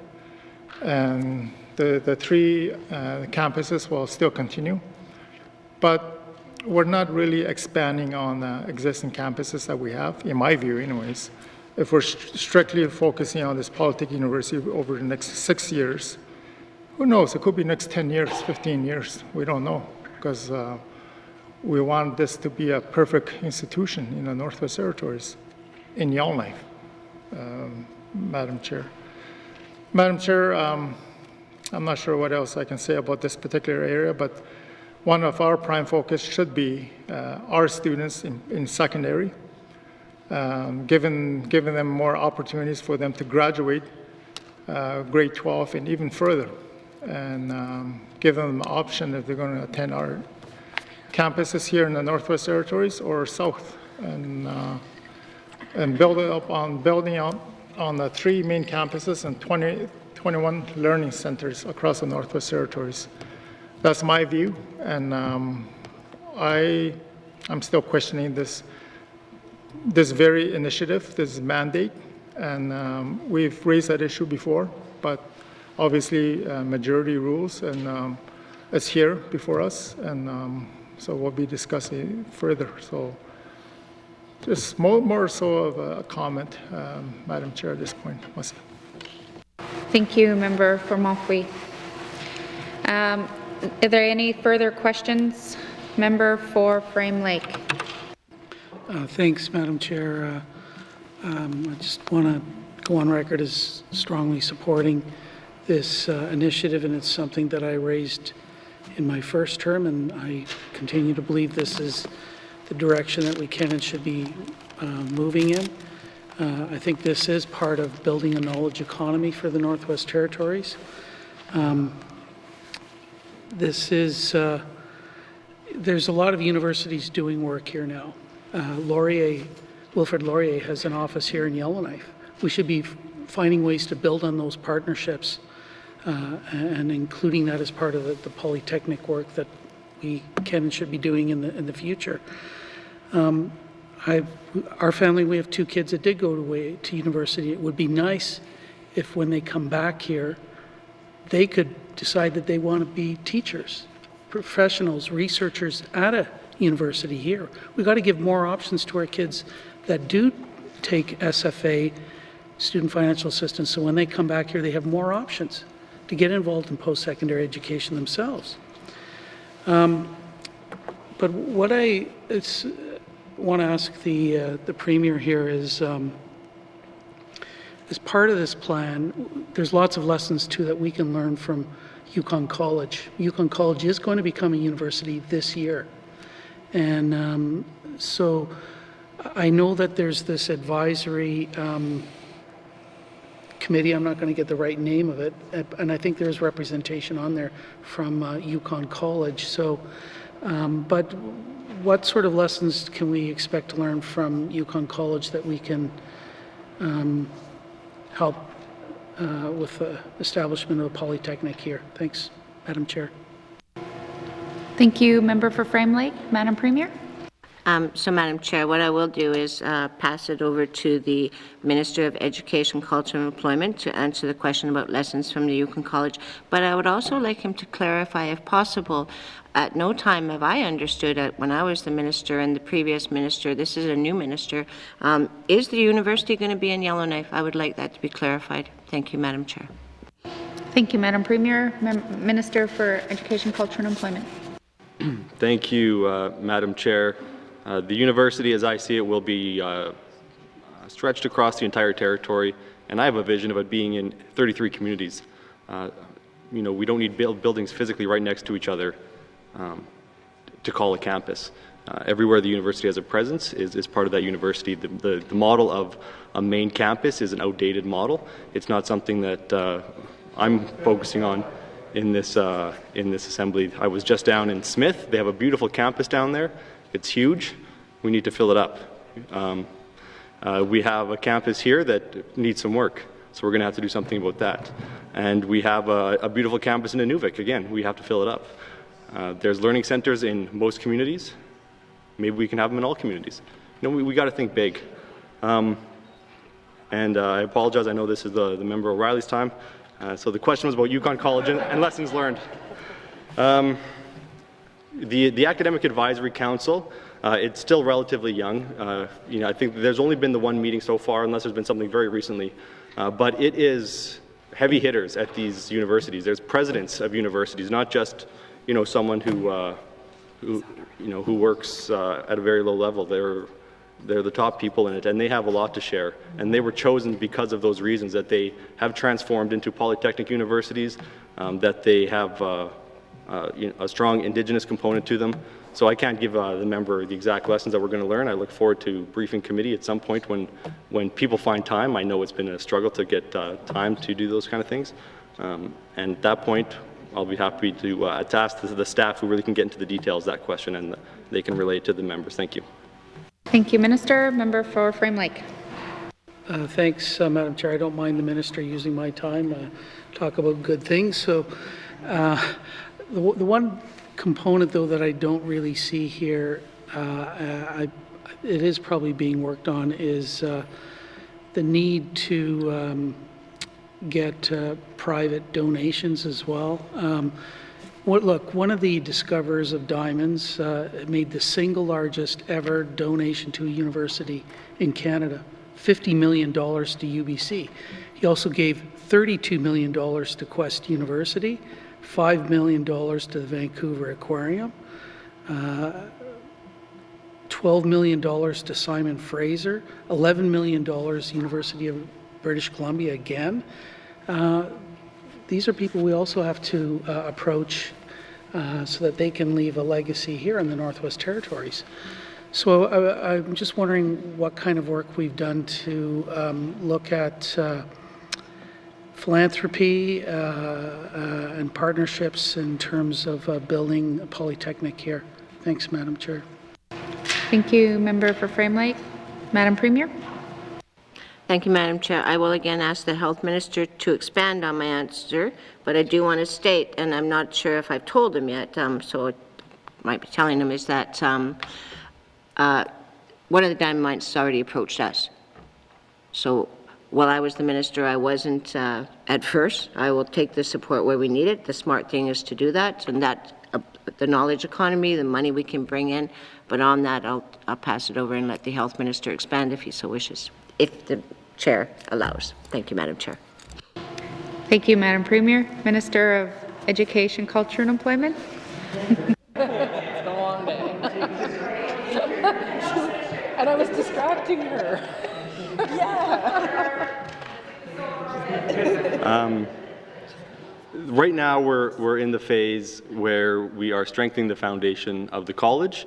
So that type of work is, while there have been conversations, it hasn't been we haven't aggressively been pursuing that just because of where we are and that we don't have our regional needs assessment done to know what we're going to look like. We don't have our infrastructure assessment done.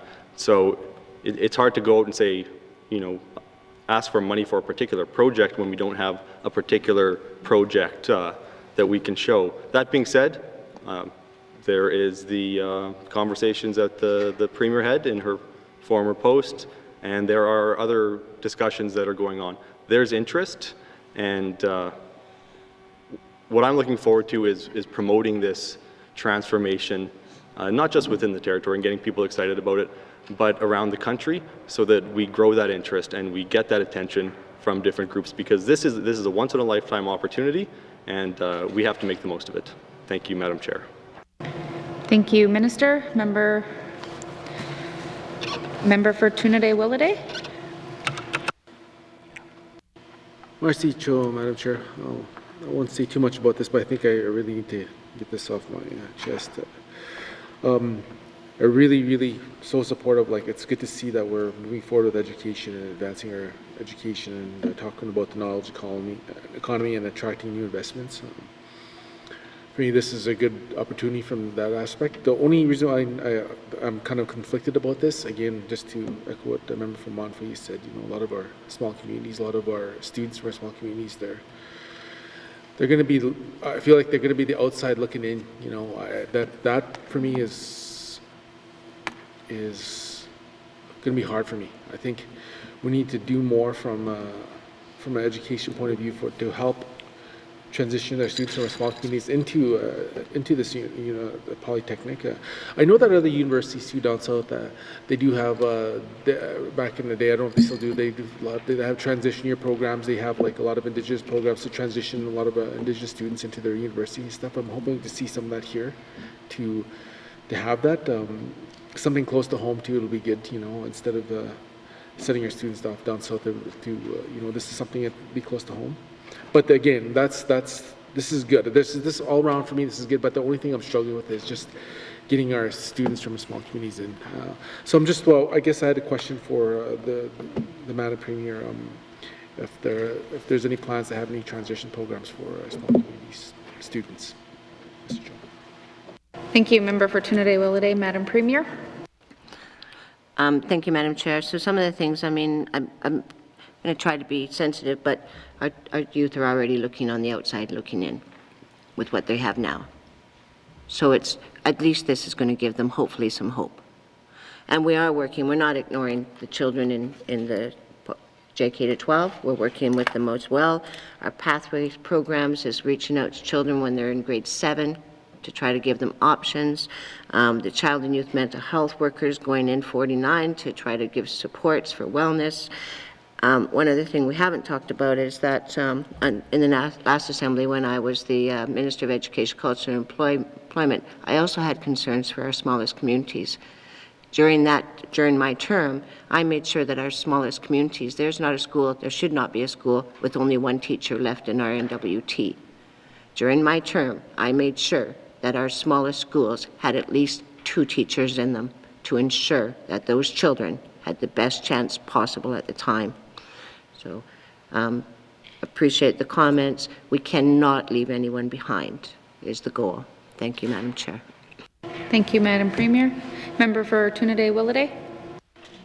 Yeah, just, I'm happy to see this move forward. I'm hoping it's done in a very constructive way, and yeah, it was good to hear about the endowment fund. Hopefully we see something like that. And I guess my final comment is if I ever win the lottery, I'll chip in a little bit to that. Okay, all right, and that's all I have. Thank you, member for Trinidad-Willowday. Member for Hay River South. Thank you, Madam Chair.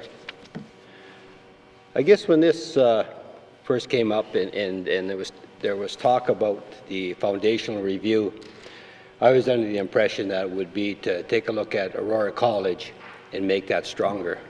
Then for some reason it morphed into a university, and I'm not sure why. And I wasn't happy with that at first. But now I look at it, I've looked at it over time, and I look back on my life, I guess, because I did go south. Like I'm proud to say I graduated. I went to my, grade 1 to 13 here in the Northwest Territories, and then and then I went south for 9 years to school. And part of that was, in Calgary, but the other part was in Montana, in Butte, Montana, which is a small place. I went there, we lived there for 4 years, and the Minister of Education was part of that journey. And, it was, it was interesting. There was a lot of people from Canada going there, people that I actually worked with, and that's what encouraged me to go there. And when we say that, this may force our residents or our children or the young people to be, on the outside looking in, but at least they get to look and they can see what's possible. And that's what we have to give them. We have to give them hope. Because, the toughest part of school is getting in. Once you're in there, it's not that bad. And, but we have to give them that hope. And, it had to come sooner or later, and it might as well be us that started, or at least try and get close to completion. And so I think we're headed in the right direction. We're going to probably be squabbling over, head office, who gets a new campus possibly, and all that. But I think we're probably going to see Fort Smith continue to be the focal. The focal center with respect to administration and head offices and that. And I'm just hoping that what we do is that we don't hire people to, okay, well, you're in charge of it, but you get to live in Yellowknife. We don't need that. We need people who are willing to be on the ground where the students are, because that's what it's about. If you're not connecting with the students and you're in charge, there's a problem with that. So there's a lot of work to be done. We've been taking a bit of heat on it, and at the end of the day, it's a priority of this assembly. It's your guys' mandate. You guys pick the team that you want to lead it, and we got to back you on it, and that's all there's to it. So I guess there's no question, just a comment. Thank you. Thank you, member for Hay River South. All right. So, are there any further questions to create a polytechnic university? Member for Deschaux. Merci, Madam Chair. The university question, Aurora College, all those, they create aspirations for the young at heart, young kids in the communities. Someplace they can go to in the north, someplace they, close to home. Those are, I assume those are the aspirations that they would have. I don't want to cut those aspirations off. It's probably inevitable that this will happen, but it may happen further down the road than we expect. There's factors that contribute to that. We heard from the Premier before that the federal government funds infrastructure, but they do not fund programming. So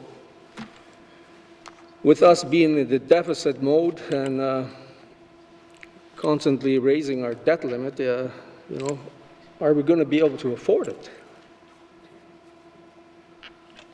Because to staff it and to run the programs and to be associated with other recognized universities, that's going to cost a lot of money.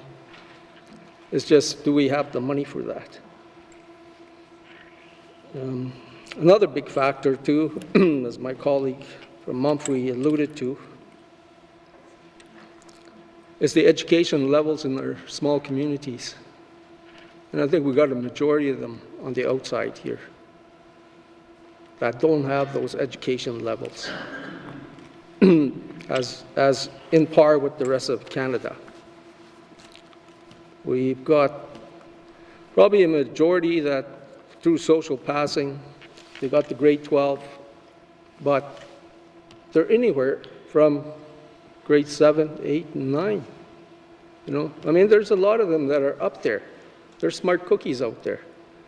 But what's missing from the education in our small communities is the required sciences and the math. Because we don't have matriculation programs in, you know, the academic programming in our communities. We don't have chemistry, we don't have physics, we don't have biology. They're saying it's in distant learning, but who's actually monitoring that? Where's the evaluation on that? You know, I'm a really big fan of evaluations to see if a program is actually working. You know, and seeing who's taking advantage of it and whether it's working for those people. There's a majority out there that are going to aspire to hit any university. We have to fix that. And that's what I've been harping on since day one when I got here, back in October.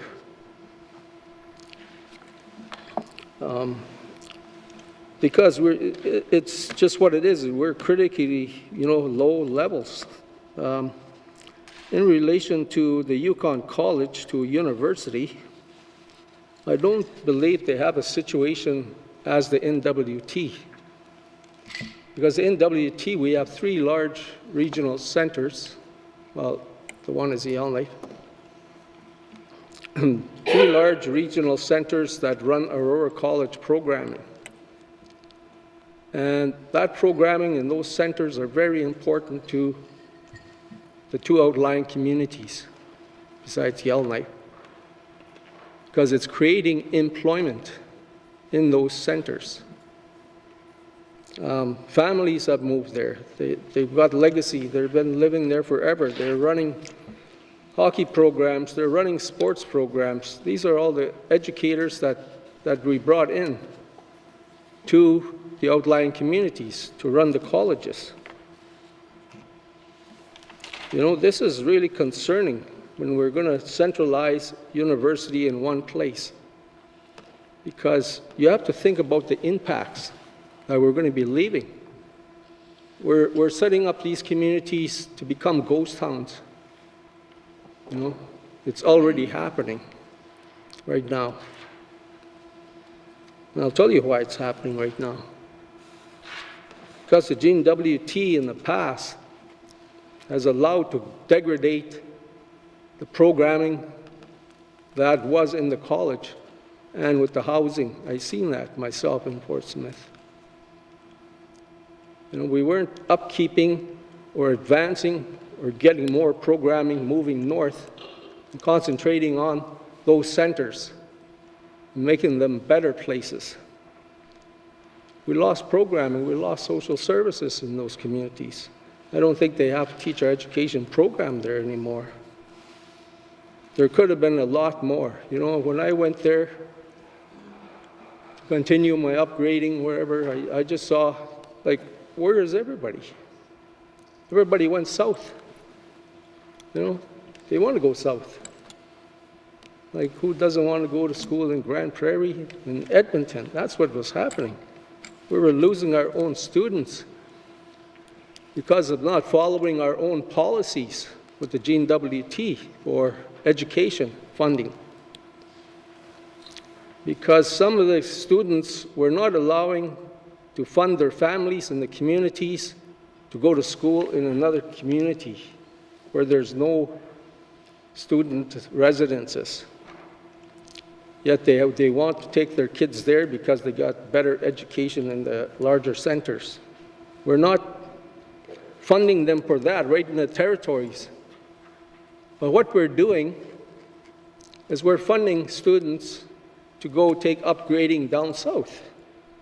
That just doesn't make sense. We're not following any of our own policies. And that's what I've been watching from the outside for quite some time. So, you know, you got to really think of that, what we're doing to the outside centers when we're going to make these decisions. You know, I'm not comfortable doing that myself. Because I did touch upon the programming and the funding that's all required, but you know, I think we have to be cautious, throw caution into the wind here as we move forward.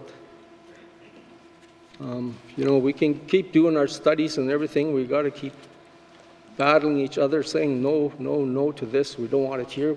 We want it over there. We got to join together. It's for the future of the children of the Northwest Territories. But how we get there is a task in itself, and I'd like to throw that caution into the wind for all to consider. Merci, Madam Chair. Thank you, Member for Deschaux. We'll give it to Minister of Education, Culture and Employment to respond to. Thank you, Madam Chair. There's a lot in that 8 minutes there, so I'll respond to what I can. The Northern Distance Learning, the member mentioned evaluations. We just had an Office of the Auditor General of Canada report that evaluated that program. They said it's great. We just had our report on, our 5-year report on ERI. So many acronyms, I can never recall the name when I need to. But that showed success. I have testimonials from students. So that program's doing well. We're keeping an eye on it, and it's one of the bright spots when it comes to education. The member said we're going to turn the outlying communities, the ones outside of Yellowknife, into ghost towns. I don't know what the member has planned, but I don't want any part of that. I'm not turning Inuvik or Fort Smith into a ghost town. No one is centralizing a university in Yellowknife. There is no centralization of a university happening. The Polytechnic University will not be centralized in Yellowknife. We're not creating a University of Yellowknife. I don't know how many different ways I can say this. We have a beautiful campus in Smith. We're not made of money. We're not going to bulldoze a beautiful campus that has amazing facilities. We're going to utilize them. If it's the biggest campus, it's probably going to have the most students. We need infrastructure in Yellowknife, there's no doubt about it.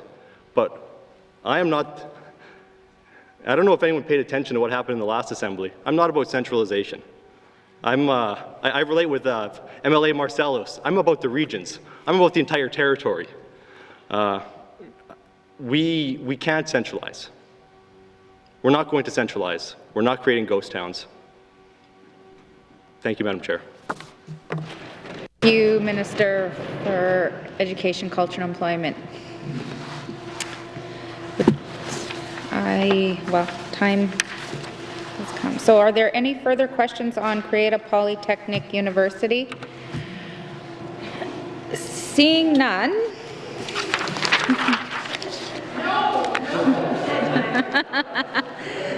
Seeing no further questions, committee, do you agree that we have concluded consideration of table document 1219 brackets 2 2019-2023 mandate of the government in the Northwest Territories? Agree. Thank you, Premier. Thank you, Premier, and our thanks to the witness, Mr. Goldney, for appearing before us. Sergeant at Arms, will you please escort the witness from the chamber?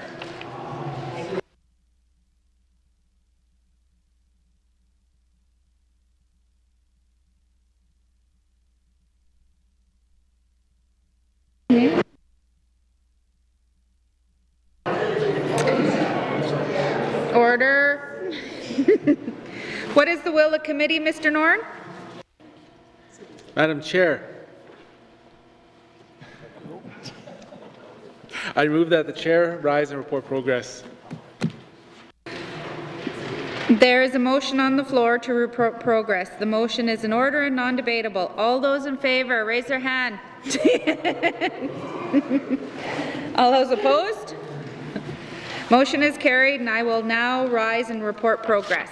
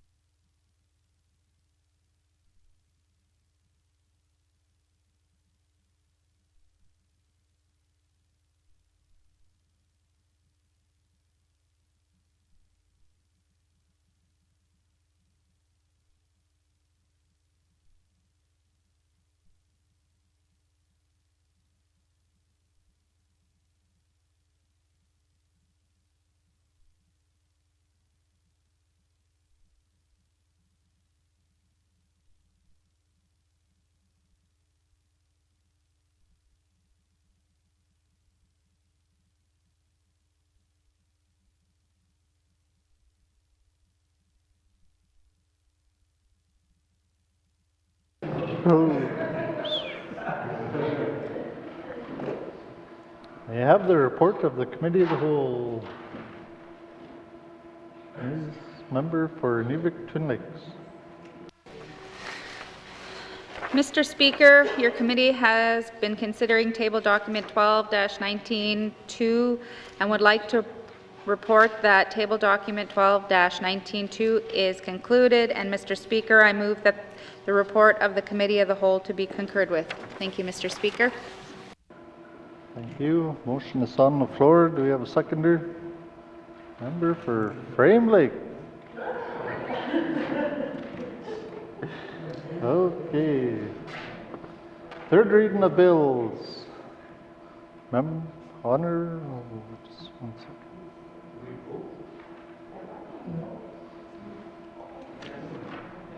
Oh. Minister of Finance. Mr. Speaker, I move, seconded by the Honourable Member for the Sawtooth, that Bill 2, Supplementary Appropriations Act, Operations Expenditures, Number 4, 2019-2020, be read for the third time. Mr. Speaker, I would request a recorded vote, please. Thank you. Thank you, Minister. The Minister has requested a recorded vote. All those in favour, please rise.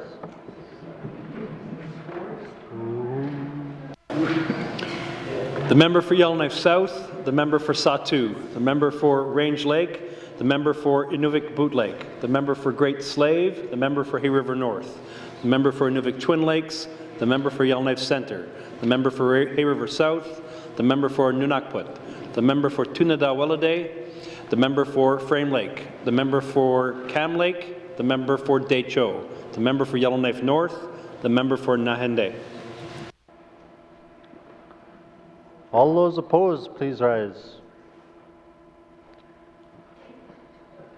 All those abstaining, please rise.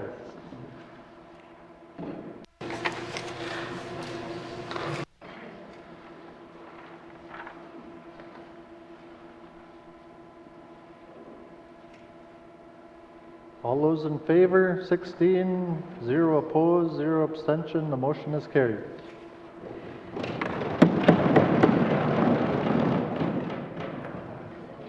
Third reading of bills. Third reading of bills. Mr. Clerk, orders of the day. Orders of the day for Friday, February 28, 2020, 10 a.m. Prayer, minister statements, member statements, returns to oral questions, recognition of visitors in the gallery, replies to the budget address, day 4 of 7. Acknowledgments, oral questions, returns to written questions, replies to commissioner's address, petitions, reports of committees on the review of bills, reports of standing and special committees, tabling of documents, notices of motions, notices of motion for first reading of bills, second reading of bills, consideration in committee of the whole of bills and other matters, table document 30-19-2, table document 43-19-2, report of committee of the whole, third reading of bills, orders of the day. Thank you. This House stands adjourned until Friday, February 28th, 2020 at 10 o'clock a.m. Thank you. Order!